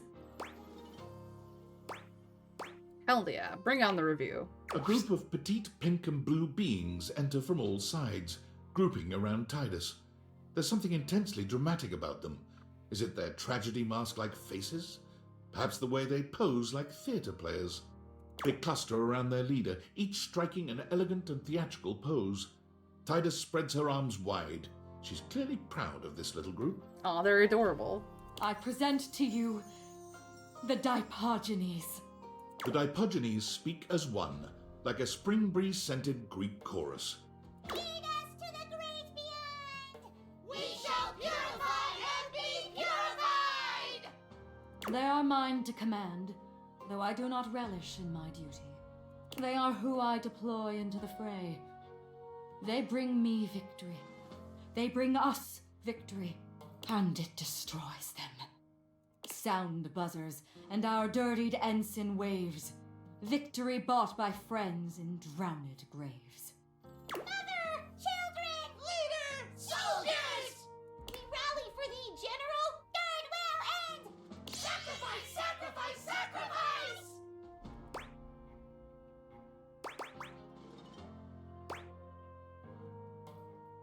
So beautiful. They have such courage. They are mere bit players in an epic they cannot see.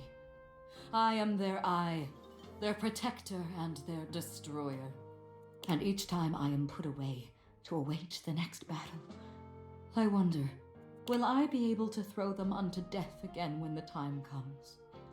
That is literally the thought process of every general who has ever had to send troops into war. There is a reason, Winter Fairy, that boot camp is sort of like brainwashing. Just saying. Once more unto the breach they cry, once more, my own heart cowering neath their courage roar. Abyss! Abyss! Death calls with snaking hiss! We rise, royal, and unflinchingly enlist! General, forward! Onward!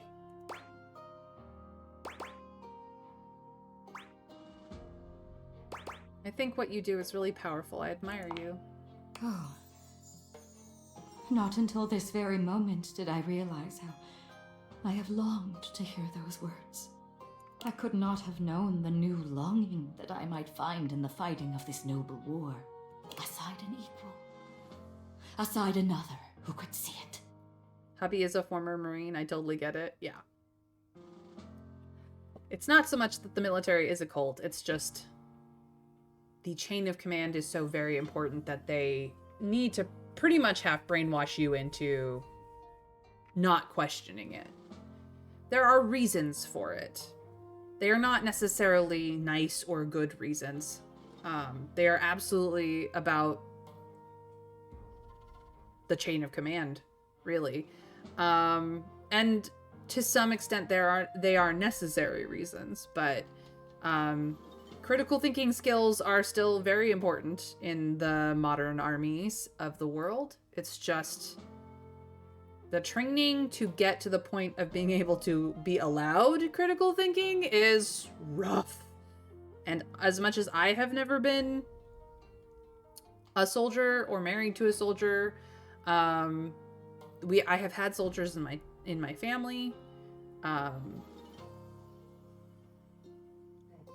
and it's rough.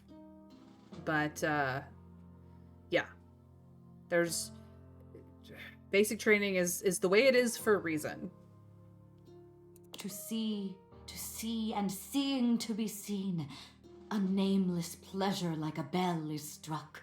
What I like about this is that they've set up, you know, a general and her soldiers in a way that is very much a Shakespearean play, so that you understand that these are not truly generals and soldiers, but a box and the you know, Tide Pods they're in. But yeah, this is very well done, actually. If experience is any teacher, you will go now. It's not because I want to, it's because you run out of energy to interact with me. Dust draws me in, soft and grey, forgotten. Loss the oldest thought I might yet earn.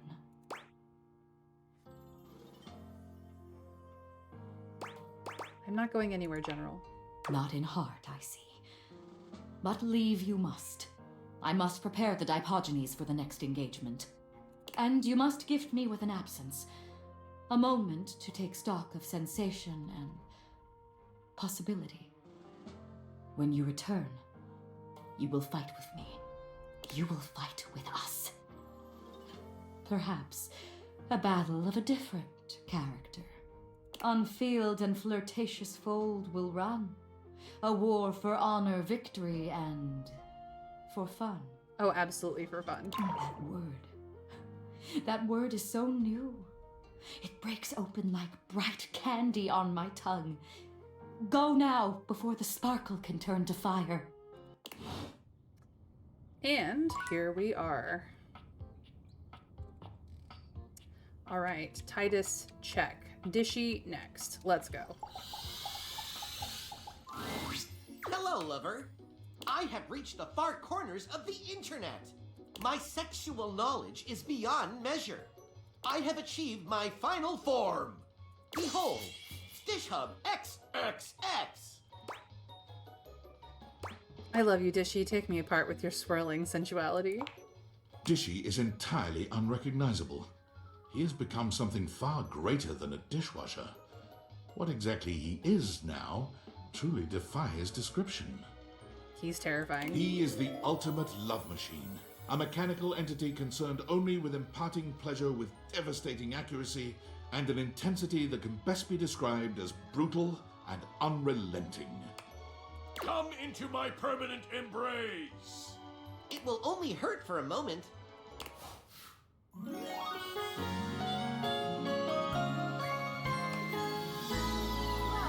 it is ours! Oh boy.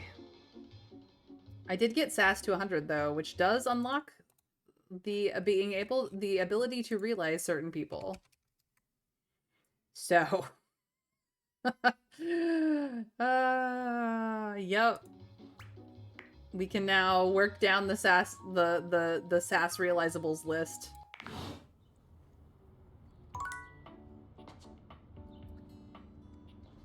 Okay. Let's work on Stefan and Miranda, and then we will see who we can realize.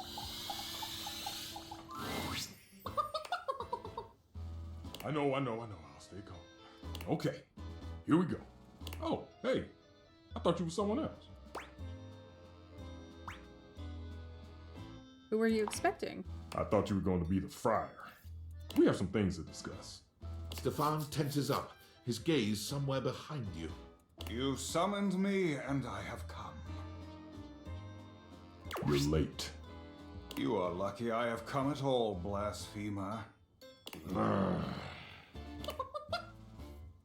I know. Deep breaths.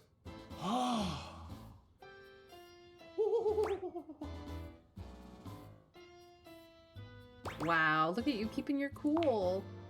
Shut it! State your case, quickly.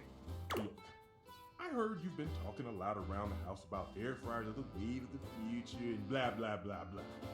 Blah, blah, blah. You would hand-wave the gospel of convection? Fine! You're trying to replace me? Fomenting mutiny behind my back? Ah, there it is. The grease demon possessing you has risen to the surface. The what? Oh, yeah. Grease Demon, is this guy okay? Fear not. You may be unworthy, but a man of convection never allows his flock to suffer. The friar pulls a small fan from deep within his robes, turning it on and aiming it at Stefan. Out, demon! Out! Hey, what the hell you doing? The power of convection compels you! Have you lost your mind? I have never been more clear-headed in my life. Begone, demon of Greece!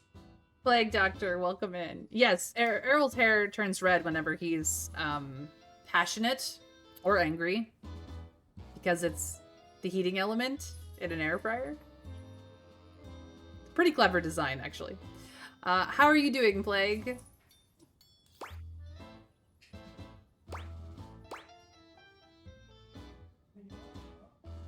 This is starting to sound like a movie, The Exorcist. I cannot leave this stove to his suffering. Boo! It is I, the Grease Demon. Friar Errol rears back in shock, holding the fan out in front of him. He looks absolutely terrified. Back, demon! I order you to leave this stove. Out! Out! He blows the air directly into Stefan's face. Stefan looks at you, then back at the friar. Great! A player somehow managed to change the entire course of my campaign in the first session, so that's neat. Plague, if you weren't expecting that, I don't know what to tell you. This happens consistently on a regular basis. There's a few things that you can do about that. One, roll with it. That's usually the way I go, because I am very flexible in my DMing style. Two, whatever plot hooks that they miss, just hook them in down the line later. They don't have to miss anything. It just, they may shift location. Or three, have fun with it. Honestly, your best bet is to just have fun with it. I do hope that you, that it doesn't destroy your setting, but your setting is pretty hardy, so I'm sure it'll be fine. But yeah, I just expect my players to shift the what is happening all the time. But then again, I have over a decade of freeform roleplay experience, so I just expect it to happen at this point. I've had it happen in the first half an hour. The GM wasn't happy. Oh, I'm happy about it. I'm not upset. It's a cool plot device. I just didn't expect it. Well, enjoy the heck out of that. Look, anytime your players can set up things for you so that you don't have to do as much of the heavy lifting in the coming up with scenarios department is always a good day. I would never get annoyed at a player for cool improv. Some people do, but then again, there are those DMs who are very much by the books, crunch heavy, combat only, minimal roleplay types. And I get it. I just think they should go back to war games or single-player TTRPG, single-player RPG games. I think they'd be happier. But, like, there's no wrong way to play a tabletop game so long as everyone is having fun. The only wrong way is when not everyone is having fun. Let's get back to the drama going on here, shall we? Oh, no! My greatest weakness! A light breeze! I've had it. I'm getting out of here. It's me, the Grease Demon, signing off. I'm really leaving now. Ooh, ooh, ooh. Bye. Stefan's performance is hardly convincing, but the friar wipes his brow and sighs. He's not very perceptive. I see now. You summoned me to exercise you. Very good. Here, keep this with you, and stay away from any grease from this point forward. Sure. I just need to, pray. Stefan holds up the little fan with a strained smile. Excellent. Be well, and may you always walk in his currents. As soon as the friar leaves, Stefan exhales loudly. That was, Woo! Yeah, look, I'm gonna need some time to decompress. I don't blame you. Come back later. Look, you did amazing there, Stefan, and I'm very proud of you. Miranda, let us see what is up with you. Hey! I I'm so happy to see you. Yay! I had such a great time on our date. Like, a really good time. Me too. I'm kinda wondering, well, maybe if... You want to keep dating, don't you? No, I mean, yes. I'm not used to someone being able to read me that well. Not that I'm mysterious or anything. I'm pretty what you see is what you get. But still... Oh, right, yes. Yes, I really want to keep dating. Yay! I think this is a really good thing. I don't know what it is about you. Everything just feels easy with you. And we've written songs together. You don't get it. I don't write with anyone else usually. Only the migas, and that's only when I really need help. I feel like I'm in a movie with you. A movie? See, I hadn't even thought about that. I could be in a movie. We could totally make a movie about the life of Miranda. We could write it together. I think you'd agree that we totally have enough drama and narrative tension to make a really killer movie. See, I'm gonna have to really ponder this one. I have to get back to working on the album or my bandmates will kill me.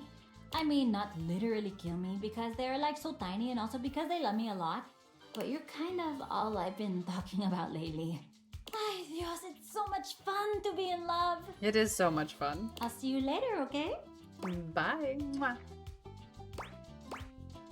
See you later.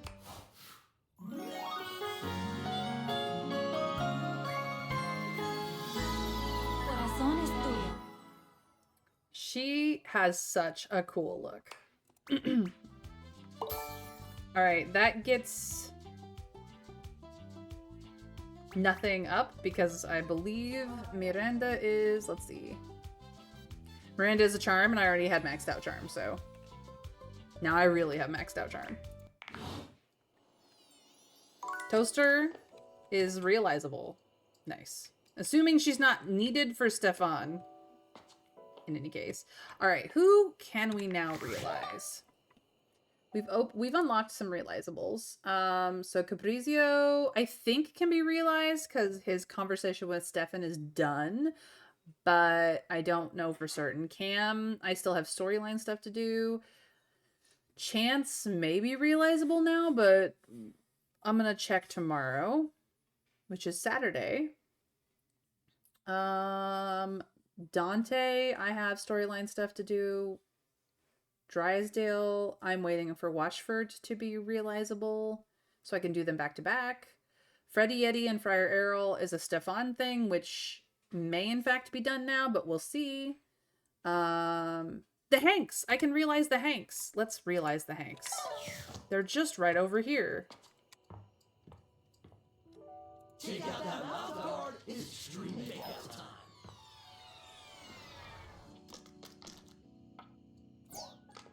Look at how cool they are.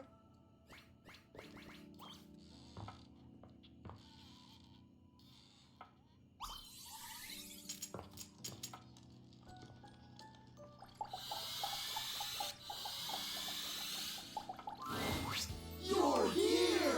I'm here. My loves. We missed you. Chap, we've been thinking about what gnarly adventures to go on next. Refrigerator riding, trapdoor diving, submersible exploring. Whoa, dark bro. The possibilities are endless. Do you have any ideas? How about making you guys real human dudes?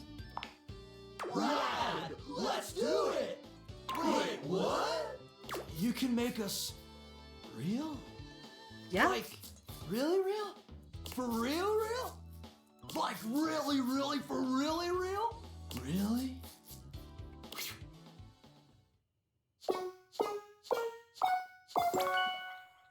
Sure can.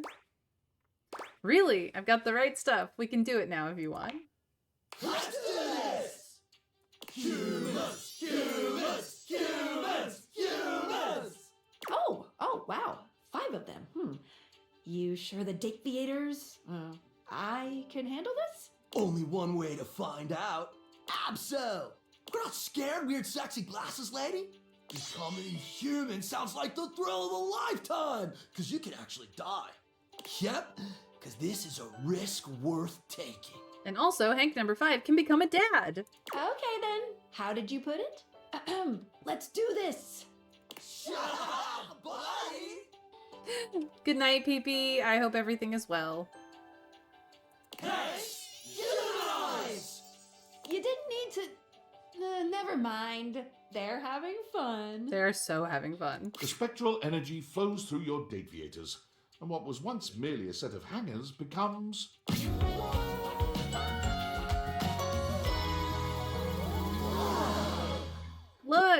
Look at, they all have a different thing going on. Oh, that's so cute. Kevin! Because he wanted to change his name to Kevin. Daddy-o! He's in Scrubs. Wow. It worked! No way, this is legit! The 5 Hanks huddle together and start poking each other in their new, soft flesh. Bro, you're so squishy! Bro, you're squishy! Oh my god, bro, I totally get it now. Why humans are so scared of extreme sports. Ah, totally. If your chute didn't deploy in this shitty body, it would be mad bad. Mad bad! I have a feeling they all have this the same tattoo. Hank's laughter is contagious, and soon everyone within earshot is laughing with you. Daddy-O's? Yeah, they are actually a type of cereal. They are a knockoff of Cheerios. Let's touch each other in magical new ways. Oh, that's easy. Only one thing to do with bodies like this. I like the tattoo too. I think it's really clever. You can't help but stare at the sinewy muscles that ripple underneath their tight outfits. Years of athletics have toned them to perfection. That's the easiest question you've ever asked us. Your mind is spinning, desperate to know what their answer might be. There's only one thing we crave more than adrenaline. Your pulse races as they slowly make their way toward you. And only one thing we're better at than extreme sports. You close your eyes in anticipation. High fives! Suddenly, the Hanks high-five each other, and then they start high-fiving you. That's right, they're passionately high-fiving you all at the same time, and you love it. Subversion of expectations. Here we come. You never imagined yourself getting high-fived by 5 gorgeous guys, but there you are, riding the high-five train all night long. They take turns high-fiving you. They high-five you all at once. They high-five in 1,000 different ways. I have a feeling that this is a word substitution high five. The wobbly H, the carousel, the luau, and the Eiffel Tower. It's the wildest night of high-fiving you've ever had in your life, with the 5 wildest guys you've ever been lucky enough to fall for. Talk about an adrenaline rush! It is absolutely a high five word substitution. Thanks, house homie. This is the best! There's so much to do out here! So many adventures to prepare for! Wanna go on them with us? What are you up to this time? We base jump! Yup! We already jumped off the highest spots in the house. Time to jump off the highest spot on Earth! Everest is played out. The Burj Khalifa's been done to death. And since we all know the Earth is flat... Oh no, Hank number 5 is a flat earther. We're gonna jump to the moon! The 5 of them storm out into a world whose physics might be more than they bargained for. You smile as you imagine how impossible this feat would be. Then again, if anyone could find a way to do it, it would probably be... We've got 50 realized data balls. 50. Oh, the house is starting to feel a little empty. But the outside world is already starting to feel a whole lot brighter with everyone running around out there. I don't think I trust him to raise kids. What else is he confidently wrong about? You know, they're gonna either learn really, really fast, or we're going to hear about a tragic accident. Either way. I have done 50 datables, you guys. We are halfway through the game. Well, halfway through the ending of the game. But that's gonna be it. Somebody remind me to talk to the money in the morning.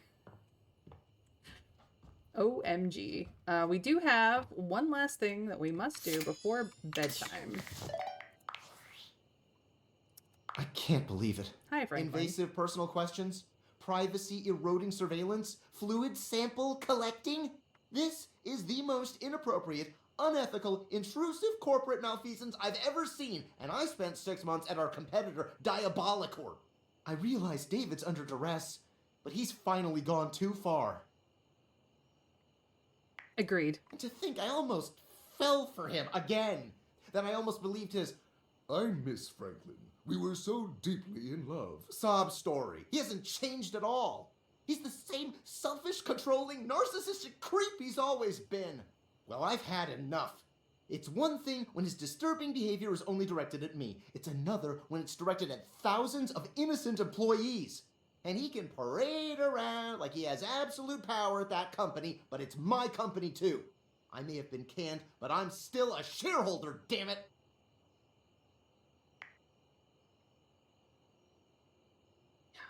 If I realize more objects, can I get shares? The time for talking is over. It's time to take action. I'm going to concoct a plan to depose David from his throne once and for all. Right after I get some fresh air. I'm operating from a hidden underground bunker, and I don't think anyone's aired it out in 50 years. It's not hygienic at all. Dude, you are crazy. All right. We get some sleep. We get in a cheeky save. We get to the main menu. And this is where we wrap up stream. Thank you guys for everything on this adventure in Date Everything. We are through 50 datables. Can you believe it? Can you believe it? But in any case, my name is Mayronell Theotover. I stream Monday through Friday, and if you would like to join me for the rest of Date Everything, feel free to follow and put on notifications. Here, Blue Sky, take your pick. I'm not picky. If you've missed anything about how we got here, YouTube is the place to be. Everything is in handy-dandy playlists just for you. I don't make a dime over there. I do it literally just to give back. Feel free to subscribe and ring the bell so you know when today's VOD goes live, and you can keep up with what I'm streaming or see what I've streamed before in case you're interested. At the end of every stream, I do raid a friend or make a friend, and whether you're raiding with me live for those sweet, sweet channel points, or raiding my next YouTube video, or any other YouTube video for that matter, I hope that you guys have a fantastic magical time of it. Let's see who I'm raiding. It looks like I'm going to be rating Stephanie. She's still playing Hades 2, which she has been very much enjoying, so I hope that you guys enjoy it with her. Her community is great. She is an Australian voice actress who's very sweet, very fun, and it looks like she's taking down Cerberus, so let's go check it out. In any case, take care of yourselves, you guys. Take care of each other if you have people to take care of, and I will hopefully see you in my next stream or my next video. Until then, we raid in 3, 2, 1. Bye.